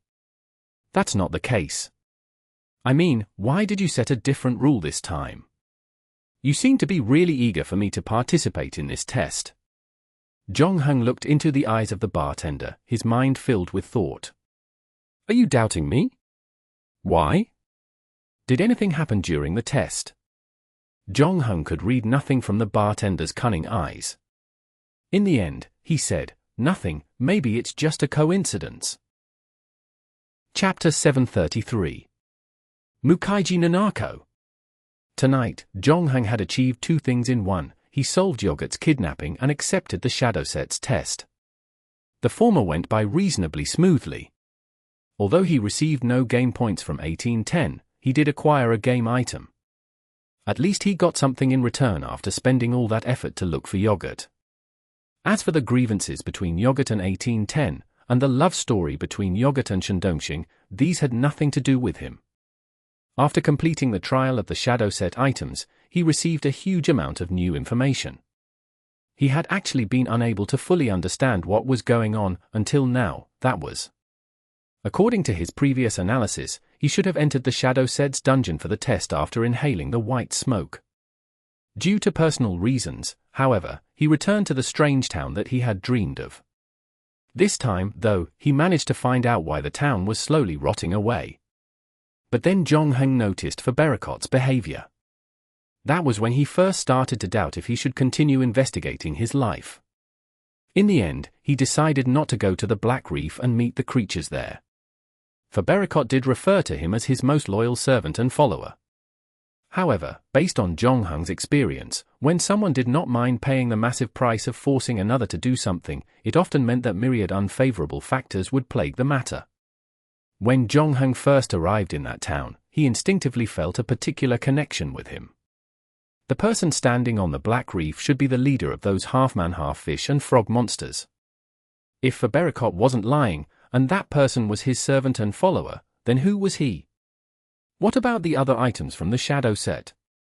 If it was as simple as returning to his dream, how were those shadow items on him? And what about the choice he had to make at the end of his dream? Did he pass the test? If tonight's dream was related to his body and he hadn't completed the shadow set's trial, how did he acquire the wings? What did the bartender have to do with this incident? Did she know that the ritual would go wrong? Could she have been one of the people that knew about Jonghung's life? What was the relationship between her and the old man in the tank suit? Did they know each other? If this was the case, it was no coincidence that the old man asked him to come to this checkpoint where the bartender was. So many questions were left unanswered, yet Jonghung was in no rush to get their answers.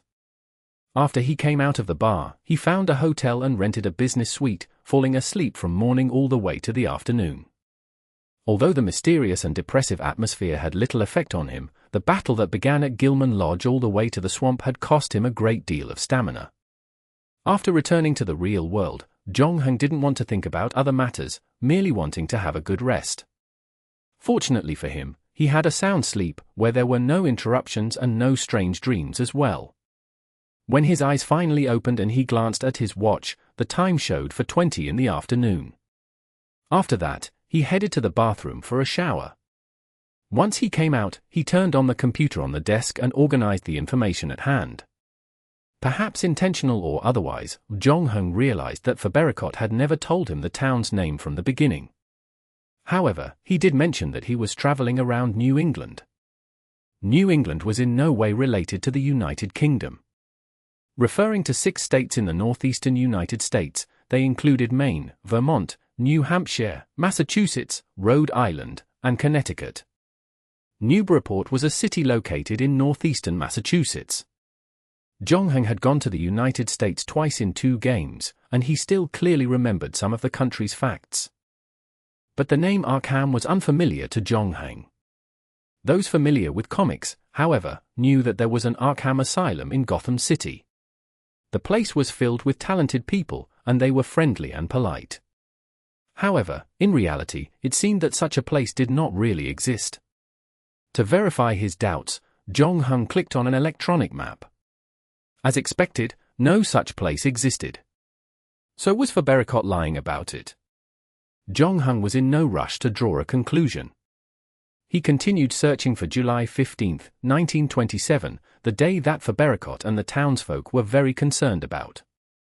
However, the results obtained weren't beneficial. The 1946 plague shared no clues about the place he was looking for, and in the end, Jonghung was left with a frown on his brow. Suddenly, his mobile phone vibrated. Jonghung picked it up, took a look, and found that Chen Huadong had sent him a message. There were only 2 words, "Help me." He even sent his location. Jonghung took a look and knew that it was near a commercial pedestrian street, not too far from where he currently was. As of now, the last thing he wanted was to dwell on this matter. He had recently been dealing non-stop with supernatural incidents, and he needed to relax his nerves by doing things an ordinary person would do. So, he turned off the computer, went downstairs to check out his room, took a taxi, and rushed to where Chen Huadong was. The latter was waiting for him in front of the street. Scratching his head, a girl was beside him. At about only 1.5 meters, her stubby height made her look petite, not to mention her silver hair and the quirky outfit she had put on. Her bangs were slightly cocked, making her look like she had just woken up from sleep. Jonghung remembered Hayase Asuka saying that she had a friend who loved anime and was here as an exchange student. And she wanted to find someone to practice her Chinese, so Jonghung had recommended Chen Huadong, who himself had been coming to terms with his lengthy period of bachelorship. Hence, that marked the beginning of their international friendship. After Jonghung got the contact information Hayase Asuka sent him, he immediately forwarded it to Chen Huadong. He never asked if the friendship worked out or not. So this was Jonghung's first time seeing her in the flesh. Chen Huadong was in luck this time. She was almost as gorgeous as Hayase Asuka. Although she fell slightly short of Hayase Asuka's sharp facial features, she was cuter than most of her counterparts. As they were walking just now, many boys had their eyes on her. It was rare that she shared the same hobbies as Chen Huadong. It was no wonder Chen Huadong had been so passionate about learning Japanese recently. You are finally here. Chen Huadong's eyes lit up when he saw Zhonghang. Well, how can I help? We are going to visit the bookstore. Nanako. Oh, by the way, I haven't introduced her to you yet. Chen Huadong started to speak in crappy Japanese. Nanako, this. Zhonghang, this Mukaiji Nanako. Nanako then stretched out her hand, wanting to shake Zhonghang's hand. Asuka-senpai talks about Zhong-san almost 3 times a day. Recently, she had been complaining about you not contacting her. She admires you a lot. Chapter 734. Looking for books. Zhonghang and Nanako Mukaiji shook hands. After that, Chen Huadong explained the reason for seeking Zhonghang's help. When the two of them were shopping, Nanako Mukaiji suddenly asked to stop at the bookstore, saying that she wanted to find a few Chinese books to practice reading. However, she could not remember the name of the book. All she could remember was its contents. Unfortunately, Chen Huadong's Japanese was half-baked, and he could hardly figure out which book Nanako Mukaiji wanted to buy even after she described the book explicitly with hand gestures. That was why he called for Zhonghang's help, since he could understand and speak Japanese well. Help a brother out. I will buy you a meal later. What are we eating? How about wonton? Chen Huadong looked at Zhonghang's expression. The latter put on a non-committal look. So Chen Huadong changed his mind, gritted his teeth, and said, I will buy you the food court's most famous barbecued seafood. Sounds good to me. Zhonghang nodded. My wallet is bleeding, Chen Huadong lamented. Please make sure that your service is thoughtful enough. Well, don't be too thoughtful. I don't want her to be attracted to you. Shit. I'm starting to feel that it's unwise to ask for your help. You already have Shan 1111, Heya Sasuka, and Hanlu, a filthy rich woman. I believe you won't snatch Nanako from me, right? He pleaded while looking at Zhonghang with suspicion. Remember, I want 6 oysters, replied Zhonghang. No, Chen Huadong changed his expression when he heard Zhonghang's request. 1 oyster costs 18 yuan. If you order 6, that will cost me more than 100 yuan. And I don't think it'll be enough to fill you up. After that, you'll ask for grilled fish, grilled shrimp, and grilled octopus. By the way, can't you just eat grilled buns, grilled eggplant, or something cheaper? Those are economical and affordable. I would rather you order kebabs or some chicken wings. What am I supposed to eat from a barbecue seafood stall if I don't eat seafood? Zhonghang casually returned the question, ignoring a shocked Chen Huadong. What are you talking about? Sounds delicious, Nanako Mukaiji curiously chipped in. Although she was learning Chinese, her vocabulary was still severely limited. The only words that she could understand were fish, shrimp, and chicken wings. She was staring at Zhonghang and Chen Huadong, whose nerves were already frayed. With her bangs swinging in front of her forehead, she looked even cuter than she already was. When Chen Huadong saw her reaction, he suddenly felt a sense of satisfaction. All those raw oysters, grilled shrimps, or octopuses did not matter to him anymore. He then started to speak in his half-baked Japanese. Nanako, angel. Zhonghang, demon. Who? Nanako Mukaiji instantly felt shy the moment Chen Huadong suddenly praised her. Zhonghang also spoke out. Describe to me the book that you want to buy. Really? Sorry for troubling you, senpai. The 3 of them walked into the bookstore, and Nanako Mukaiji started to describe the book's contents to Zhonghang. Upon consulting the staff, Zhonghang found that most of the bookstore's employees hadn't read it before. Hence, he could only head toward the corresponding area to search for the book. Zhonghang would first look at the cover and introduction of the books. This was the fastest way to help Nanako. Sometimes, the summaries of a book had nothing to do with its contents. In fact, it was suspected that the person who wrote the summaries had most of the time never read the contents. Or they would write the summaries in a way that could attract prospective buyers. After the readers bought the book, they would find out later that its contents had nothing to do with the summary. It was quite a common practice nowadays. Even though Chen Huadong was also helping to search for the book, it took the three of them almost an hour to find the exact copy she wanted. Now there was only one book left, a collection of poetry, and the author was Spanish. Mukaiji Nanako was a little embarrassed. Why don't we forget about the last book?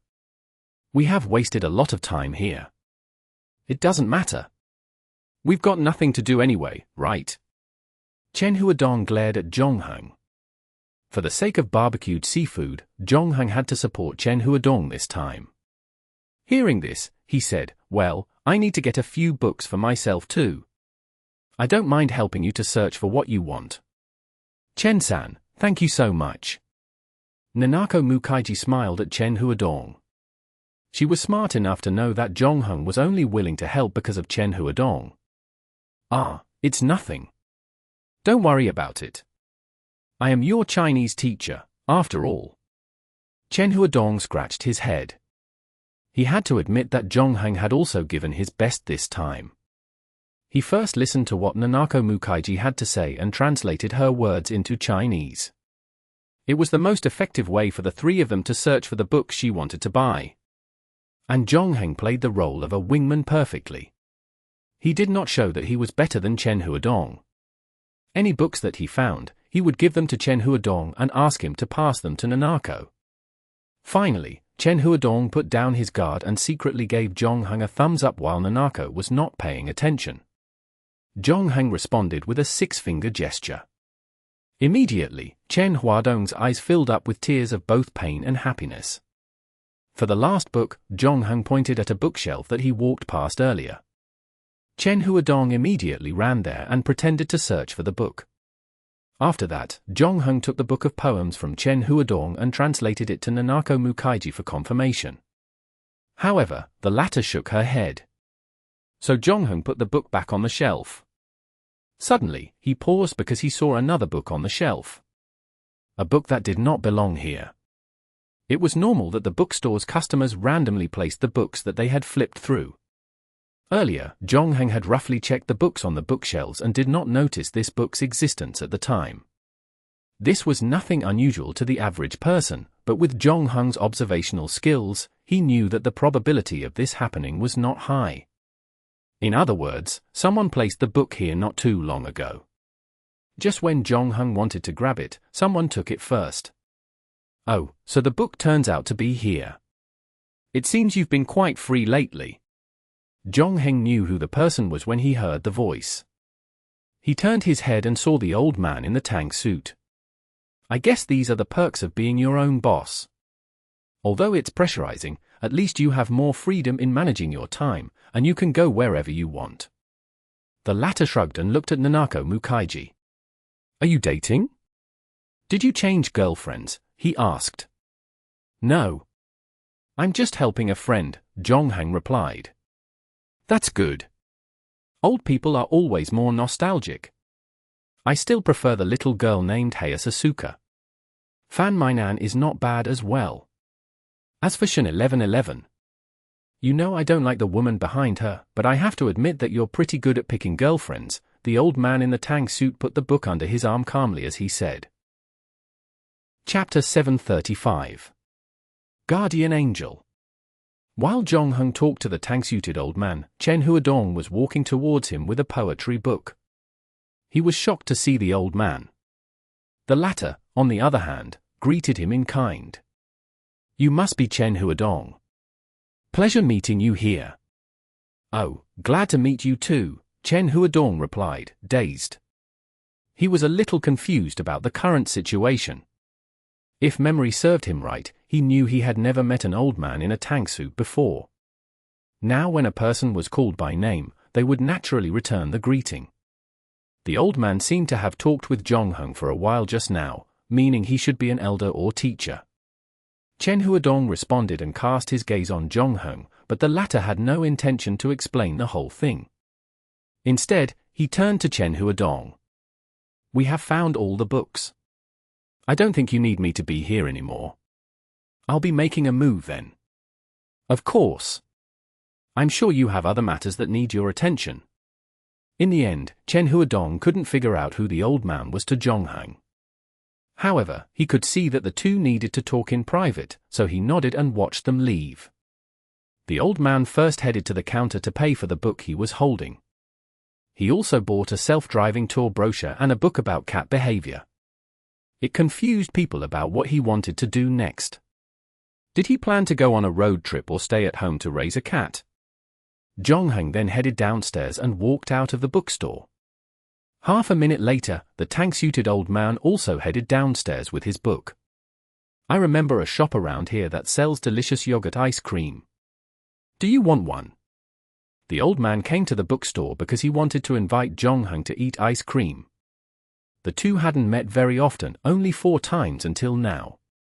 Although their paths would cross sometimes, it turned out that the old man would have an agenda each time. During their first meeting, he wanted to hire Zhongheng as his agent. The second time they met, he wanted to work with Zhongheng in dealing with Moresby. And the third time was to prevent the brewing conflict between Zhongheng and the goddess of justice. This time was no exception.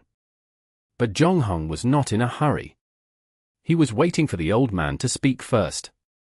The two then headed to the famous yogurt ice cream shop together. The old man bought 2 large servings of yogurt ice cream and asked for all the toppings available in the shop. As he handed one to Zhongheng, he said, "I know there has been some misunderstanding between us, and you don't trust me 100%. That's totally understandable. Even the ancient kings could not trust their blood-related relatives, let alone modern society. Everyone has their little secrets. You should know that I saw the book's title, right?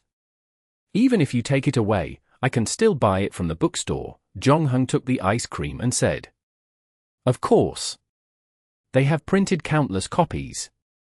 They come in different languages printed by different publishers, so millions of copies flood the market. I can't buy them all. And you can find them on the internet as well."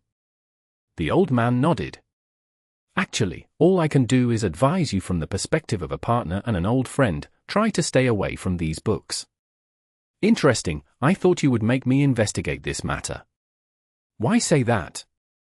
The little gift you gave me on the surface, it is a cheat that helps me extend time in the game, but it's actually related to my body, right? You know that over time, my body would experience changes." The old man sighed. "You know, sometimes, right or wrong don't apply to certain things. The factor of time can alter the outcome of an event. All in all, everything on this earth is closely tied to time. For example, if you like a girl, falling in love with her too early may not guarantee you will marry her. If you fall in love with her too late, she might have married someone else. Thus, the importance of timing. Are you worried that I will cooperate with others after I know everything about my life?" No, I'm not worried about that. I mean, actually, I am not the only one paying attention to you. And not everyone likes you. To protect you, I have to work with people I'm not fond of, including letting you join the game. Through that, you be protected by the rules, except for the fight between you and Justicia. Supposedly, no one is allowed to attack you right now except for their agents. This is why I've always reminded you to be careful of other agents. As you can see, the people who work with you, and I don't wish to see you get hurt. That's our common goal. However, we do have some disagreements over certain matters, trial ones, really. For example, we still haven't agreed on the right time to let you know the truth behind everything. You just mentioned the people that you work with. Who are those? Are you referring to the bartender at the game's checkpoint?" Zhongheng asked. "Sorry, I can't give you the name list because I'm a reputable and reliable partner. I vowed never to expose their names even if I discovered that my other partners double-crossed me." The old man in the tank suit spread out his hands, looked helpless, and admitted, "I know you have always suspected that I was the one who's been messing with you behind your back. You will be surprised when the truth is revealed, and you will find out that I am the only one who stands by your side. As I've said, I am like your little guardian angel. Is this charity to you? Of course not. Everyone in this world wants something, and I am no exception." The old man scooped a spoonful of yogurt into his mouth. "The thing I want, however, will not harm your interests. I help you, you help me, and this is a win-win situation, the perfect cooperation. I said the same thing when we officially became partners, and that has not changed. So you are telling me not to investigate further? You are an adult, and you have the right to choose the right path for yourself. I'm just telling you that whatever you're looking for might not be as good as you expected. And no matter what decision you make, I will always support you. Even if you want me to give you the book now, I will do it right away. The old man hungrily scooped an even bigger scoop of yogurt ice cream, and some of it fell onto his beard. It made him look really funny. Oh, yes, I haven't congratulated you on winning first place in the proxy war's first round. What's the point? Anyway, you don't care about the outcome of this sort of thing, right? Who said that? Of course, I care. You represent my interests. I would read the news every day about proxy war. The tang-suit old man grinned. I am happy for you from the bottom of my heart. The final prize is good enough to tempt a god. As he spoke, he patted Zhongheng on the shoulder. Good luck, buddy. Chapter 736. Empire's Dusk. Naturally, Zhongheng would not fully believe what the old man in the tang-suit said. However, the timing of the book appearing was indeed a big problem, but he decided to put this matter aside for the time being. Recently, he spent most of his energy learning to control the pair of newly acquired shadow wings. In order to avoid frightening the people on the street, Zhongheng only practiced his flying technique when time stopped for him. Unfortunately, his flying time was capped at 12 seconds a day. After 2 weeks of training and exploration, he had finally mastered his flying technique, no longer landing face first. During his last practice session, he climbed onto a 405-meter-high communications tower, looked at the city under his feet, took a deep breath, and took a leap of faith. His body began free-falling under the influence of gravity, and his rate of descent accelerated. When he was only 100 meters above the ground, he closed his eyes and pictured the crow in his mind. Almost instantly, a pair of shadow wings spread out on his back, helping him to slow his descent as he flew to the distant residential building. Right before the wings disappeared, Zhongheng landed on the roof of a building. The moment his feet hit the concrete of the roof, the wings behind his back folded and disappeared. The whole landing process was a smooth one. He figured that he might even perform more complicated moves in the air if he carried on with the daily training. This skill could prove instrumental in evading ground attacks or even flying over extreme natural environments. But for the time being, he had achieved his goal, spread his wings and land smoothly during an emergency fall. In other words, he no longer needed to worry about untoward falls from high places. Other than that, this pair of wings also served as an option for him to escape the threats he would face in the future. Since he had depleted the uses of Shadow Moment and Evil Wall, Zhongheng had no game items that would get him out of serious trouble. Although he had obtained a ton of items recently, the skill set he had helped him overcome many threats of late. But now, with this pair of wings, he was shielded by another layer of protection. And it had to be admitted that flying to the heavens had always been humanity's dream. There were murals that depicted flying since the dawn of civilization. Since then, the desire to take to the skies had penetrated many cultures. Whether it was Western myths or Eastern novels, the gods and demons always had a pair of wings on their backs. With the advancement of science and technology, people had invented hot air balloons and airplanes that could take human beings into the sky. However, it was still unlike flying freely. Although the ability could last a scant 12 seconds, Zhongheng did feel like a bird in the sky. From up there, high above, he could see everything under his feet, free from the shackles of reality. When he looked at the familiar sights of daily life from a completely different perspective, everything became refreshing. Unfortunately, 12 seconds was not enough for him to fly to the clouds. Zhongheng could only wish that he could reach out and touch the dark clouds. After the proxy war started, the interval between the games he needed to complete had shortened. Before the war, he was required to complete one game every month. Now, he needed to complete one proxy war round in that month. Although his physique would be restored to tip-top condition after the end of the dungeon, the mental fatigue would remain. Fortunately, it was not a big issue for Zhongheng since he had an extra 24 hours. In fact, his resting time was twice as long as other players. Therefore, 2 weeks after the end of the first round of the proxy war, Zhongheng returned to the game checkpoint and started an ordinary quest. Prior to this, he learned that Shen 1111's score for her first round of the proxy war was 325. Her score was not considered low, but it was not too high either. Especially after the top 3 guilds had begun to exert their strength, she still qualified to participate in the game's next round. However, she now ranked 60 on the leaderboard, and she was still falling. Maybe Shen 1111 didn't give in everything she had to complete the quest, or perhaps other factors were affecting her? Zhongheng had only seen Shen 1111 used her ability once during Yogurt's kidnapping incident. The little scale she had with her could probably attack a human soul. The moment she put it to use, her words were enough to shut 1810 down. Zhongheng figured that it should be a grade B game item. Besides, as the agent of Justicia, Shen 1111 should have other abilities. Of course, there were limitations to these powers. She could only attack enemies with evil intentions, the reason she failed to intercept Shen Dongxing that night. However, she remained an excellent decision-maker. If her team members were there, she would find a way to maximize each of their abilities. The current ranking did not represent her true strength. Besides, Zhongheng had fallen from 3rd place and was overtaken by the player in that position. The player had dived right into his second round of proxy war. He didn't take it at heart, though. According to Miss Bartender, the rewards were similar for those who ranked 1st to 50. So, he decided to complete his ordinary quest first.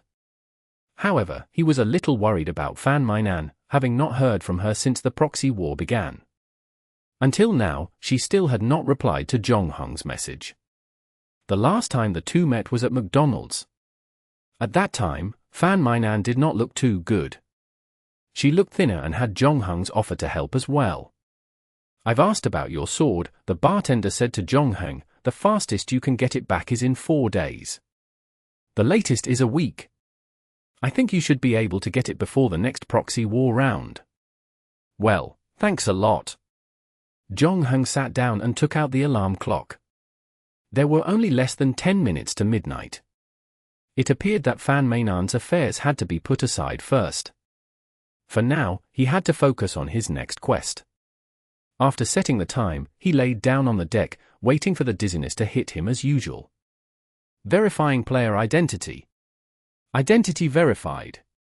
Randomly selecting the 9th quest for player 07958. Draw complete. You are now participating in Empire's Dusk. Nerva founded the Antonine dynasty, Trajan expanded the territory, Hadrian perfected the bureaucracy, Antonine made sure that Vault was always full. Aurelius wrote Meditations, but everything would eventually come to an end no matter how brilliant it was. Where should the Empire go now? Task objective, survive for 80 days. Mode, single player. Time flow rate, 480, 1 hour in the real world is equivalent to 20 days in the game. After 80 days, the player will be automatically returned to the real world. Friendly reminder, the game will officially start in 5 seconds, prepare yourself. Chapter 737. This is Rome. Although the system did not mention anything about the dungeon, Zhongheng could roughly guess the place he would be traveling to when it mentioned the 5 names. It was ancient Rome. Or, to be more precise, the Roman Empire. The origin of all brilliant stories often came from a legend, and ancient Rome was no exception. Numita and Amulius were a pair of brothers, and their father was a king of the Latin people. Before the king died, he divided his inheritance into 2 and let his 2 sons choose from them. Numita chose the throne, while Amulius chose the countless treasures their ancestors brought back from Troy.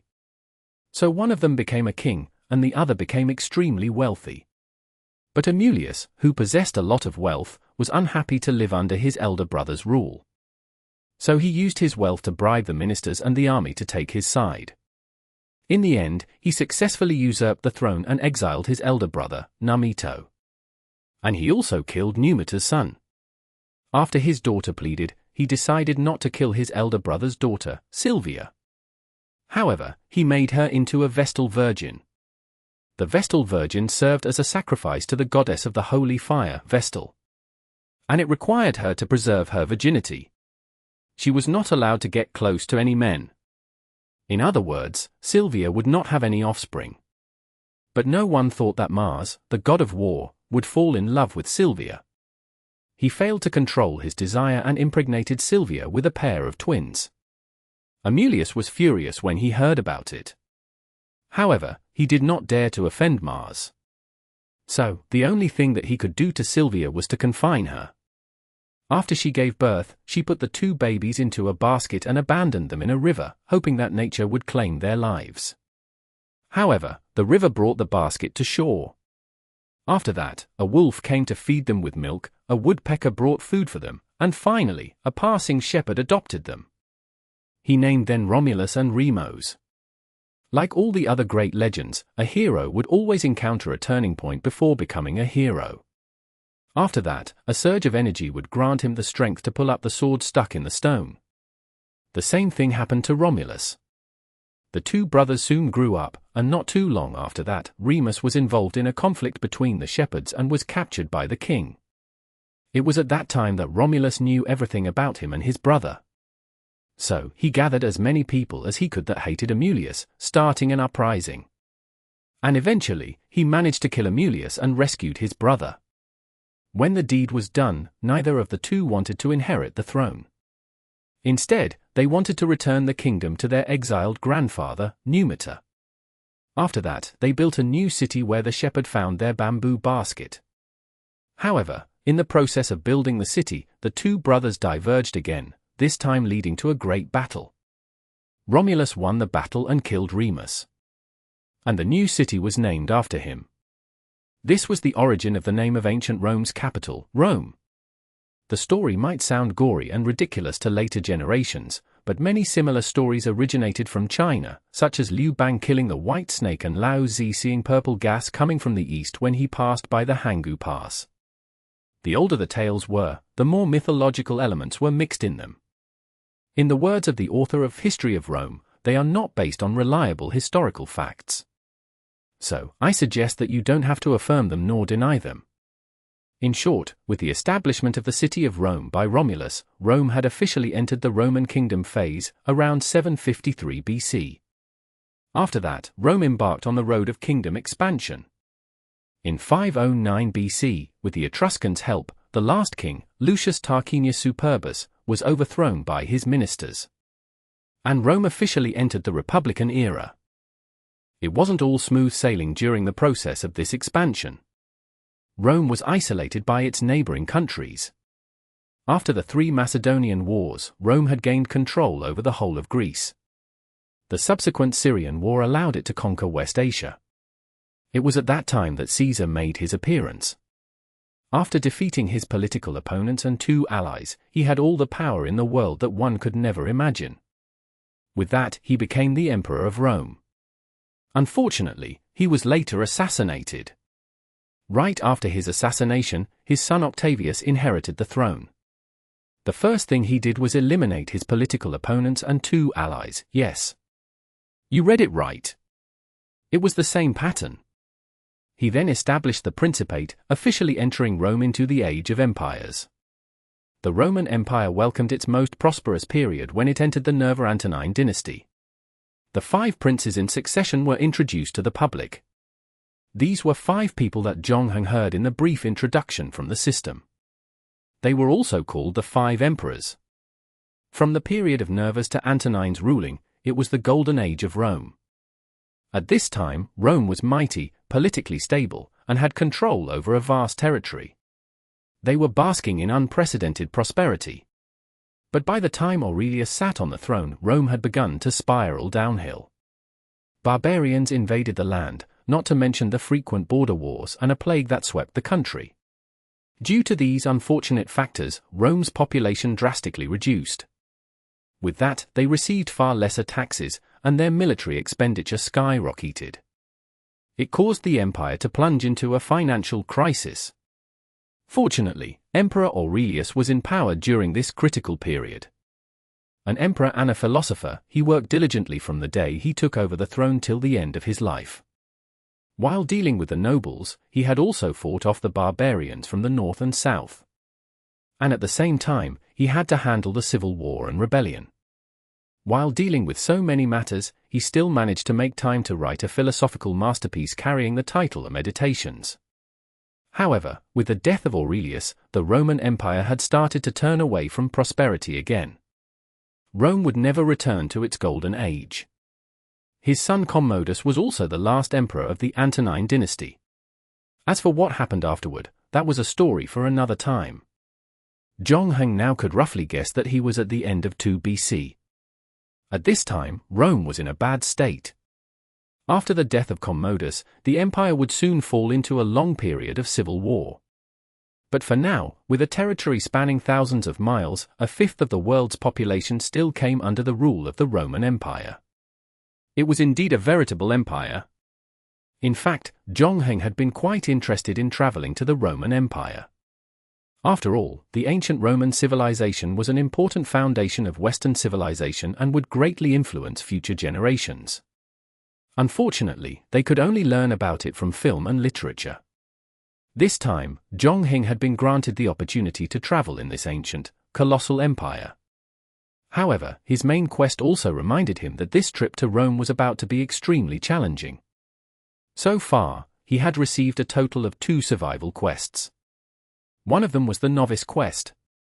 He was asked to survive on a deserted island. And the second survival quest was the Soviet-Finnish war dungeon. Survival quests were usually quite simple and straightforward. He just needed to live until the end. That meant he could stay in the dungeon and do nothing. The troublesome part, however, was usually finding a way to survive from all the potential threats he was going to face. Chapter 738. Arena and Death Row Prisoners. The darkness that engulfed Zhongheng faded like the tide. Before he opened his eyes, he heard deafening cheers and screams. The sound was coming from the top of his head, and mixed within it were the roaring of beasts. These beasts seemed to be just 1 meter away from him. Even Zhongheng, who had always been calm, was taken aback. What did it mean by being 1 meter away from the ferocious beasts? A beast like a lion and a tiger could kill him with a single pounce. If he was anticipating them, he might be able to dodge the attack. However, he did not know their exact location right now, and the countdown was about to end in 5 seconds. Zhongheng's eyes still needed to adjust to the brightness around him. A delay of even a second would significantly increase Zhongheng's mortality rate. If the situation was what he imagined, then there was a high chance he would die at the beginning of this quest. Logically speaking, since he had just accepted an ordinary survival quest, he should not be placed in such a dangerous scenario right at the start. In the next second, Zhongheng resumed his vision. The first thing he saw was the lion in front of him. The cheering had agitated it further, and it stood up, growling menacingly at him. It looked as though it would attack once the cage was opened. He was safe for now since the lion was still locked inside the cage. Zhongheng breathed a sigh of relief when he saw this. After that, he found himself standing in a dark and smelly room. Those cheers continued to come from above him, and there was another person beside him, holding a ceramic bowl full of raw meat, looking at the lion in the cage in fear. Judging by the man's outfit, he should be a slave. Wearing a short-sleeved long robe and a pair of slippers, Zhongheng found that he, too, was dressed in the same attire. Before he even had the chance to greet the man, another man with a whip came in, lashing it while yelling at the top of his lungs. Zhongheng was glad that he had spent considerable time learning other languages during the Black Sail quest. One of them happened to be Latin, the lingua franca of ancient Rome. After more than 1,000 years, the language would have morphed through time, and huge differences in terms of pronunciation and accent would have occurred. The ancient Romans, for instance, pronounced V and E separately, and when they pronounced C, it sounded a lot like K. Besides, their speech had a lot of rising and falling in cadence. Zhongheng felt as though he was listening to a dialect he had never heard before. Having had to guess what the person was talking about, it seemed he was asking them why they were not done with feeding Quinta. Needless to say, Quinta was the name of the lion in the cage before him. Immediately, Jong-hung took the bowl of meat from his partner and poured it into the cage. Quinta finally stopped growling after getting its fill of meat. However, the overseer was still dissatisfied with them. He yelled again and was prepared to lash his whip. The man beside Jong-hung immediately lowered his head and ran out of the place in a hurry. Jong-hung quickly followed behind him. Once they were away from the overseer, Jong-hung took the initiative to ask the man a question. "Hey, what is your name?" The other party did not seem to understand, so Jong-hung repeated the question again. "You know how to speak Latin?" This time, the man finally understood Jong-hung's question. With a surprised look on his face, he answered, "I'm Varo, how about you?" "My name is Jong-hung." Jong-hung gave a simple introduction but paused at the end. "Please slow down when you speak. My Latin is not very good." Okay, it's nice to meet you, Jong-hung." "No, I should say that it is unfortunate to meet you here." Varo put on a sad smile. "Are we in an arena now?" "Yes. To be more precise, we are now in the arena's underground." "No wonder I could hear all that noise. What are they cheering about?" "Don't you know? They are executing the death row prisoners. I used to be among that audience, cheering together with the others." Varo looked sad as he reminisced about the past. "But now, do the Romans execute death row prisoners in the arena?" Jong-hung asked. "Yes, it is a tradition of theirs. They'll let the wild beasts loose and devour them. Those unfortunate enough would be brought here. By the way, let's talk as we walk. Partita wants us to clean up the mess. He will whip us again if the gladiator performance is delayed." Jong-hung noticed how Varo's eyes trembled in fear when he mentioned the gladiator performance. This wasn't the time to ask him about it, though. Jong-hung still followed him closely, and the two quickly walked through the tunnel with oil lamps and arrived at the ground. This arena they were in wasn't that large. Clearly, this was not the famous Colosseum in Rome. There were still several terraces of seats, however, and could contain at least 7,000 spectators. Almost all the seats were occupied.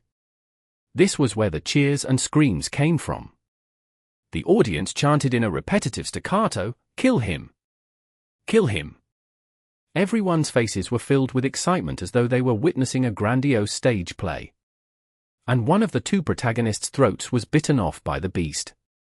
The leopard then sliced his stomach with its paws and began tearing up his internal organs. The blood gushing out of his body gathered into a stream. His face was disfigured. His nose and eyes could barely be seen anymore, while his skull began to expose itself to the audience. Although the other death row prisoner is still alive, fear had overtaken him. He was paralyzed on the other side of the arena.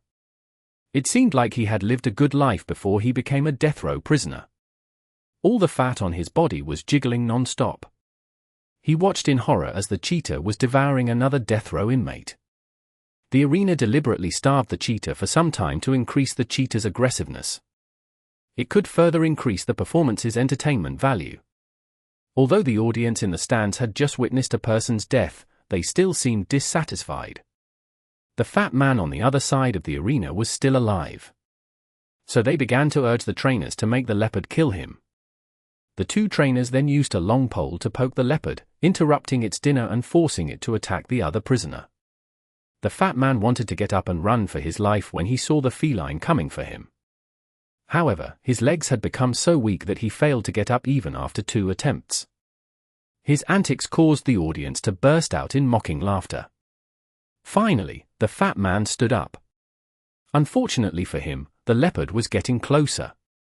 With no hesitation, he around and started to run. Clearly, he could never outrun the leopard. The fat man's escape had triggered the leopard's hunting instinct, and before anyone could react, it pounced on the fat man mercilessly. By that time, Jong-hung felt that it was pointless watching the leopard make another kill. Chapter 739. Exciting performance. After the Beastmaster put the leopard back into the cage, Jong-hung and Varo were asked to clean up the mess. The two came to the arena with a cart. According to Varo's statement, it was not the first time he watched an execution. During that time, he was one of the spectators. Although he sat on the top level allocated for ordinary citizens, he felt no discomfort, nor was he disgusted by it. In fact, at that time, he was just as excited as the audience was right now. Surrounded by the frantic screaming and cheering, he would be naturally infected by the festival-like atmosphere. His adrenaline would start pumping, and his heartbeat would soar as if a grand play displayed in front of him. And the arena did, in fact, put on some plays from time to time. In addition to feeding the beasts prisoners on death row, there was also another type of death penalty involving mythical or historical dramas. For instance, Icarus would make a pair of wax wings for himself and attempted to fly towards the sun. In the end, the wings melted, and he fell to his death. To reenact the legend, the arena would make the death row prisoners put on the waxed wings. After that, they would find a way to launch him into the sky, watching him struggle in the air as he fell to death. Upon landing, his head would shatter into pieces, his blood at times even splattering as far as the emperor's pedestal. Some prisoners would play Prometheus, whose hearts would be cut open and devoured by eagles in front of everyone. It had to be admitted that the Romans did have some ways of entertaining themselves in this era. They had an uncanny ability to come up with the most creative methods to execute the death row prisoners.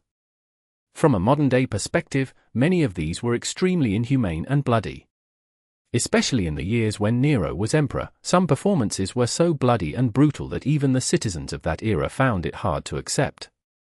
The current performance, at least, seemed to cure the appetites of the rowdy spectators in the stands for now. When Varo stood in the arena, he did not feel too good, especially when he saw the two severely mutilated bodies in front of him. He almost vomited his breakfast. On the other hand, Zhongheng's expression remained unchanged. After enduring the Soviet-Finnish War and Black Sail Quest, he was used to seeing dead people. Gruesome sights hardly affected his emotions now. When it came to weirdness and horror, the scene before him was nothing compared to what he saw in the basement of the Alien Quest, not to forget the seaside town literally inhabited by monsters. Varo trembled in terror when ordered to feed the lion in the cage. Knowing that he could no longer rely on Varo, Zhongheng instructed him, "Follow me with the cart." After that, Zhongheng hooked up the corpse on the ground with the hook in his hand, dragged them onto the cart one by one, and retrieved a half-eaten foot courtesy of the leopard. While they were cleaning up, several horse-drawn chariots drove ceremoniously into the arena and circled around. The slaves standing on them were in flower crowns and wreaths, and they threw bread and copper coins toward the stands. The whole thing looked like an interlude performance of a modern sports event. Some spectators stood up to receive the gifts, while some took advantage of the break to get a drink at the drinking fountain or simply chat with their friends. According to Varo, the gladiator performance should be up next. The day was slated to be packed with stupendous performances. However, Zhongheng and Varo would not get to watch them. It wasn't long before they cleaned up the bodies and were soon asked to return underground to resume their work. Zhongheng finally had the opportunity to check his character panel. What he cared about the most right now was the whereabouts of his game items. Before entering this dungeon, he was asked to choose the items he wanted to bring with him. The last thing he expected was for all of them to be all when he arrived here. Name: Zhongheng. Gender: male. Age: 20. Player number: 07958. Number of games completed: 8. Current game points: 0. Possessions: Infinite Building Block, B. Pestilence Bone Bow, B. Feigned Death, C. White Horse Crown, C. Filter Lens, D. Paris Arrow, D. Lucky Rabbit Foot, E. Hunter's Blessing, F. Oath Ring, F. Marble Soda, F. Due to the nature of this round, all your items have been stored at Red Nose Smithy.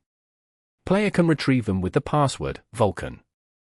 Skills: Swordsmanship LV4, Sailing LV3, Shooting LV3, Language Proficiency LV2, 8 languages at Daily Communication Proficiency, Lego Assembly LV2, Archery LV2, Field Survival LV2, Driving LV2, Vehicle Modification and Maintenance LV2, Aerospace LV2, Hacking LV2, Criminal Investigation LV2, Makeup LV2, Cowboy LV2, Piano LV1, Skiing LV1, Rock Climbing LV1, Herbology LV1. Evaluation: player inherits a portion of the shadow set item's power and possesses incredible swordsmanship. As an opponent in a battle, you don't want him to land his hand on any blade weapons. He is a Lego master, spear master, and a highly skilled cowboy. Including sharp criminal investigation skills and an ability to camouflage himself effectively, he has a higher chance of encountering enemies than an ordinary person. He is also Pestilence's messenger with a white horse. Besides accumulating a considerable amount of sailing experience, he is also good at using bows and arrows. As for transportation, he can drive a car, fly an airplane, and navigate a spacecraft. Easily adapts to the wilderness. The skills he has mastered, strong combat readiness, along an ability to keep promises make him a rare gem among other players. This time, Zhongheng had left his water-soluble metal and Betty's shell behind since they wouldn't be instrumental to his survival in this dungeon. Instead, he brought feigned death and marble soda. Other than that, his shadow key had depleted its final use after he passed his previous test. Compared to the previous game, his skill set had undergone some changes. First of all, his shooting skills had finally upgraded to LV3. This was also his third skill that was above LV3. Other than that, his cowboy skill obtained from the Western Dungeon was now LV2, and his herbology learned during the Alien Quest had achieved LV1. Although the Proxy Wars dungeon was not designed to help players improve their skills or obtain game items, Zhongheng had spent a relatively long time in the dungeons. While hunting down alien remnants to earn more points, he would take the opportunity to learn something new. Basically, everything was what he expected so far. Next, he wanted to know what the system had to say about his game items' whereabouts. Of course, he was relieved upon discovering that his items were still there. He could understand why the system would do something like that. He started the game as a slave this time. According to Roman law, everything the slaves possessed belonged to their master. All the items he brought into the dungeon were not that eye-catching except for the white horse crown. If someone saw a slave carrying the white horse crown, it would cause him a lot of unnecessary trouble. After Zhongheng checked on his character panel, he saw Varo was standing there in a daze not far away from him. There was a gloomy expression on his face. Chapter 740. Slave. Zhongheng had heard about the tragic stories that were connected to the Roman slaves. While Zhongheng participated in the Black Sail dungeon, the slave trade happened to be booming. He had led the Jackdaw to attack several slave ships when he saw how countless black men were stuffed into the vessel's bowels, waiting to be slaughtered like livestock. The nauseating stench of urine and sweat permeated every cabin of the ship. After he hijacked the ship, Zhongheng selected the strongest fighters from those black slaves with Leilai's assistance. He would then recruit them into his pirate gang, and he would send the rest off to an island. These islands would later serve as essential covert supply points when his gang battled against the Nassau Marine. At that time, Zhongheng was granted the title Liberator of the New World. He did not expect that he would become a slave one day. The worst thing was that the system had made him a slave in the 2nd century, a period where society itself had been built upon a system of slavery. Rome had a social structure that was literally like a pyramid. Right at the top were nobles, followed by commoners, foreigners, and at the very bottom, the slaves. These slaves were not considered human and were simply treated as production tools or instruments that provided entertainment. The performance going on above them was the prime example of exploiting the slaves for pure entertainment. These gladiators would shed blood and flesh in exchange for cheers and applause. "What's going on in your mind?" Zhongheng asked Varo. "What?" replied the latter, shocked. Oh, I'm thinking about when our turn to perform as gladiators will come." "Are we required to do that?" Zhongheng was a little surprised. Judging by the tasks that were assigned to them currently, they were supposed to be ordinary arena workers. Especially Varo, not only was he skinny, but he also lacked courage. He could not even muster enough confidence to feed the lion in the cage. If he was forced to become a gladiator and fight with his life, Zhongheng suspected he would survive no more than 3 seconds. Not now, of course. We know nothing about becoming gladiators. We'll be making a fool of ourselves if we jump into the arena now. No one wants to see our clumsy performance. But, Varo lowered his voice, I got news. The Germanic barbarians will be sent over here tomorrow. Once they arrive, we will have to attend the gladiator school to train with them. Varo looked at Zhonghang. However, he did not see the panicked expression he expected. Startled by the nonchalant reaction, he added, You have nothing to say. What do you want me to say? Zhonghang raised his eyebrows. We are about to be sent to a gladiator training camp tomorrow. I heard that life there is worse than death. They will torture and lash us non-stop. Many have died trying to endure this brutal training. Those who do make it will have to participate in an assessment. If you pass, you will be chosen as a gladiator, where you will fight to your death during your performance in the arena. If you are so worried about your own life, wouldn't you be fine if you fail the final assessment? Zhonghang said. That's the problem. All slaves failing to pass will be sold to the mines or villages to make up for the losses. Know how the people over there treat their slaves. They will keep you working all the time, just like their livestock. Until the day you die, you will never be free. Varo explained in desperation. It shouldn't be like this. Chickpea promised me. Who is Chickpea? A slave trader. I was a friend of his. After I became a slave, he told me that the nobles would buy me over in the city, and I would get to run a business. As long as the person who buys me gives me a sum of money, I can generate more money for them. And once my business flourishes, I will be able to buy back my freedom again. Varo clenched his fists with both hands.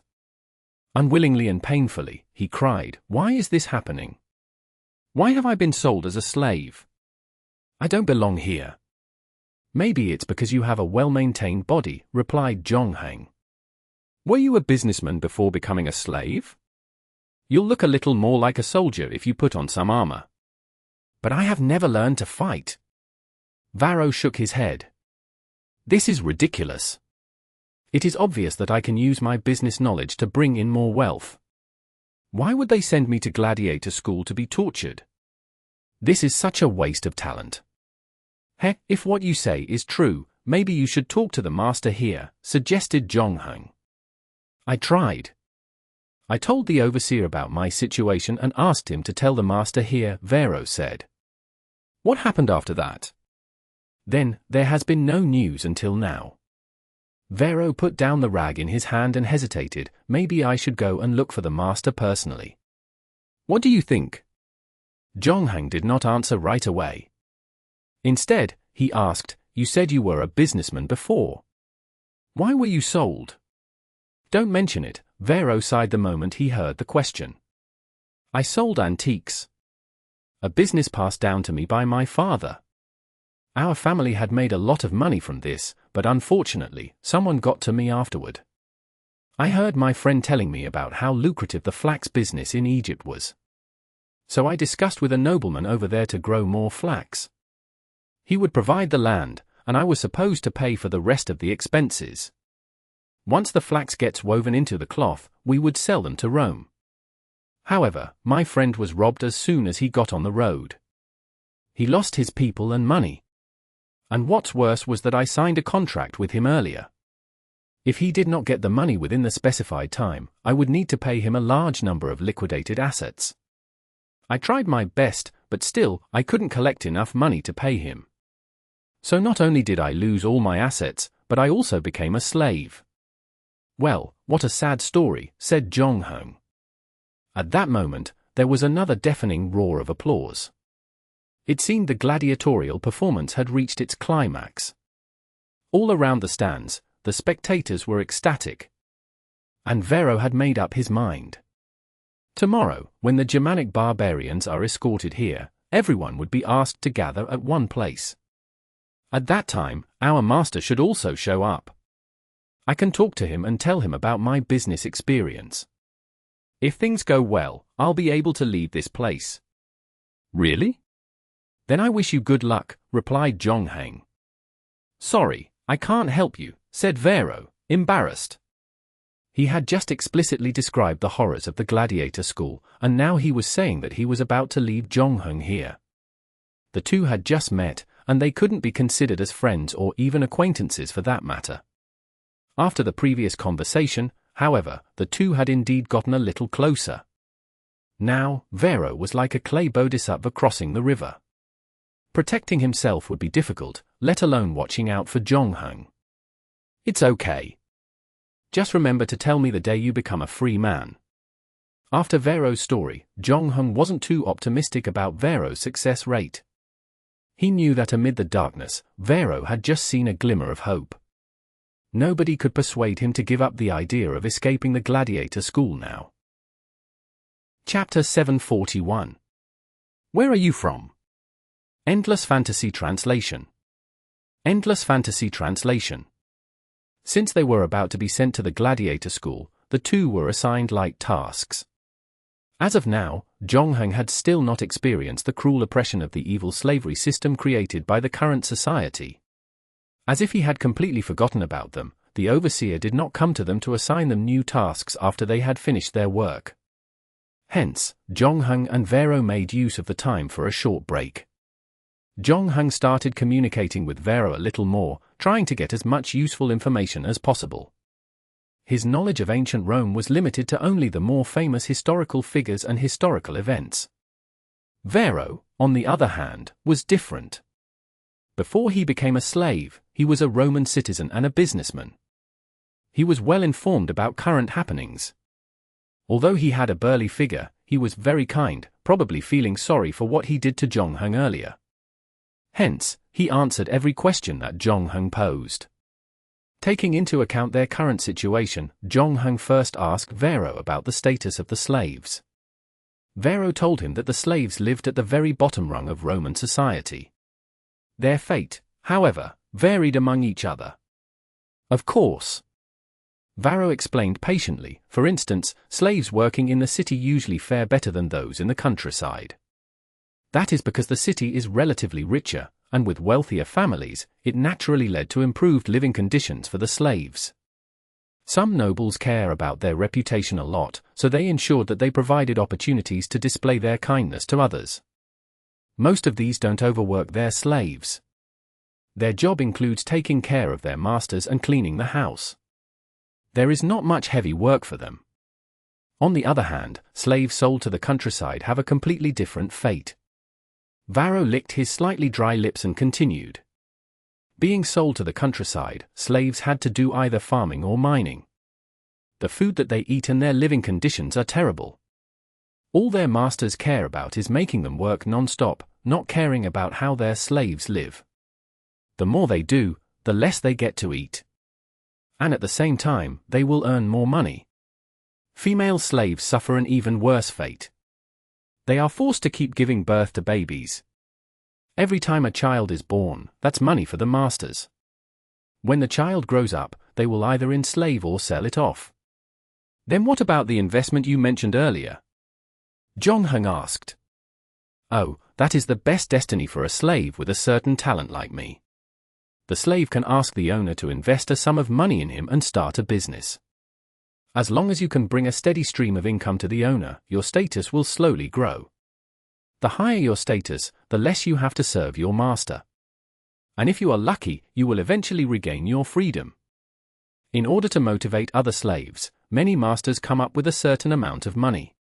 Once the slave earns that amount of money, he will be able to regain his status as a Roman citizen again. It sounds good, Jonghung said. Varo hesitated and then added, actually, a gladiator is a way out for the slave as well, albeit barely.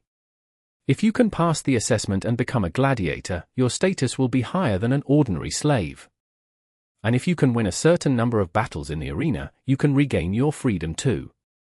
However, it is an extremely challenging task. There were many gladiators with extraordinary combat skills. Unfortunately, they didn't survive to the day they would regain their freedom. Let alone us. By the way, where are you from? I have never seen someone with your facial features. I come from the Great Han Empire in the Far East, Jonghung said. Jonghung was not lying. In the 2nd century AD, China was ruled by the venerable Eastern Han dynasty. At that time, the Han dynasty and the Roman Empire were the two most powerful empires globally. In the future, there would be heated discussions on online forums about who would turn out to be the winner if a fight brought out between the Han dynasty and Rome.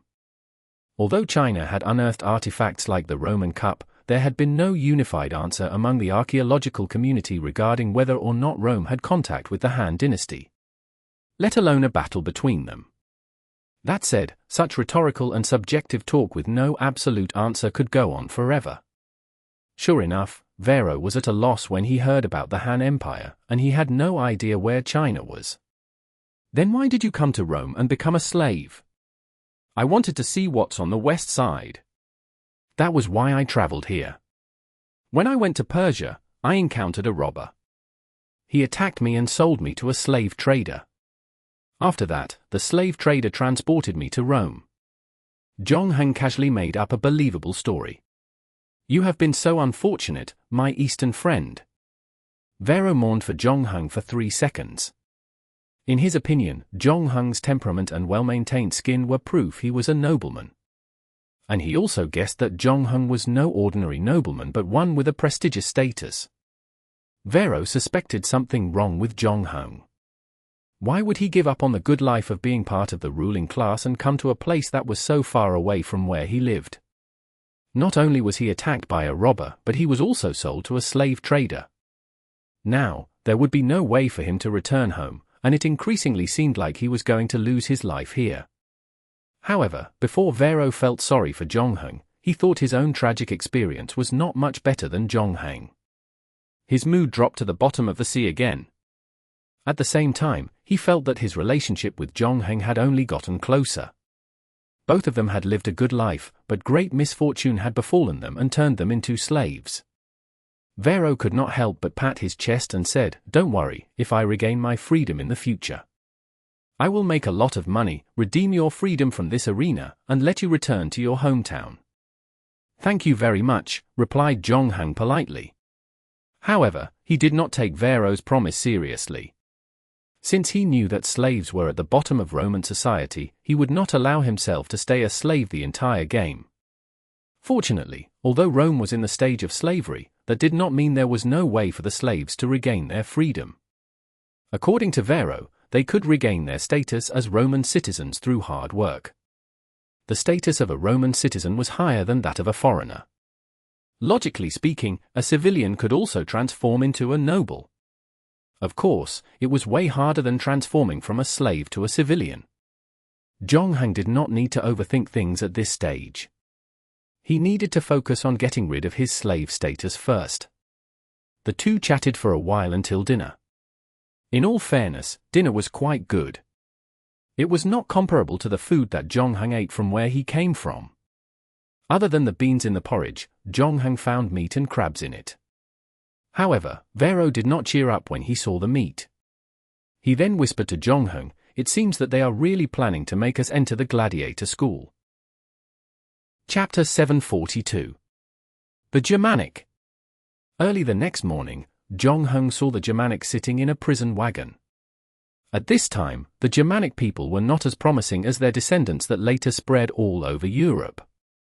To the Romans, these people were deemed barbarians, whereas Germanic was a collective term used for the barbarian tribes on the Rhine's right bank. The Romans and the Germanic had a long history fighting each other, the first conflict between the two sides tracing all the way back to 113 BC. Two Germanic tribes crossed the Danube River to attack the Roman towns, intending to get in, get what they wanted, and get out quickly. Their plan, however, was discovered, and they were ambushed up by the Roman legion stationed there. When it came to raw strength, the Germanic people had the advantage.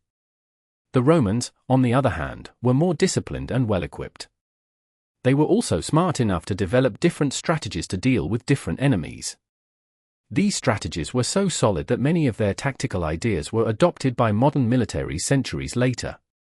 Hence, the Germanic who advocated personal glory suffered a great loss. The Romans, however, failed to cease their desire to head south. Afterward, they had to deal with the Germanic at their border for a long time, especially in the 1st century, where Weiqing and Huadsubing sent the Xiongnu west, causing Europe a great deal of trouble. The Germanic were stuck in the middle and had to pick up their pace as they headed south. When he was alive, Aurelius dealt with the Germanic invasions and both sides were engaged in constant war. After hundreds of years of fighting and learning, the barbarians made great progress, and at the same time, accumulated valuable experience in dealing with the Roman legions. Once they improved their production techniques, they became more and more challenging to deal with. Zhongheng knew that the war between the two sides was about to end soon. He had learned from Varo that the current year was 180 AD. The former Emperor Aurelius had just died of illness on the front line, and his son, Commodus, had inherited the throne. Commodus had no interest in the war with the Germanic. If Zhongheng remembered correctly, the emperor would later sign an armistice with the Germanic leaders, a truce in exchange for annual subsidies for the Germanic tribes. Considering the distance between the front line and the capital, the two sides might have signed a treaty, but they had not received the news yet. Hence, this group of Germanic could be the last prisoners of war. Obviously, their journey to this arena was not very pleasant. As invaders from the north, their image was tainted to the Romans. Some even threw stones while they were being transported. These Germanic were not afraid of them, though, laughing at the bystanders instead. One of the tallest men among the group turned his head in disdain and said to his companions, "A bunch of pussies." In short, they had come to the gladiator school in an extremely hostile manner. After the trader in charge of the escort and the person in charge of the gladiator school counted the Germanic, they began to discuss the final price. Soon, they managed to agree on a deal, 3,000 sestertius per person. However, they couldn't agree to a price for the last one since he was the strongest and biggest among them. The person in charge of the gladiator school hoped to buy him at the price of 5,000 sestertii, but the slave trader insisted on 10,000 sestertii. Since they were quite a distance away, and both sides spoke very fast, Zhongheng could not hear what they were saying.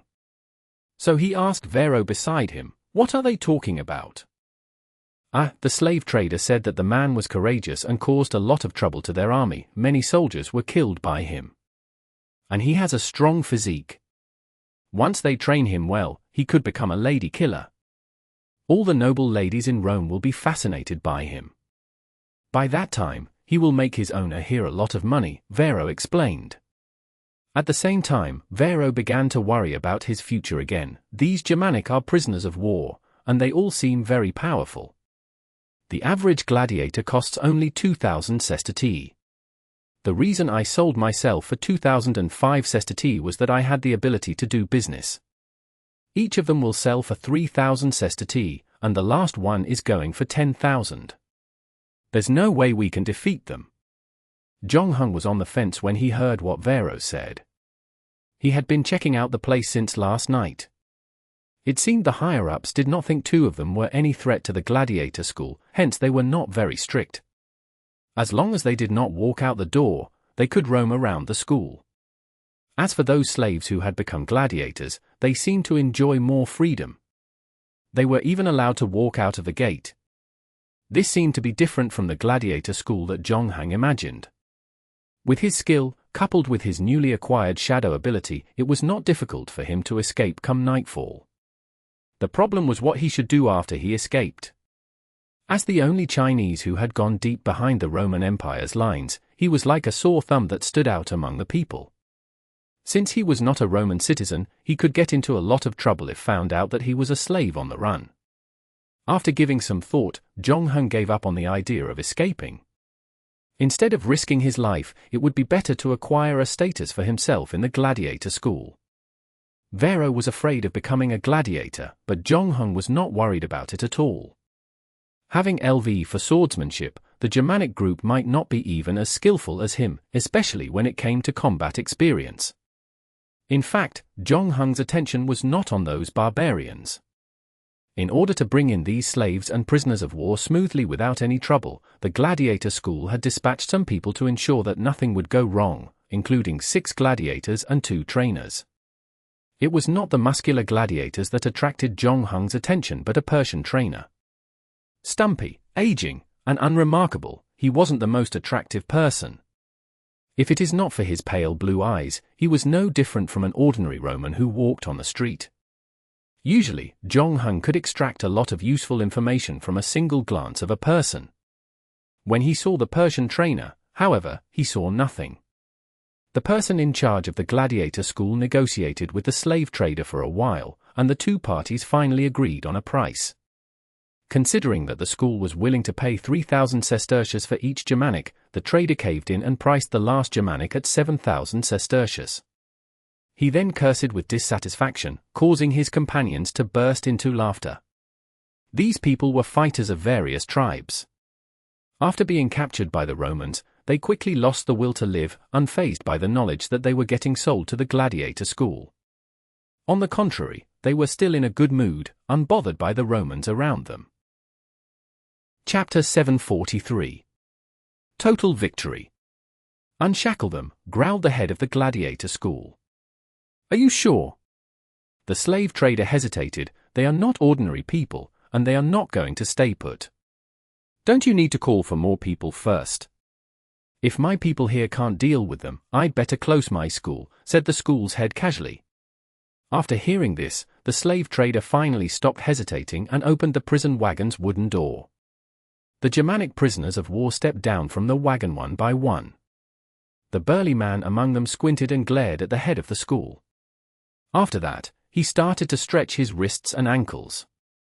The slave trader quickly looked at the head of the school on the other side.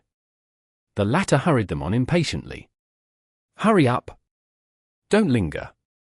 The slave trader then took out the key on his body and unlocked the chains on the Germanic people. He deliberately set free the burliest Germanic man last.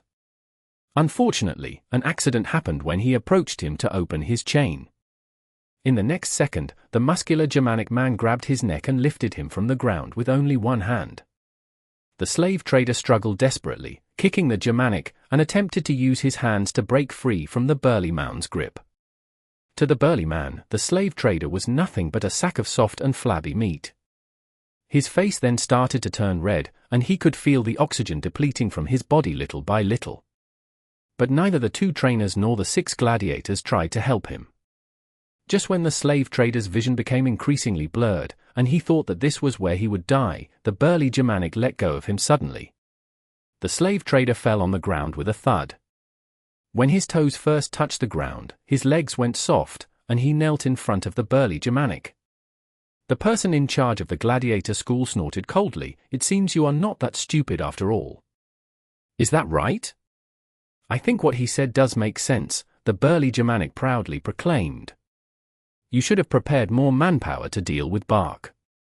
What's worse than barbarism is stupidity. Your name is Bark, the head of the school asked coldly. Give this stupid Bark a training sword. Let's see how good he is. He said to Bark, you better make sure that you live up to your words. Prove to me that you are worthy of that 7,000 sestertii. Habitus, play with him. The gladiator named Habitus smiled when he heard the order. He then walked out of the crowd, picked up a training wooden sword, and tossed it in front of the Germanic, exhorting at the same time, remember to beg for mercy if you feel pain. I will try to be gentle. Habitus did not continue arguing with Germanic. He drew out his training sword, put it in his hand, and stared at it. The one standing in front of you is the Gaul Habitus, from the Victor Arena. Before he could finish his self-introduction, Bark, on the opposite side, had already drawn his sword and was charging at Habitus. If someone assumed that these Germanics were as stupid and straightforward as they seemed on the surface, then they would be wrong. In fact, these Germanics were savage and cunning. Bark noticed that Habitus had let down his guard when he introduced himself. So, he charged at him without any hesitation. He moved as swiftly and vigorously as a leopard. With one large stride, he arrived in front of Habitus. Immediately, he swung his wooden sword and created a gust of wind. Habitus, however, did not panic when he saw that Bark was about to attack him with the wooden sword. He did not put up any defense. With one single spin, he managed to dodge Bark's sneak attack. After that, he gently hooked Bark's left leg with the tip of his feet. Due to the inertia generated when Bark ran towards Habitus, he did not stop in time. It caused him to lose his balance, and he fell to the ground. You Germanic are always screaming and shouting fiercely. But I think your body is quite honest. I appreciate that you kneeled when we met the first time, Habitus chuckled. This time it was the gladiator's turn to burst into a roar of laughter. Poor fellow, if this happened in the arena, Habitus could have just stabbed this Germanic in his back with his sword. So these Germanics look strong, but they have weak combat skills. The gladiator's insult served as flames, boiling the blood in Bark's heart. One more time. The burly Germanic was dissatisfied with the outcome. So, he stood up and positioned himself to fight with Habitus again. This time he appeared to be a lot more cautious. He knew that the gladiator in front of him was not easy to deal with. And his opponent, Habitus, was still smiling indifferently. After that, Bark struck first. The burly Germanic finally got to display all of his skills this time. Although his swordsmanship was not as good, he was aggressive and ruthless. He could maximize his strength to his advantage. Usually, before the fight could even begin, an ordinary opponent would be so terrified of him that they could only utilize half of their strength to fight with the Germanic. Habitus was not bothered by Bark, however. He just kept on focusing on dodging his attacks. In the meantime, he employed small tricks to harass his opponent. And it only made Bark even angrier. He kept roaring, but there was nothing he could do about his opponent. Bark felt like a lion performing in a circus at that moment. He was loud, but all of his moves were nothing but a laughingstock to others. After a while, he shouted, "Let's fight him together!" The remaining Germanic people glanced at each other, but they did not make any moves. On the other side, the person in charge of the school spoke, "Give them the training sword." 6 gladiators versus 6 Germanic prisoners of war, it was a fair fight. The 2 trainers started advising their gladiators, guiding them and hoping to give them a slight advantage in the battle. This move had thoroughly angered the Germanics. However, after watching Bark's fight, the other 5 Germanics did not dare to underestimate their enemies, knowing that they needed to pay full attention to their moves. However, even with the correct attitude and maximum strength, they still could not overpower the gladiators. In the end, the gladiators won the battle, and all 6 Germanics, Bark included, were beaten to the ground. At this time, the person in charge of the school said again, "It's a good thing to have confidence, but don't boast about your strength if you can't defeat my gladiators. Killing a few men does not make you a fighting expert. These gladiators have experienced more cruel battles than all of you here. They are the real man. Compared with them, you Germanic are but a speck of dust." Chapter 744. Arena's Master. It seems the Germanic are not that great after all. After watching the fight between the gladiators and Germanics, Varo changed his impressions of them. On the other hand, Zhongheng had different opinions. "I don't quite agree with that." In terms of strength, the gladiators indeed have the edge, but don't forget that the Germanic had been dragged here in the prison wagon from a distant land. They are not in the best physical and mental state. I think they used only 40 or 50% of their strength just now. I think the gladiators that were asked to fight them were meant to put fear in them. Although the school stationed only 6 gladiators, they were not bothered by the Germanic fighters. I'm pretty sure that these are not the best gladiators in this school. However, they are definitely above average. In other words, these Germanic have been tricked by the school. After the humiliating defeat, they will learn to respect the school more, and at the same time, train harder to redeem themselves from what happened today. After Zhongheng finished speaking, he found Varo staring at him blankly. "What?" Varo hesitated and said with sympathy, "In your Han Empire, the political struggle between the nobles must be cruel. Otherwise, how did you manage to come up with all this information from just a single fight? You sound like a wise and respectable old man." They did get to stand aside and watch the fight for too long. With the arrival of the Germanic, the new batch of slaves purchased by the school had arrived. Hence, the person in charge of the school summoned everyone to the training field. There were about 40 or 50 people in total. In addition to the 6 Germanic men, Gaul, Parthian, Sami, and Zhongheng, a Han from the Far East. Some were prisoners of war, some were slaves, and some were civilians who volunteered to become gladiators. Among them were forgotten Roman nobles too. As he looked at them, Zhongheng felt as though he was at a small international exchange meeting. Everyone stood together and whispered to each other, each wearing different expressions on their faces. Zhongheng noticed a touch of excitement on Varo's face. Today was the day where the group of backup gladiators started attending this school. Usually, the owner of the school would show up to check on his new students. The moment he showed up, Varo would try his best to convince the owner that he was good at doing business. If everything went well, he would not need to stay here anymore. He could walk on the streets again and breathe in the free air. Though there was a certain limit to his freedom, it was still better than becoming a gladiator and fight till his death in the arena. Being a gladiator was also better than being sent to the countryside to toil in the fields and work the mines. Varo took a look at Zhongheng beside him.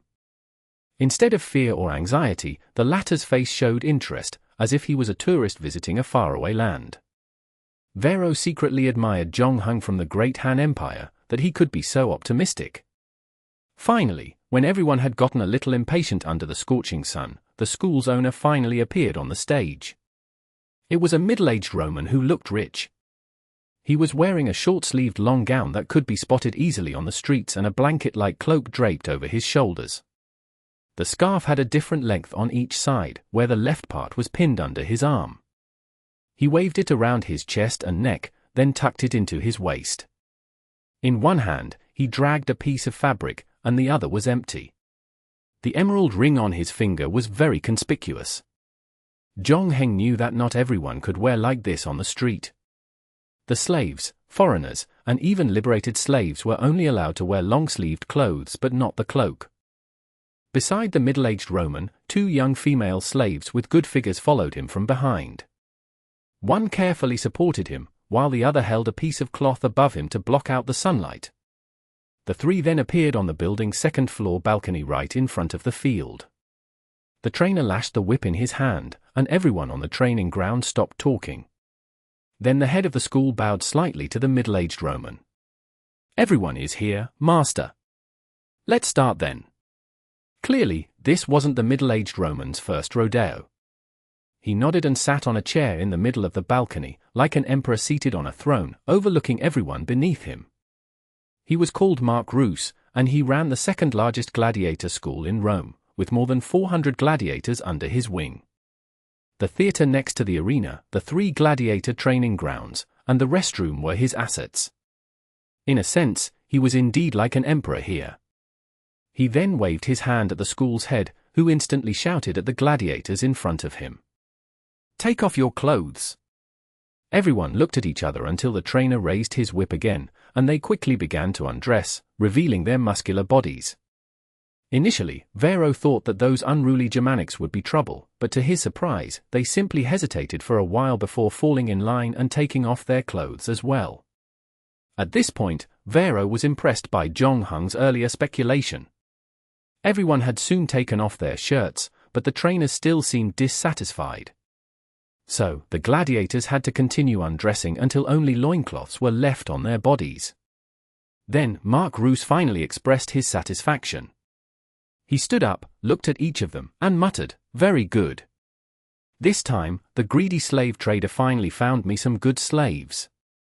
The person in charge of the school added, "These guys should be able to make up for the manpower we lost."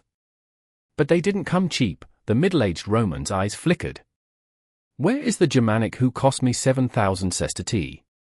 The trainer then signaled Bark to come forward, and he reluctantly walked out of the crowd. "Come closer and let me have a better look," commanded Mark Roos. Bark could only take 2 more steps forward and came downstairs.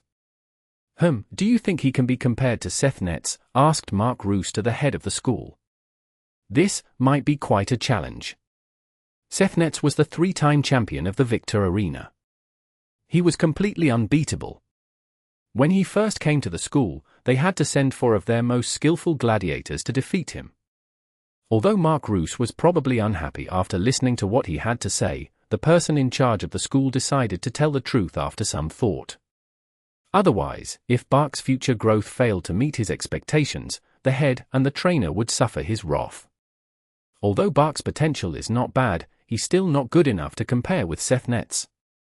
There is a big gap between them. Chapter 745. Everyone loves Sethnets. Everyone loves Sethnets. The women scream for him, and the men cheer for him. He was the true legend. I still remember his last performance. The Victor Arena was completely occupied, the tickets sold out in a very short time. The entire Rome shouted his name. When he walked on the stage, his blonde hair waved with the wind like an incarnation of the god of war, Mars. At that time, he was up against 6 enemies. Each time he drew his sword, an enemy would be sent to meet his maker. There was nothing the remaining opponents could do to him. They could only tremble in fear after witnessing his greatness. Mark Roos was so excited that his body started jerking around. The person in charge of the school had to knock some cold hard truths into Mark Roos, now immersed in his good old memories. But my master, no matter how great the heroes are, they will get old. Sethnets was no exception. I don't deny the fact that he was once a great gladiator when he was young. In fact, he was the best gladiator Rome has ever seen. However, after he became famous, he started to drown himself in alcohol and women. To gain wealth, we arranged too many battles for him to fight. Even before his wounds recovered, he would be made to fight again. As he aged, his strength started to decline greatly. His first 2 championships went rather well, but we had to tweak the battle for him to win the 3rd championship. As for the final curtain call, we all knew that the 6 opponents were simply weaklings. Enough. Mark Roos became extremely unhappy when he heard that. Damn it! I know the truth behind him. I don't need you to remind me. Know your place, Gabby. Sorry, my master. The head of the school immediately fell to his knees. I don't care about the true strength of Sethnets as long as he makes me money. Ever since he retired, my business has only gone downhill. There is more than one gladiator school in this city, and that old bastard, sire, is trying to overtake me. I heard he bought a mighty Thracian from who knows where. That guy has won 11 or 12 games in a row. Now, the ladies run in the direction of the smelly Thracian. We need to find a way to reverse our disadvantage, Mark Roos stressed. I'll do my best. No, that is not the answer I want. Let me repeat it. I need the next Sethnets, and I want it now. I don't care what you do, whether it's training till the death or sorcery. Make this damn Germanic the next Sethnets. Mark Roos plopped into his seat in fury, his chest heaving violently. Since he did not get the answer he wanted, he had become extremely annoyed and discomforted. A female slave of his shuffled up to him immediately and rubbed his chest gently, while another poured him a cup of wine. His raging temper, however, drove him to slap the cup, spilling wine all over the floor. After being reminded of the cold truth, Mark Roos no longer had the desire to review his newly recruited gladiators. He then turned to the head of the school. That's all for me today. I have invested in these newcomers, and as you said, it's a huge amount of money. Know how I accumulate my wealth, Gabby? I never do things that cause me to lose money. So, you have 50 days to spare. Gabby, after 50 days, when I ask you the same question again, I hope you'll give me the answer I want. Yes, my master, replied the school head, kneeling with his head lowered and his shoulders trembling. With the assistance of the slave girl, Mark Roos stood up. He was about to leave when someone called out for him. Can I have a minute with you, master? I have something I need to discuss. I promise it won't take too long. Who? Mark Roos turned his head and saw Varo walking out of the crowd. Frowning, he growled, "Boy, you better have a good reason to talk to me because I'm in a bad mood." Varo began trembling, knowing how mad Mark Roos was. The man generally did not care too much about the backup gladiators, and he would only meet during their admission, which was now. The next time he would meet Roos would have to wait until the day he was assessed. "Allow me to introduce myself," Varo replied with gritted teeth. Mark Roos raised his chin. "Go ahead." I'm Varo, an antique dealer in Mule Street. Varo paused, anticipating Roos's surprised expression. Instead, the latter casually asked, "And?" It seemed he had never heard of Varo's name before. Varo was a little disappointed, but he prickled himself up and continued, "I think your people might have made a mistake when they bought me. I'm a talented businessman, especially in the antique business. My father is a very famous antique dealer, and I am just like him. I've heard about your interest in increasing your wealth. Perhaps you can make use of my talents. As long as you invest in me, I can use my talents too." Before he could finish, Mark Roos interrupted him. "Let me ask you a question, Val. If you are talented in making money, why are you standing here?" Immediately, everyone broke out into laughter, causing Varo to turn red. "It was an accident. I invested in a business other than antiques, and my partner encountered a robber. In the end, I had to pay him a lot of money." "Everything makes perfect sense now," nodded Mark Roos. "What do you mean by that?" asked Varo, puzzled. "Nothing. Now that I know what happened to you, I will find someone to verify what you have just told me. But before that, I want you to focus on your training.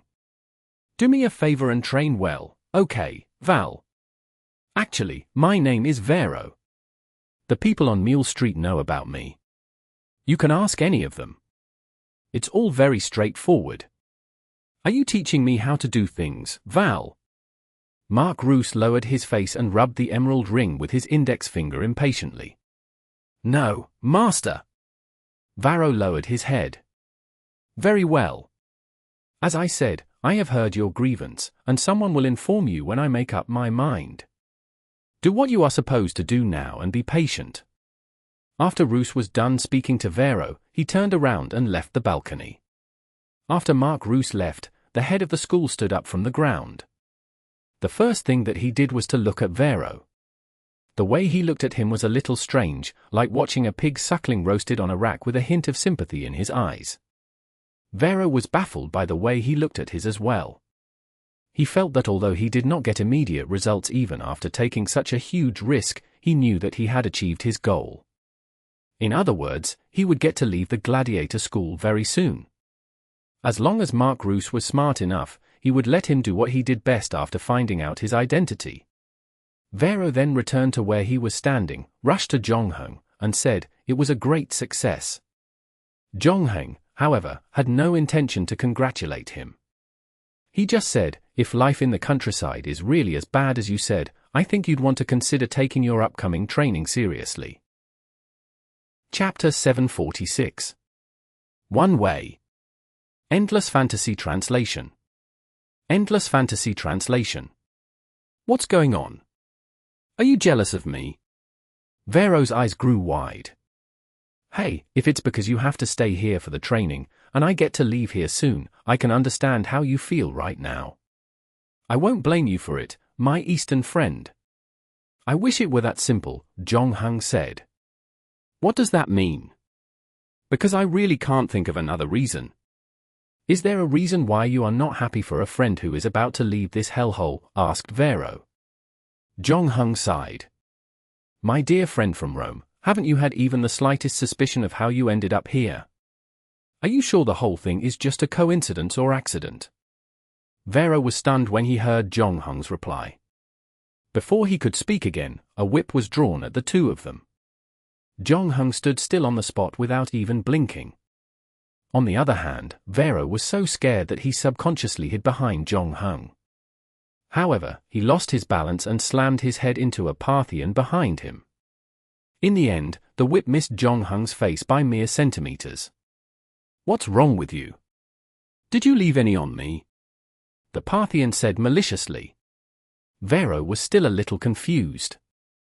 He did not know why the other party was so displeased with him. When he looked at his surroundings, he saw that everyone was glaring at him in a hostile manner.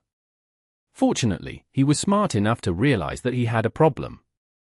He was unsure about Jongheng's feelings, but one this was for sure. He now realized that his conversation with Mark Roos had successfully aroused the jealousy of other slaves. In the eyes of the people around him, Varo was undoubtedly a deserter. While the rest had to train hard for the assessment, Varo could just sit there and wait for the good news.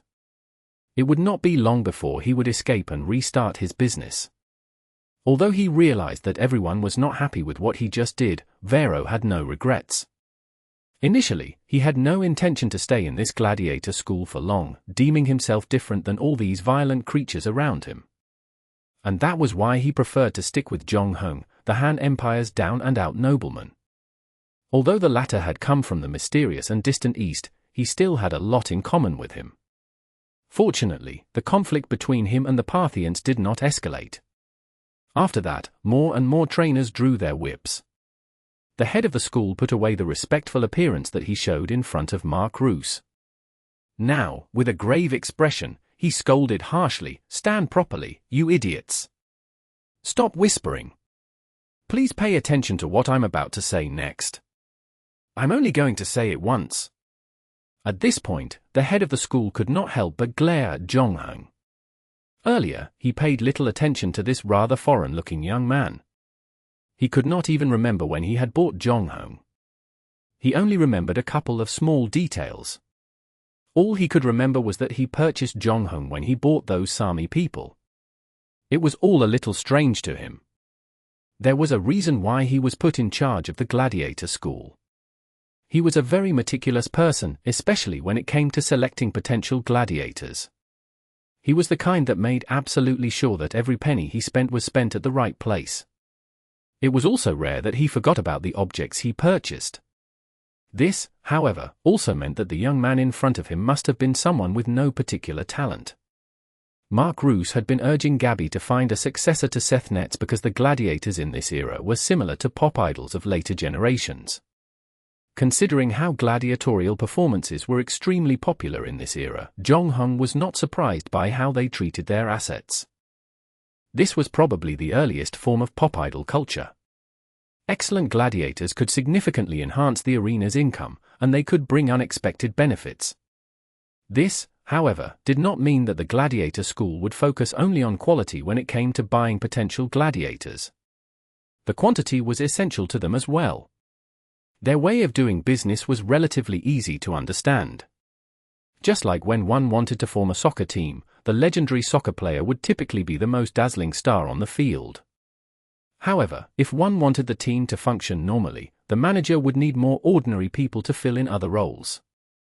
Considering the high-risk nature of the gladiator profession, the demand for new blood was undoubtedly immense.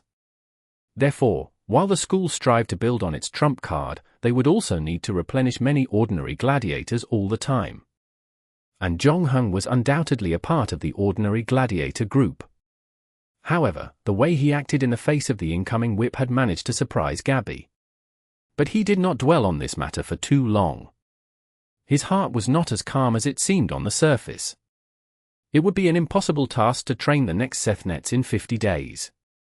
All these newcomers might have good potential, and Bark himself was to be considered as a great gladiator as well.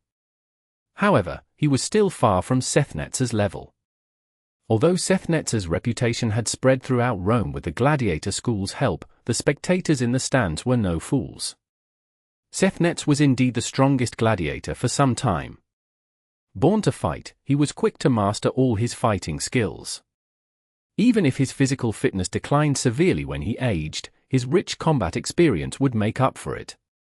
It wasn't something that outsiders would usually notice. Coupled with handsome looks, even the queen could not help but feel attracted to him. Once, he was even secretly summoned into the palace. At that time, Aurelius was still fighting a war. No one knew what happened that night. This matter became one of the many legendary tales of Sethnets. Sethnets was trained by Gabby, so he knew very well that Bark could not do what Sethnets did. It had to with more than just combat skills. Bark did not possess Sethnets' unique charm, chicness, and handsome fighting style. Unfortunately, Gabby was left with no option. No one knew Mark Roos better than him. Although he was now a free man after the massive contributions he had made to the arena over the years, Gabby still insisted on calling Mark Roos his master because of how he dealt with his enemies. And he would never want to be the enemy of this man. Gabby could only do his best now. He turned his attention back to the matter at hand and muttered in a deep voice, "I know, you have all kinds of experiences and tales before you came here.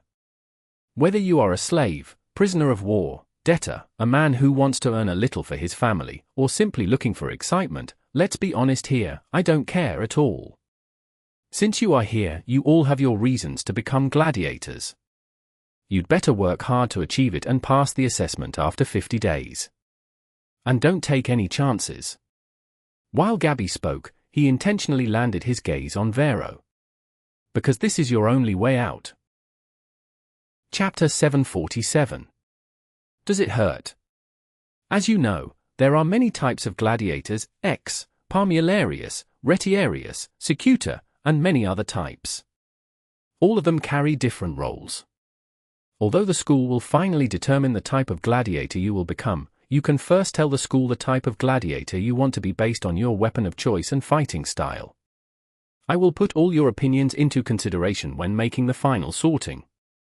Can I have your attention? You'll need to pay full attention to this because it will determine the direction of your development. It doesn't mean that you can't change it once you made up your mind. By changing your mind, however, all the effort that you've put in your previous training will be wasted.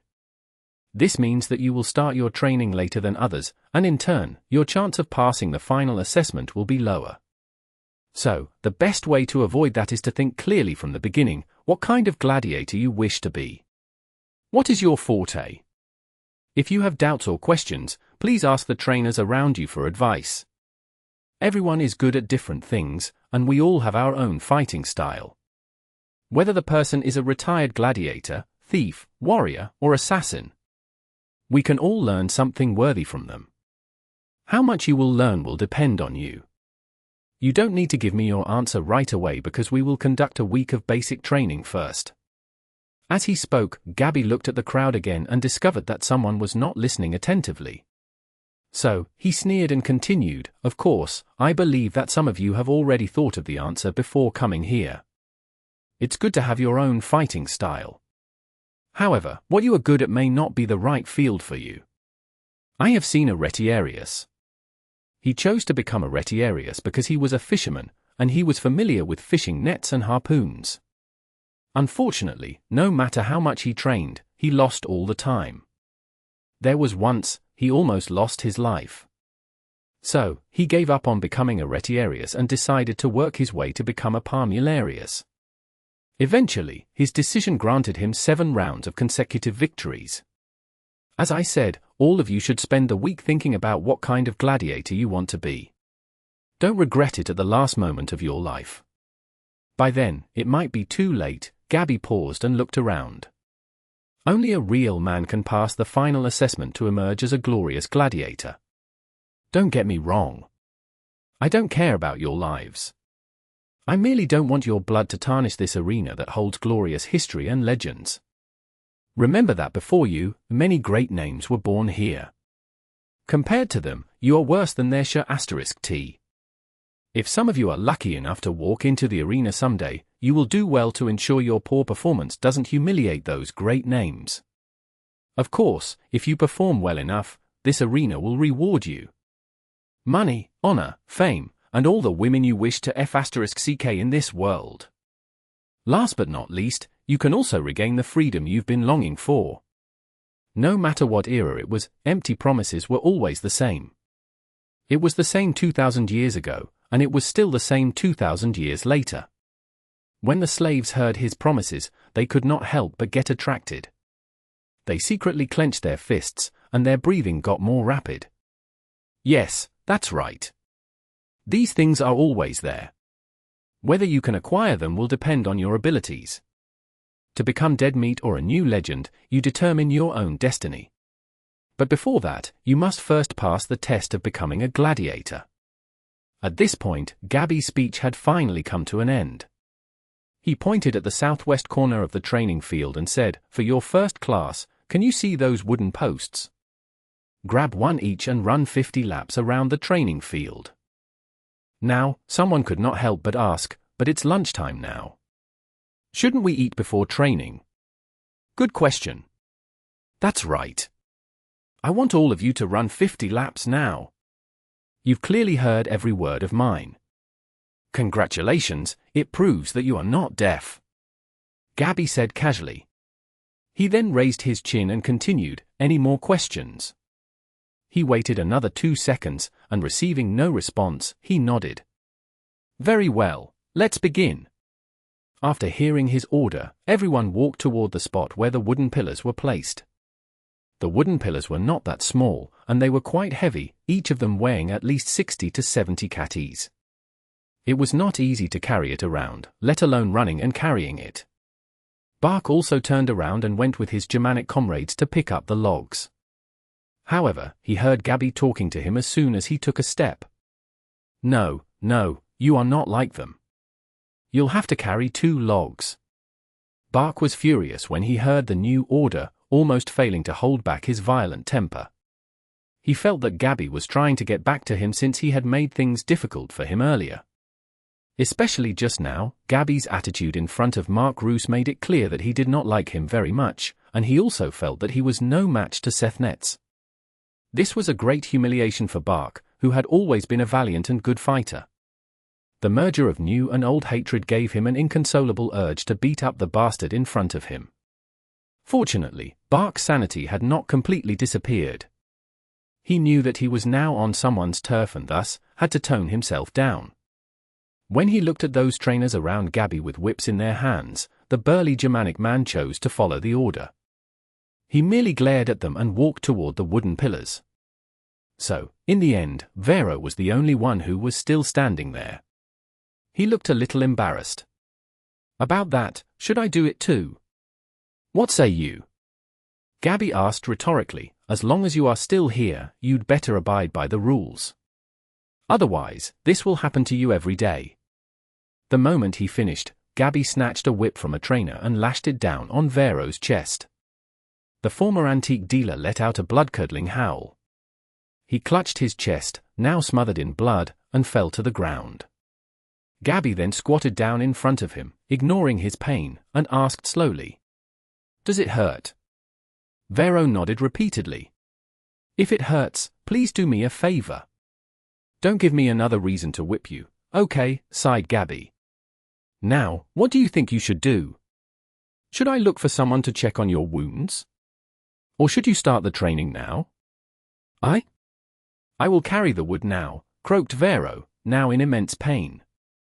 "Very good, it seems that you have begun to adapt to life here. I hope you can pass the final assessment smoothly when the day comes." "I mean it." Gabby patted Varo on the shoulder. Chapter 748. Choosing Profession. Carrying the wooden log was just the beginning. After that, everyone was asked to do sprint training, weight training, mobile training, and some one-on-one basic exercises. As the sun was about to go down, exhaustion had set upon the trainees. Gabby finally announced that the first day of training had come to an end. Some gladiator candidates had reached their limits. His body trembled involuntarily, and they fell to the ground the moment they heard that the day was finally over. Among these was Varo. He could not even move his pinky.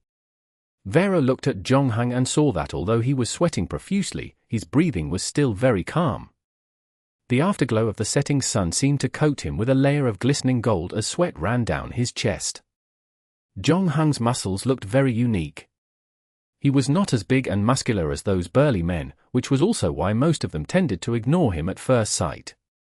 On closer inspection, one would realize that every single inch of muscle under the clothes was well proportioned, giving off the look of a precise, calibrated, and well put together instrument. After that, Jonghang stretched his hand to Varo. "You'd better get up quickly, or you won't get any food until the next day.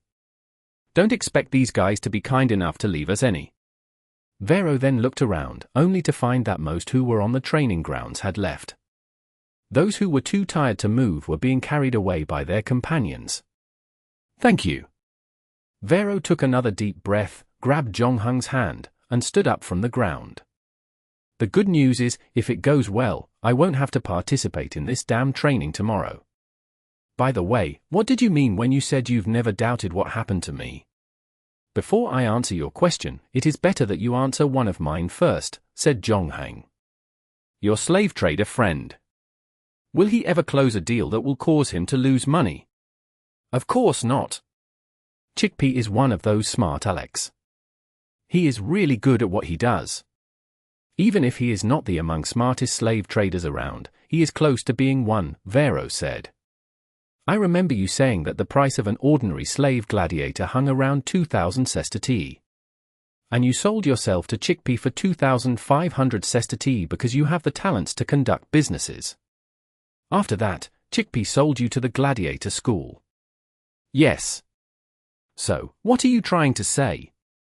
Therefore, there are only two explanations here. First, Chickpea sold you to the gladiator school for a price higher than 2,500 sestertii. In other words, the school would have known about your value from the very beginning, or they wouldn't have sent you here since they knew that you were good at business. Or. Jonghung paused. He sold you here at a normal or an even lower price, and as you said, he will not close a deal that would lose him money. So there must be someone supporting him from behind. And this means it's not a coincidence that you were sold here. And what's worse is that since the other party had the gut to do such a thing, they would have surely anticipated that you'd attempt escape by telling the master that you are a talented businessman. Hence I believe that the other party has been waiting for this all along. Finally, judging from Mark Roos's attitude towards you, I believe that it's very likely that he's one of those who know about it. Varo was puzzled by Jonghung's analysis. He wanted to open his mouth to refute, but he did not know where to start. In the end just said, "You don't know me at all, and you don't understand what happened to me. You haven't even been to Rome before, so I don't think you should speculate about what you don't understand. I just have to finish my last meal here, get a good night's sleep, and I can leave this hellhole as soon as I open my eyes tomorrow. And I'll never come back again. So don't tell me over and over again about this conspiracy. This world is not as dark as you think. We should behave kindly all the time." That makes sense. Jonghung raised his eyebrows. What? Varo did not hear what Jonghung said. We should always harbor good intentions. That sentence makes a lot of sense. Are you laughing at me? Varo started to doubt Jonghung. No, I admire those who are willing to look at the world with kind eyes. And, my Roman friend, if we don't go and get our food now, I'm afraid we won't even get to drink the soup, Jonghung lamented helplessly. Oh. Right. Let's go now. Don't worry. My promise to you is still valid. When I regain my freedom, I will find a way to get you out of here. Thank you, but for now, I'd like to stay here a little while. 1 week passed in the blink of an eye. The life of a gladiator candidate was straightforward. There were only 3 things to do every day: train, train, and train. Repetitive basic exercises were dull enough to make a man take his own life, but simultaneously, the end of each training session would cause the trainees to feel as if all their energy had been drained from their bodies. Despite the toll of such a regime, no one dared to be lazy. Even though the school had prepared a training plan for all the gladiator candidates, Gabby would still be there to monitor them every day. It could be seen that Gabby placed great importance on this group of newcomers. Some of the gladiator candidates had secretly asked those who had previously passed the assessment and had become official gladiators. According to them, although their training was ridiculously tough, it was not nearly as hard as what they were going through right now. This was probably the extra care that Gabby gave to the newcomers. Especially for Bark, the intensive training almost caused him to break down. As compared to the rest, he had to do double the grinding. Although he had plenty of physical strength, it was unfeasible to carry out such strenuous training all day, every day. The torture he was put through each day made him want to run back to his mother's embrace. Gabby, however, was still not satisfied with his performance.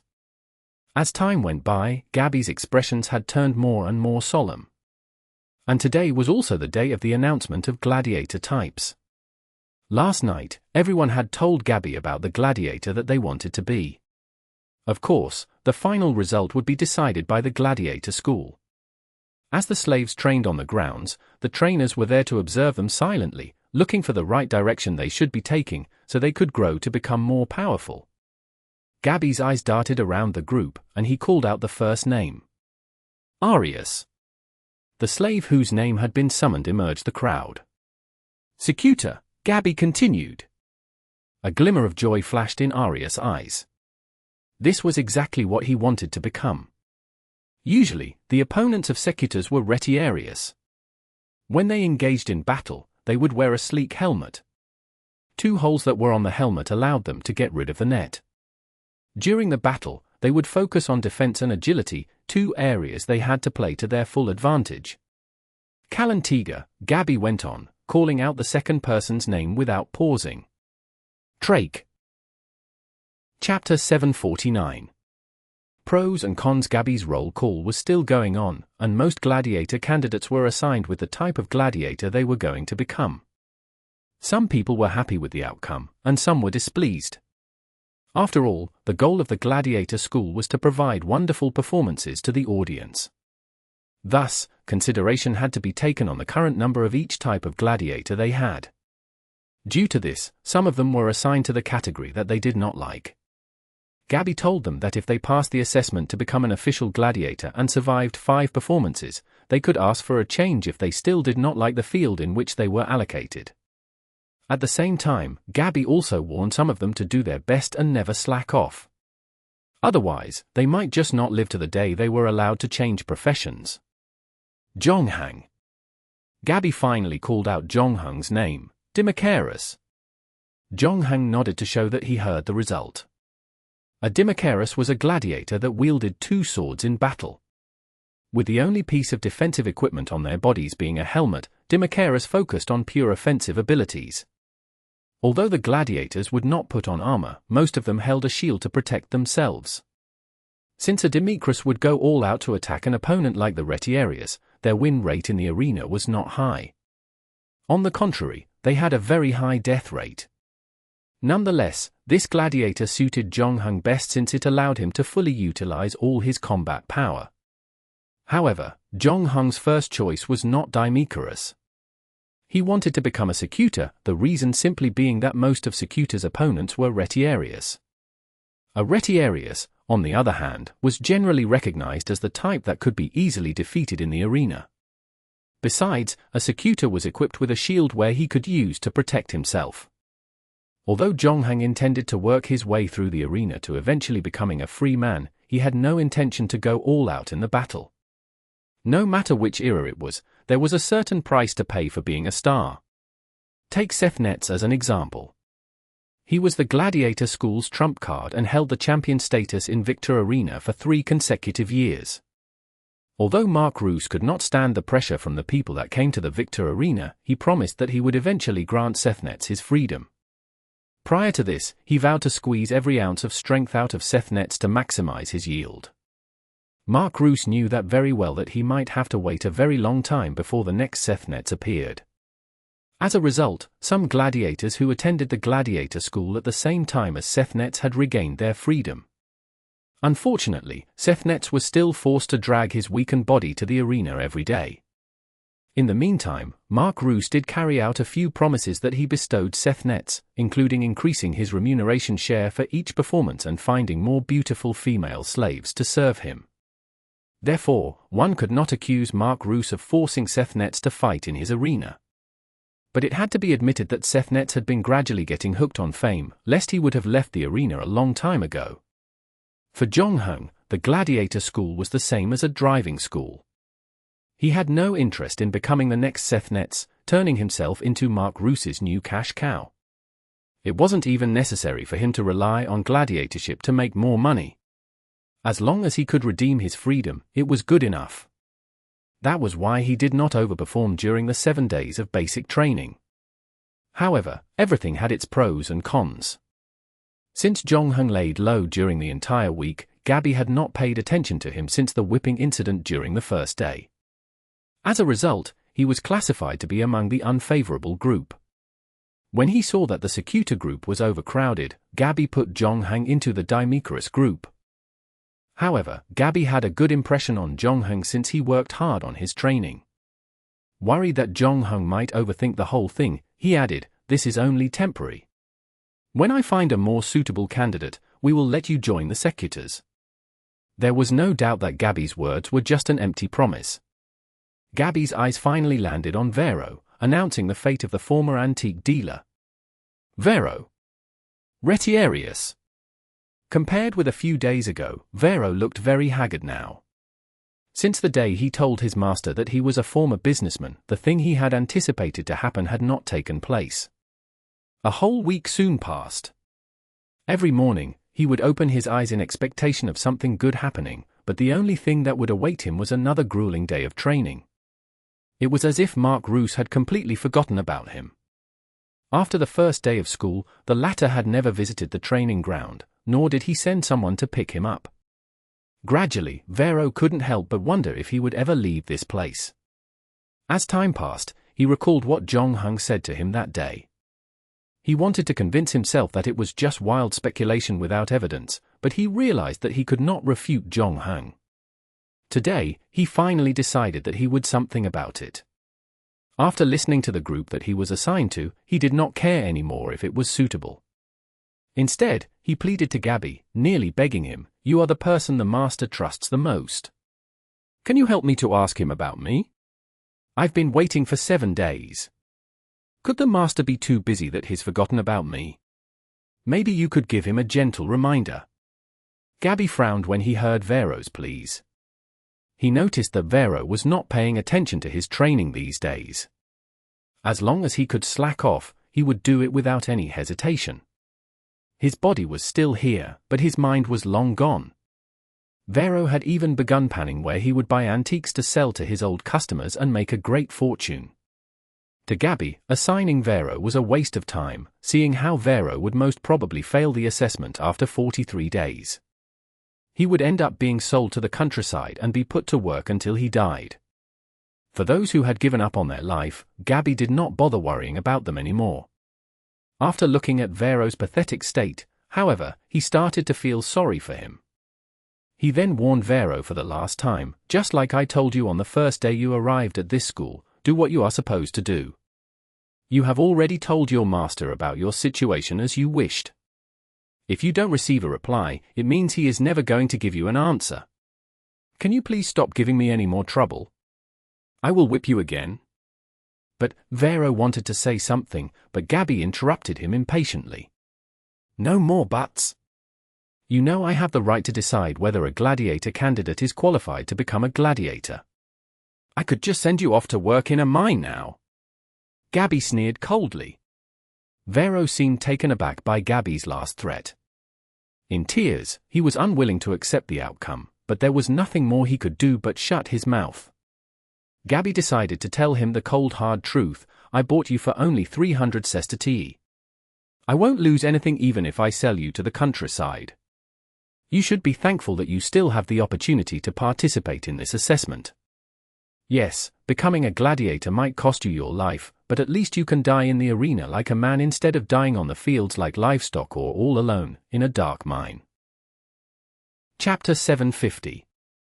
Varo's story.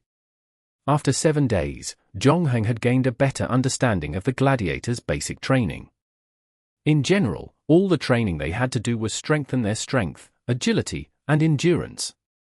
He was also taught some basic ways to move as a gladiator during a battle.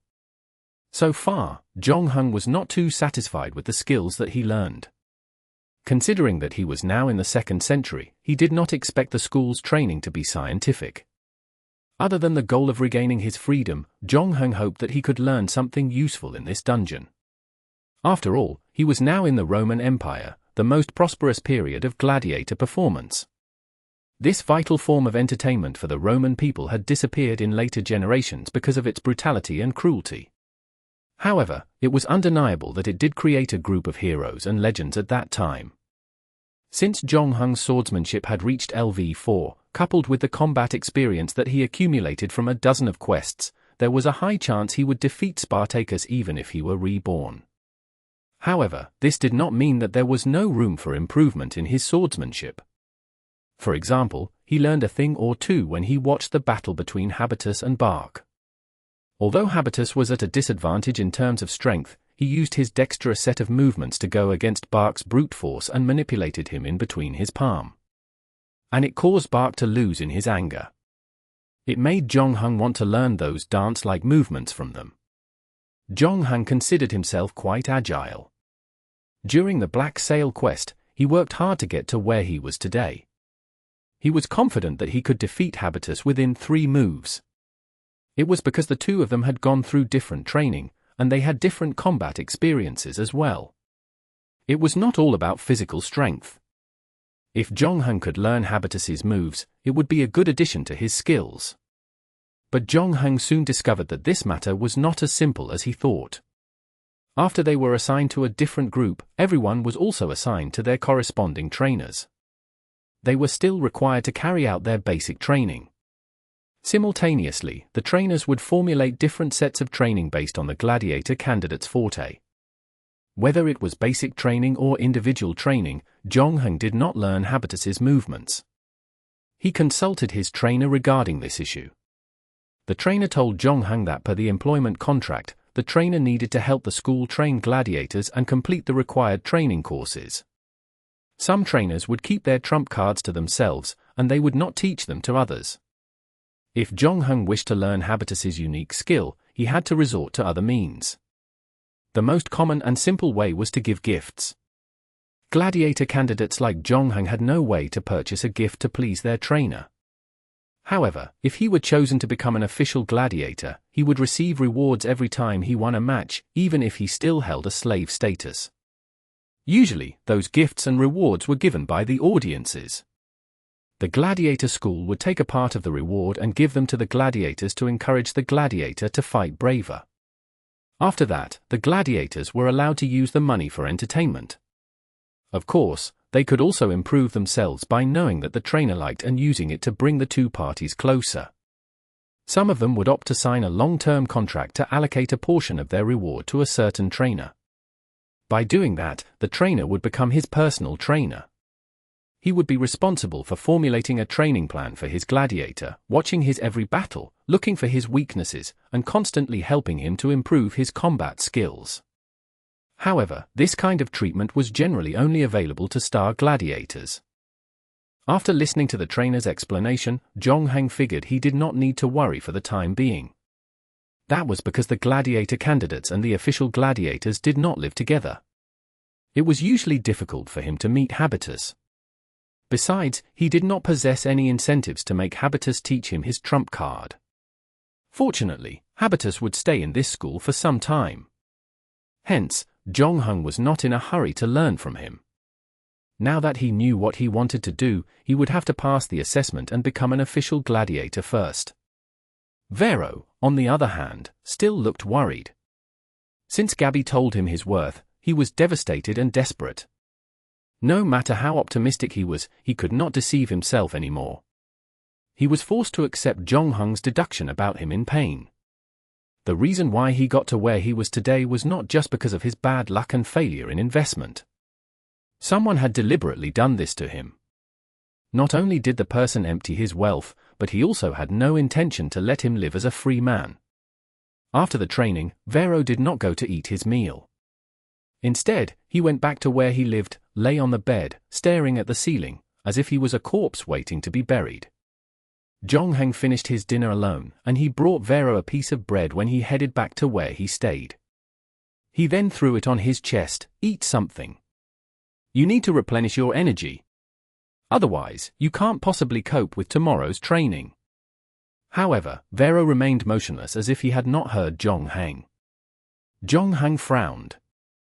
Even if you are not doing it for yourself, at least think about your wife. Didn't you say that she loves you very much and she is willing to wait for you to redeem yourself? From another angle, being a gladiator is not exactly a bad thing. When the audience likes you enough, even Mark Roos has to give you back your freedom. Varo smiled sorrowfully when he heard the words, "Didn't you ask me before, who made me invest in the linen business in Egypt?